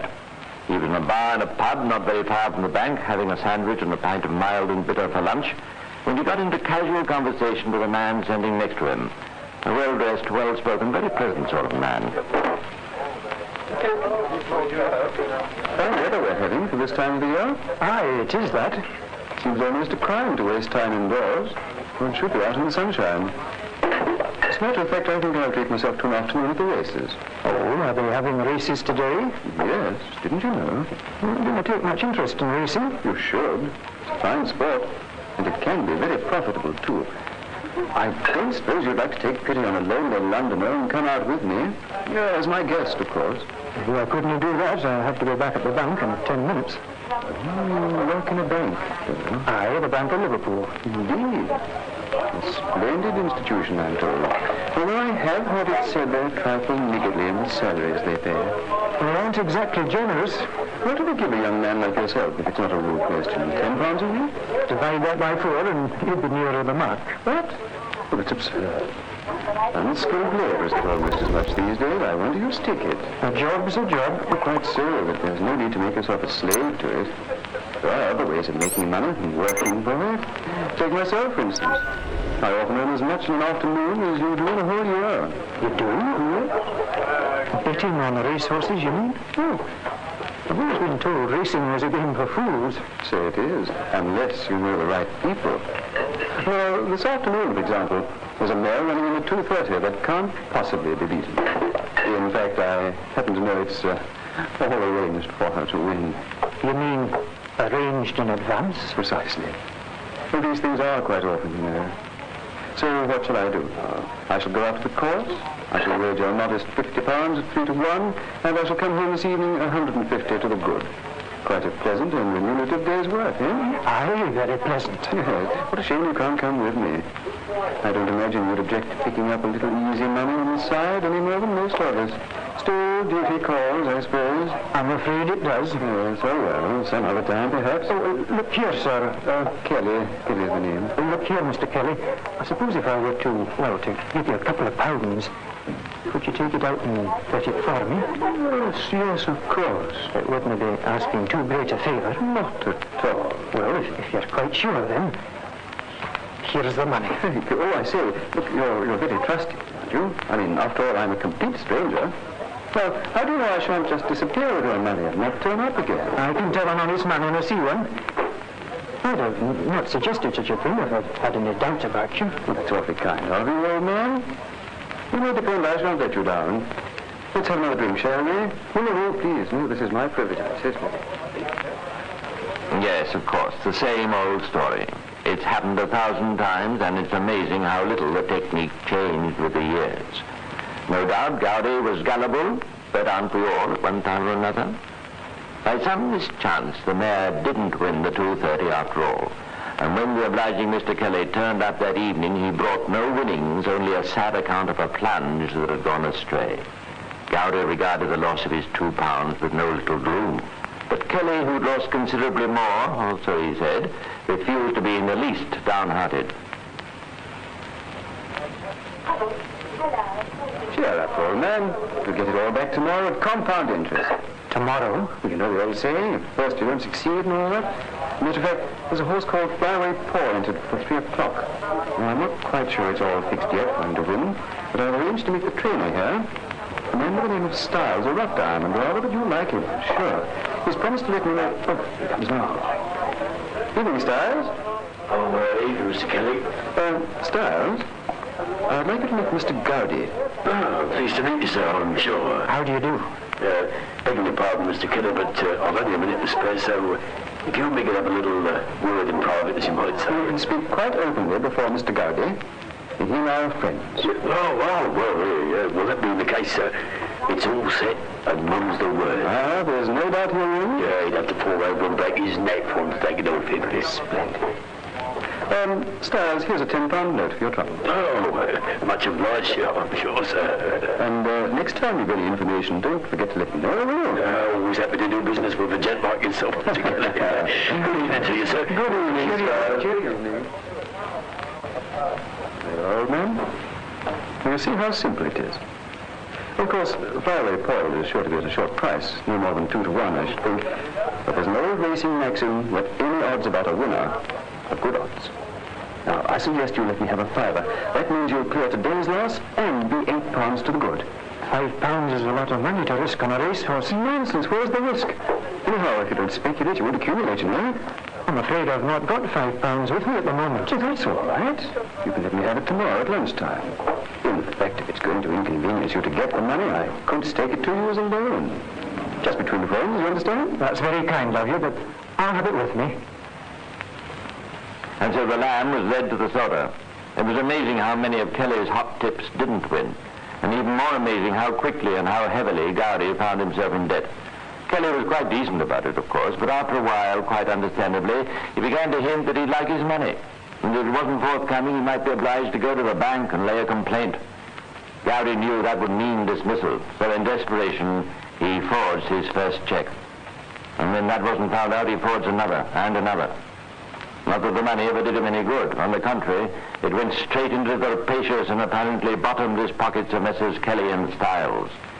It didn't take this pair long to realize how Gowdy must be obtaining these very welcome goods, and this knowledge gave them an extra and powerful hold over him.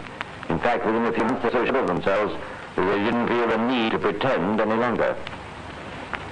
I've good news for you. I've decided you shall have £200 on Grey Seal tomorrow afternoon. £200? On second thought, we'll make it 3. You can very well Grey Seal's got no chance of winning. But don't say that, old man. Miracles do happen sometimes, even miracles. If he did win, I'd now see the money. Of course you wouldn't. In other words, this is blackmail, nothing less. Yeah, that's not it all. Nonsense, Styles. Of course it's blackmail. And very nice blackmail, too, I must say. You feel you've got me just where you want me, don't you? Haven't we? Suppose I refuse to let you have any more money. I waste time discussing such a great possibility. Would you imagine I'm going to lay my hands on £300? In the same place you've laid your hands last time, do you? With a thief of me, that's what you've done. Supposing I'm found out. Well, that'd be rather bad luck for you, wouldn't it? Suppose we stop thinking, Goldie. We want that money. Have it here at noon tomorrow. If you listen, well, you know what to expect. The more Gowdy paid them, the greater became their demands, and the checks he was forced to forge became larger and more frequent. Till in September 3 paid them of no less than £70,000. How such wholesale robbery could go on for so long without being discovered at the bank is one of those mysteries that I, for one, shall never understand. And what Gowdy must have felt, being agony under the sense of utter helplessness, is hard to imagine. Obviously, there had to be a breaking point somewhere. But when it did come ultimately, it was from an unexpected source. This sudden and overwhelming action on the part of Kelly and Styles hadn't gone unnoticed among their own fraternity. And 3 gentlemen of the turf by names Burge, Mances, and Marks set out to discover where it was coming from. Marks was in lead bring to the show, and the tactics he used were of the good old-fashioned and usually effective variety. Better pour have a drink, Mr. Styles. That's very kind of you, Mr. Marks. Very kind indeed. Boy. Always a pleasure to drink with a pal. Yeah, much obliged, actually. You're a gentleman. That's what I've always said. Say what you like, Mr. Marks is a gentleman. I've always said. Thank you very much. Cheers, old boy. Cheers.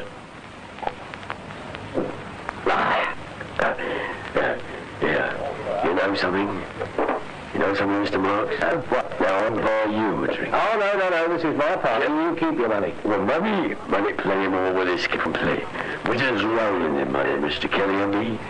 Yeah. Shall I tell you something? We get gold mine, we have. A regular bloody gold mine. You interest me enormously. Do go on.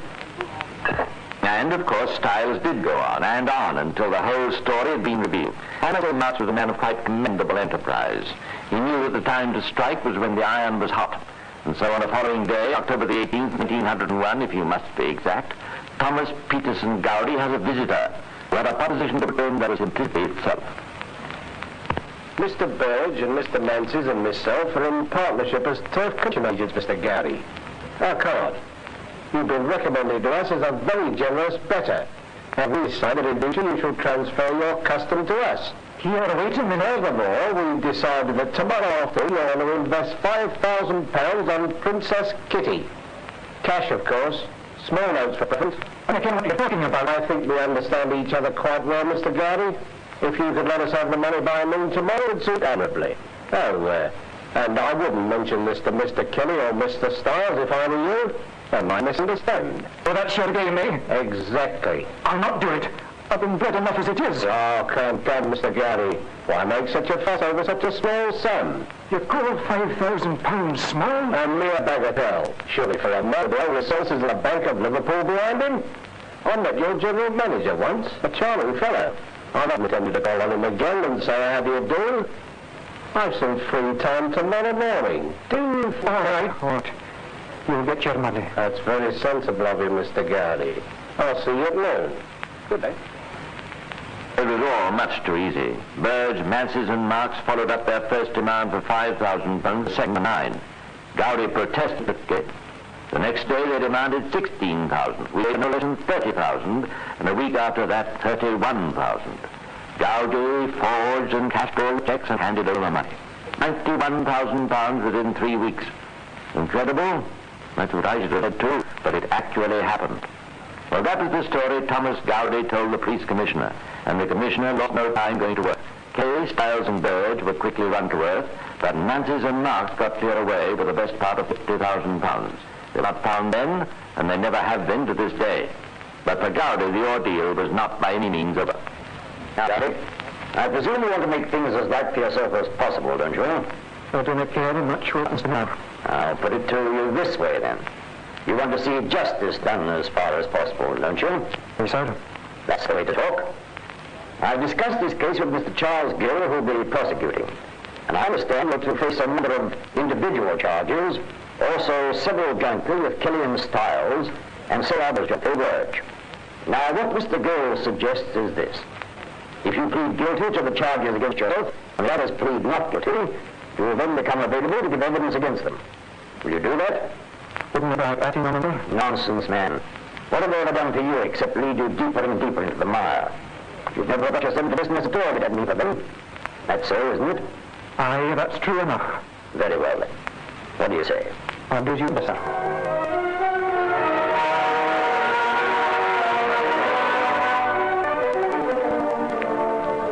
Thanks to Gowdy's evidence and the way he stood up to the grueling cross-examination, the charges against Kelly, Stiles, and Burge were fully proven, and they were found guilty and sent to jail for long periods.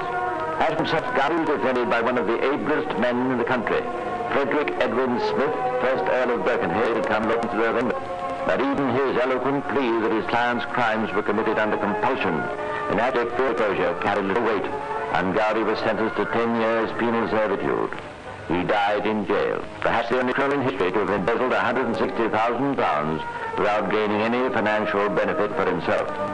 He lost his job, he lost his money, he lost his health, he died in jail. The perfect silence.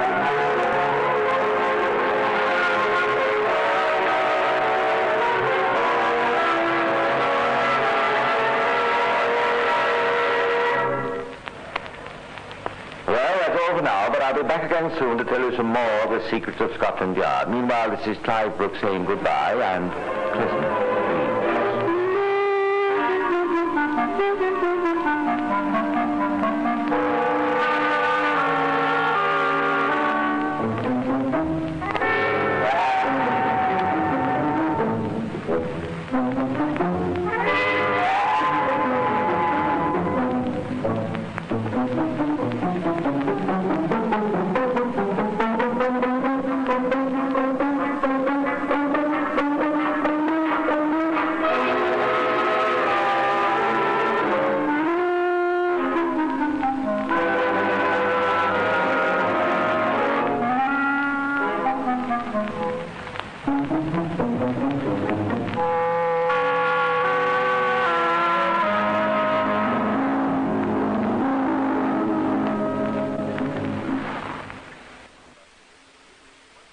You are listening to Golden Age Radio, rumble.com/C/GAR, brought to you by G3PL.com.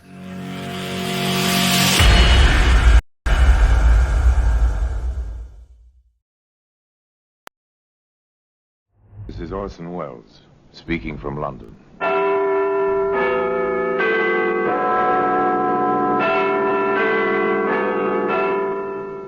The Black Museum. A repository of death. A museum of murder. Yes, here in the grim stone structure on the Thames, which houses Scotland Yard, is a warehouse of homicide, where everyday objects, a portable typewriter, a jack for an automobile, an ice pick, all are touched by murder.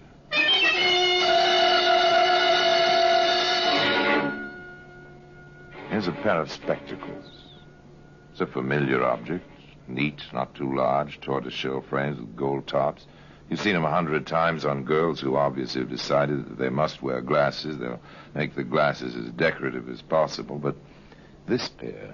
Women's glasses, right on top in the suitcase. And pretty thoroughly smashed. Poor Daisy.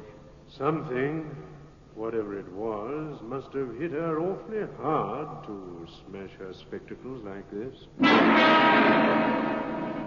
Today, those spectacles can be seen in the Black Museum.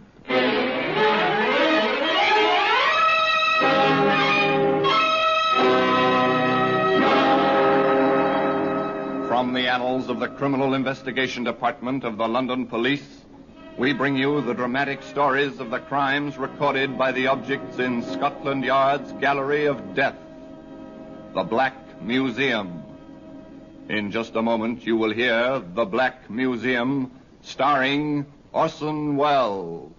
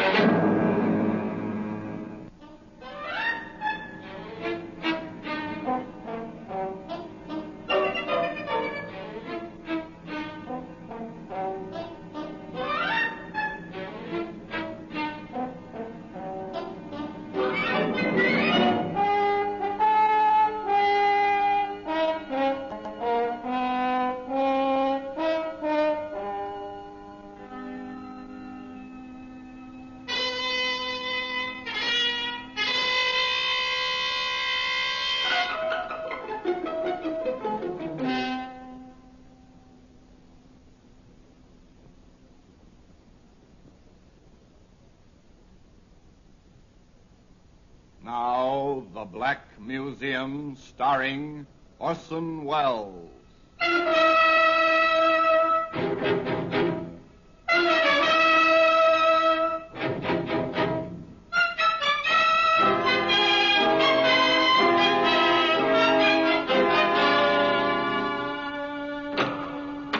Now, here we are, in the Black Museum.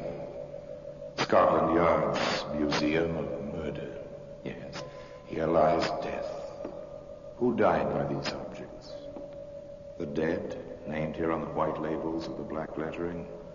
Or the killers, named in equal place, in equal size, wherever they are known? A mandolin string. Here we are. It's made for music, a mandolin string. Stretch it across the top of a stairway, see it blend and disappear into the dark carpet background. Stretch it ankle high and listen in the dark for the sound of falling, sound of murder. Here's a French novel, romance, with a blackened perforation in the center of the pages where the bullet passed, which ended romance. Ah, here we are, the spectacles. Rather pathetic spectacles. The lenses are cracked, the frame twisted and bent, the gilt tarnished. Many other things were tarnished, including a man's reputation, by the chain of events which began that morning when Mrs. Oliver came to see Inspector Laswell at the yard. I understand, Mrs. Oliver. Perhaps your daughter thought she'd let you know, but didn't after all. I wish I could believe that, Inspector. I can't. Daisy was so determined when she left that night. And since she went to the train, you've heard nothing? I wired Ron. I never liked him. Something, I don't know. I thought my Daisy do better for herself than a chicken farmer. Anyway, I wired, asked him if Daisy was there. I received this in reply, Inspector. Thought Daisy coming Saturday, not Friday. Went to meet her, not there. Letter follows. Ron Smith. This was last Saturday? Yes. I wired on Monday. This answer came back the same day. The letter came in yesterday, Wednesday. Oh, thank you. Dear Mrs. Oliver, you do not know how shocked I am. Daisy missing since Friday afternoon. This is really terrible. She wrote asking me to meet her Saturday. I went... The heartsick words of a worried man, the tone and feeling of the letter, plus the fear and the tears of the mother, sent Inspector Caswell to Larkspur in Sussex, the nearest town to Wren Smith's chicken farm, the railway terminal for the area. He turned first to that prime source of all rural information, the local pub. Evening, landlord. Pint of beer, please. Yes, sir, of course. Haven't I seen you someplace before, my good man? What? Oh, Jack Sheen. You have seen me someplace before. But drink up, man. It's good to see a familiar face. A familiar face drawn by a familiar scent. You're not down here on business. I am. And so are you. No, I wanted to keep this quiet. For a while, anyway. With that crowd? Over at the dartboard?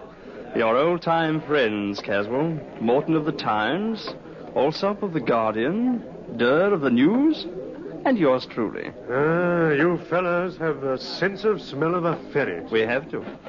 It's our living. Do you think the girl is dead, Caswell?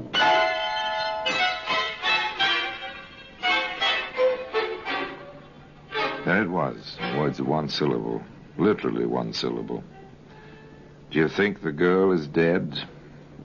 Inspector Caswell shrugged and turned to his drink. Without apparent effort, he drifted into conversation with the landlord while Jack Sheen stood by, quietly, unobtrusively.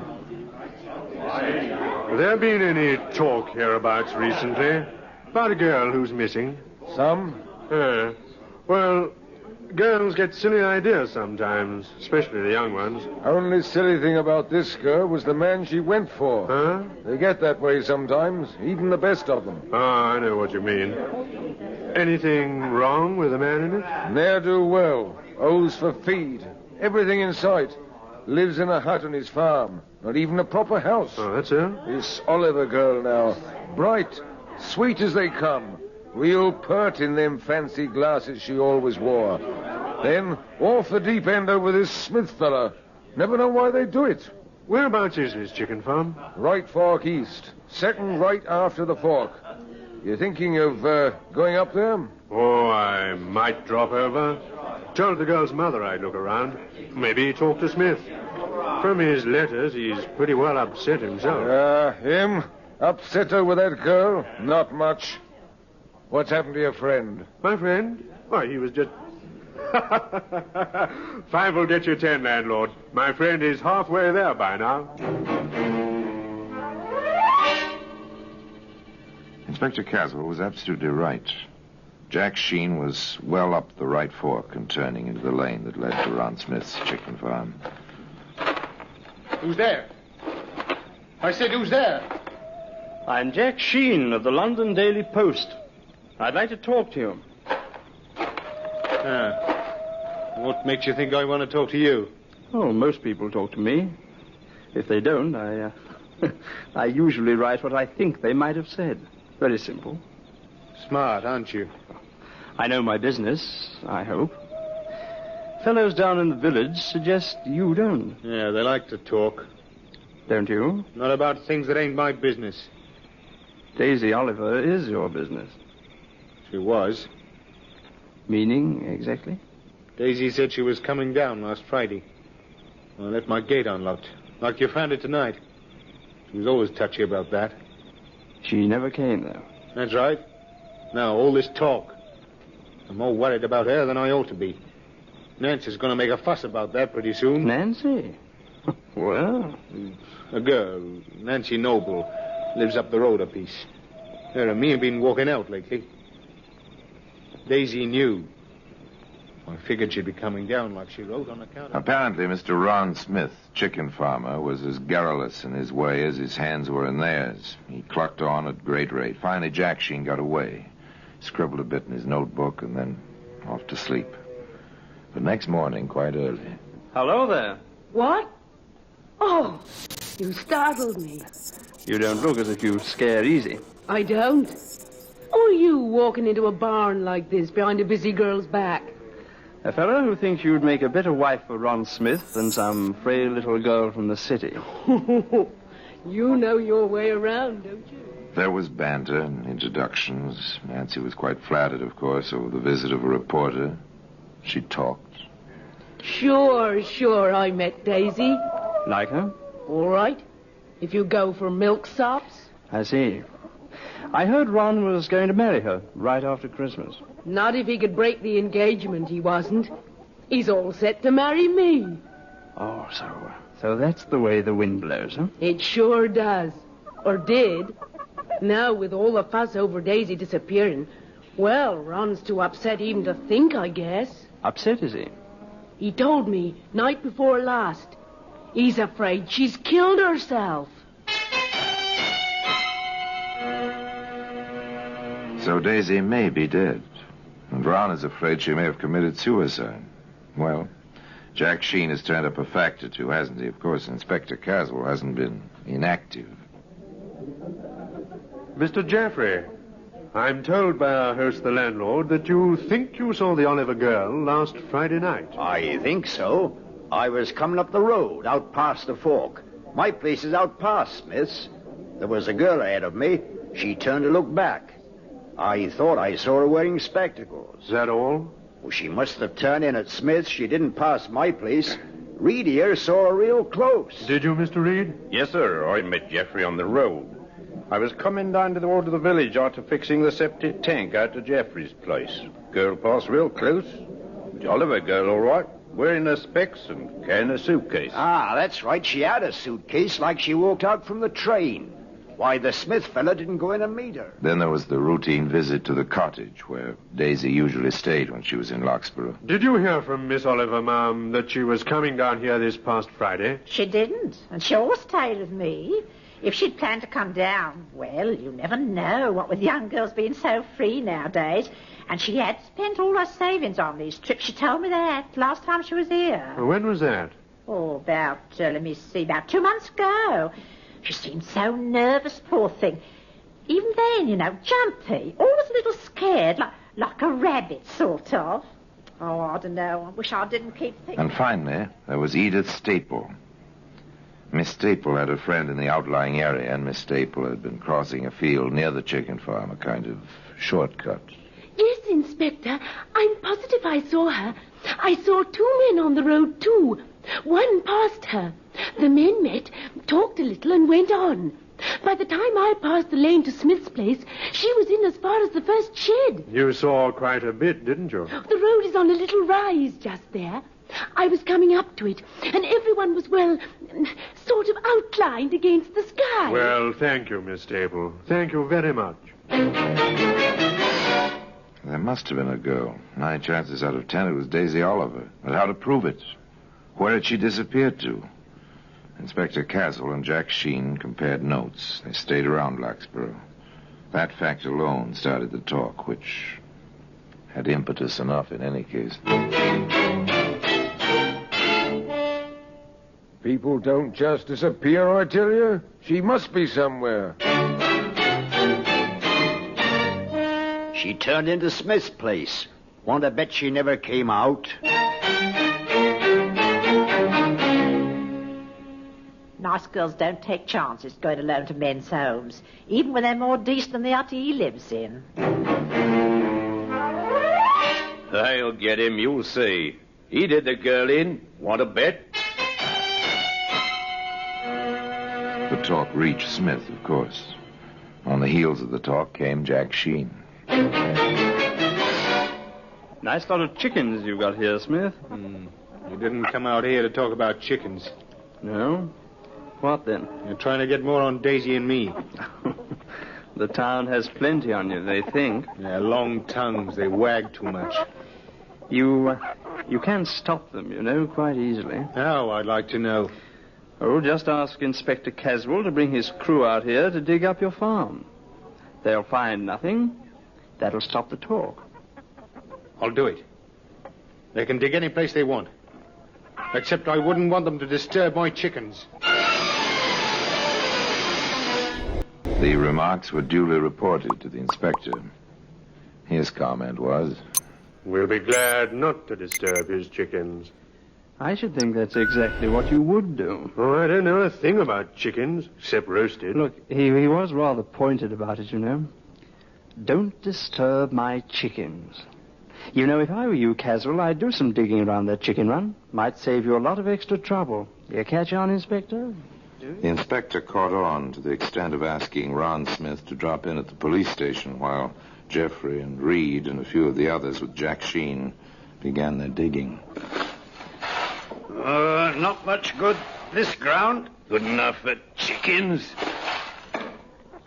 I got something? No, just a rotten stick. Nothing suspicious like. There's something here. Yes, I'd say you had something there.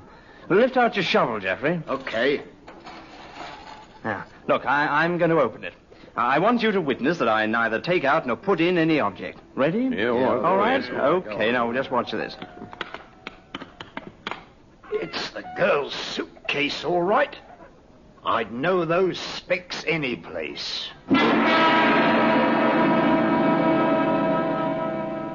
Well, today those spectacles can be found in the Black Museum. In just a moment, we will continue with The Black Museum, starring Orson Welles.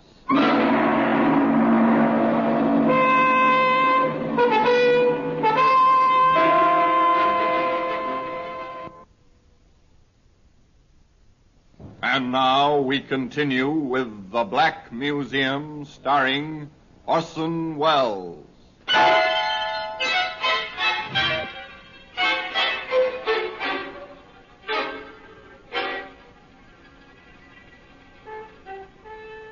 It was her suitcase. Yes, there it was, the earth of the chicken run clinging to its frayed handle, its shabby sides.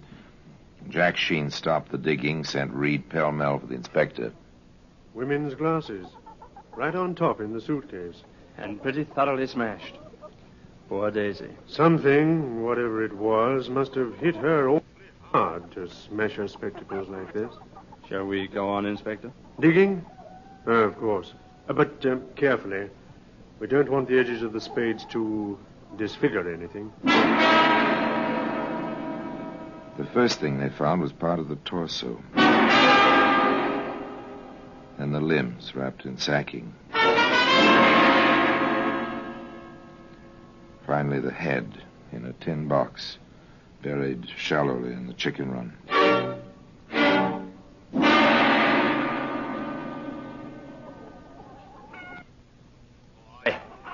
I've had enough. Are we through? Sorry I didn't have a regular police crew for this. You can go along. And thanks. You too, Mr. Reed. Where's Smith? At your local police station, where Mr. Sheen and I will be interviewing him in a very short while. They interviewed him. It was quite simple at first. I gave him the facts. We found her, Smith, thanks to Mr. Sheen here and the strong arms of some of your neighbors. Well, what have you to say? First, I must warn you that anything you may say may be taken down in writing and used as evidence. Now, go ahead. I didn't kill her. I didn't. That's only a beginning. She came down on Friday to have it out with me. She was so nervous. She was all twitchy. She said she wouldn't leave my place until we'd set a date for the wedding. But she knew about Nancy. She knew that. We had a row, a real hard row. Well, I guess I gave in.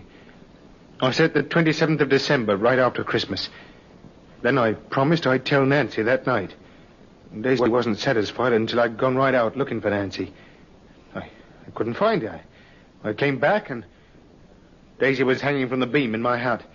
She must have jumped from the table. It was awful. What did you do?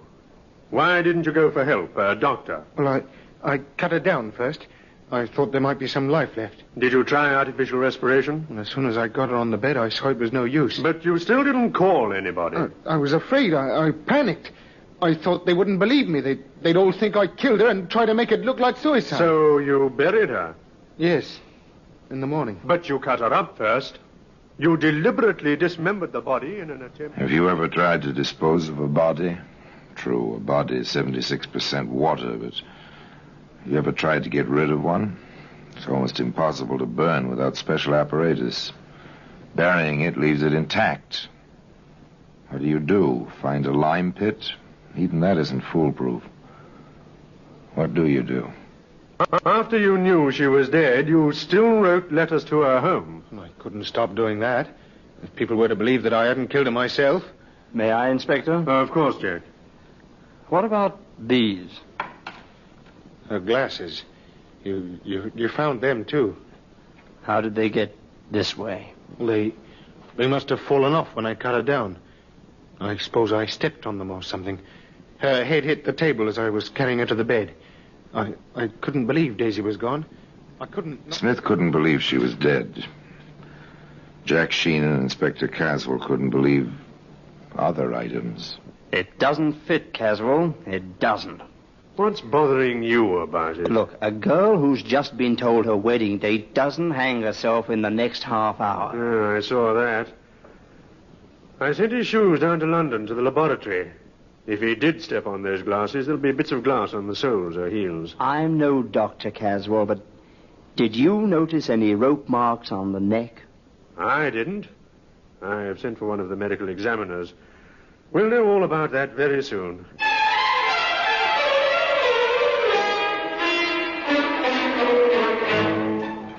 They held Smith on an open charge.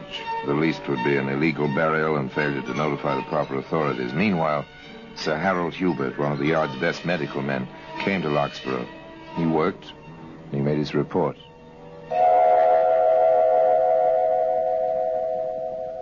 The girl did not die of strangulation, gentlemen.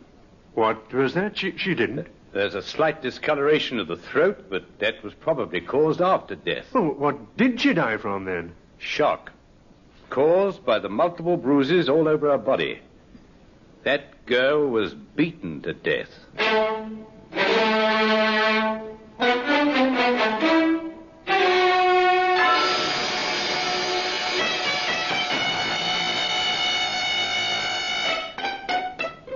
Now the questions descended on Sir Harold's head in a deluge. No sign of strangulation at all? She may have been partially hung. There's congestion of the blood vessels of the throat. But she didn't die up there. If she was hung at all, she was alive when she was cut down. What else could have caused the congestion in the throat? Manual strangulation. Or she could have been knocked down, as is a logical assumption in this situation.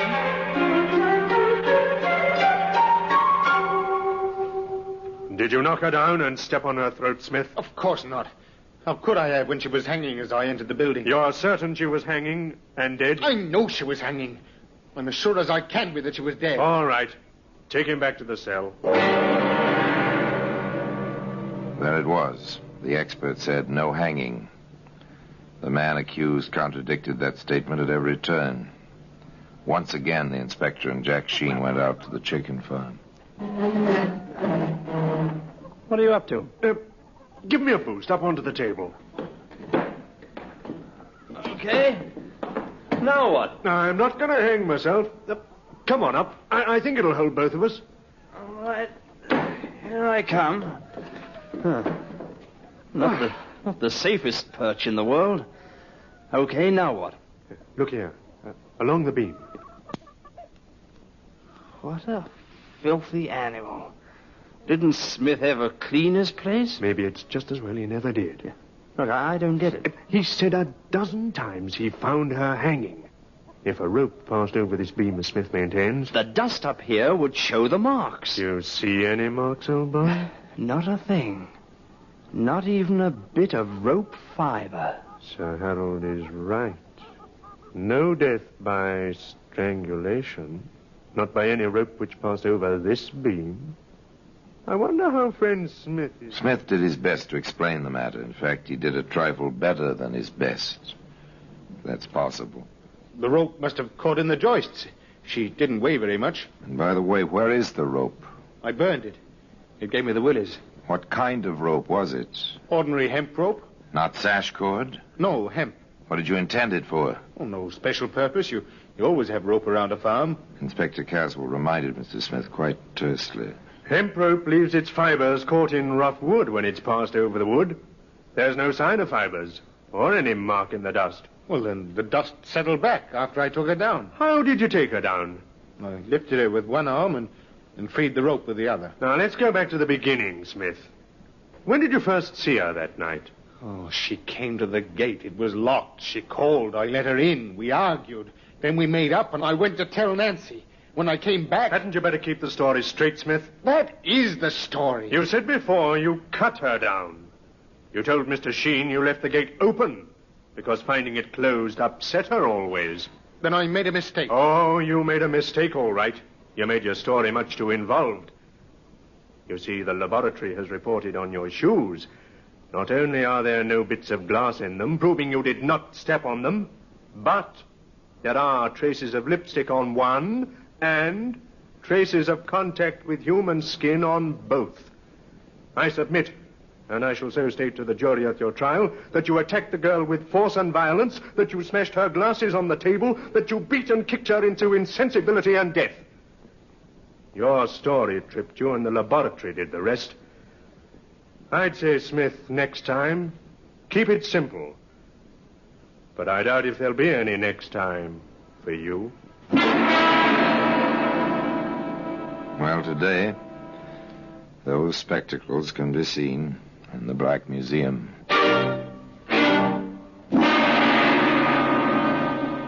Orson Welles will be back with you in just a moment.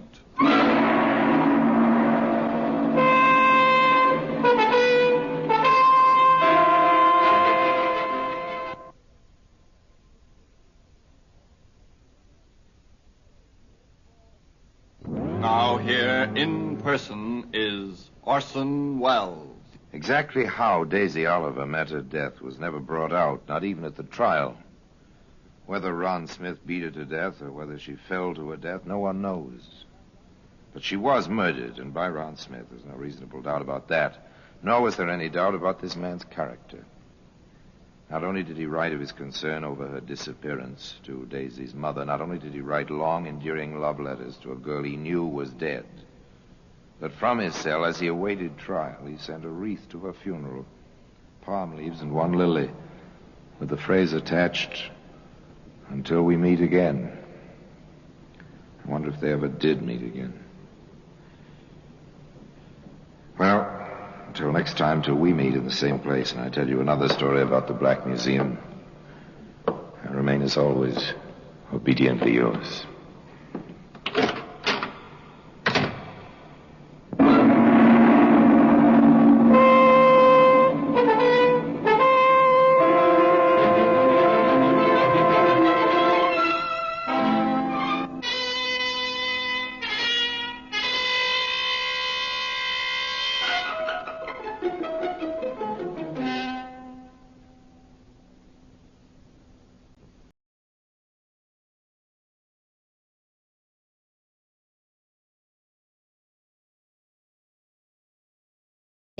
Exciting news for adventure seekers. Join us on a thrilling journey. A diverse culture of Brazil brings you to captivating and hidden cities to tranquil beaches.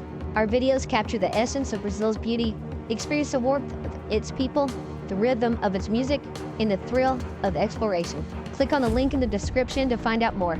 I would like to extend my sincere gratitude to Old Time Radio Research Group for their remarkable efforts in preserving and archiving the captivating world of old-time radio programs. Their invaluable contribution allows us to step back in time and experience the magic of radio history firsthand. Their link is in the description below.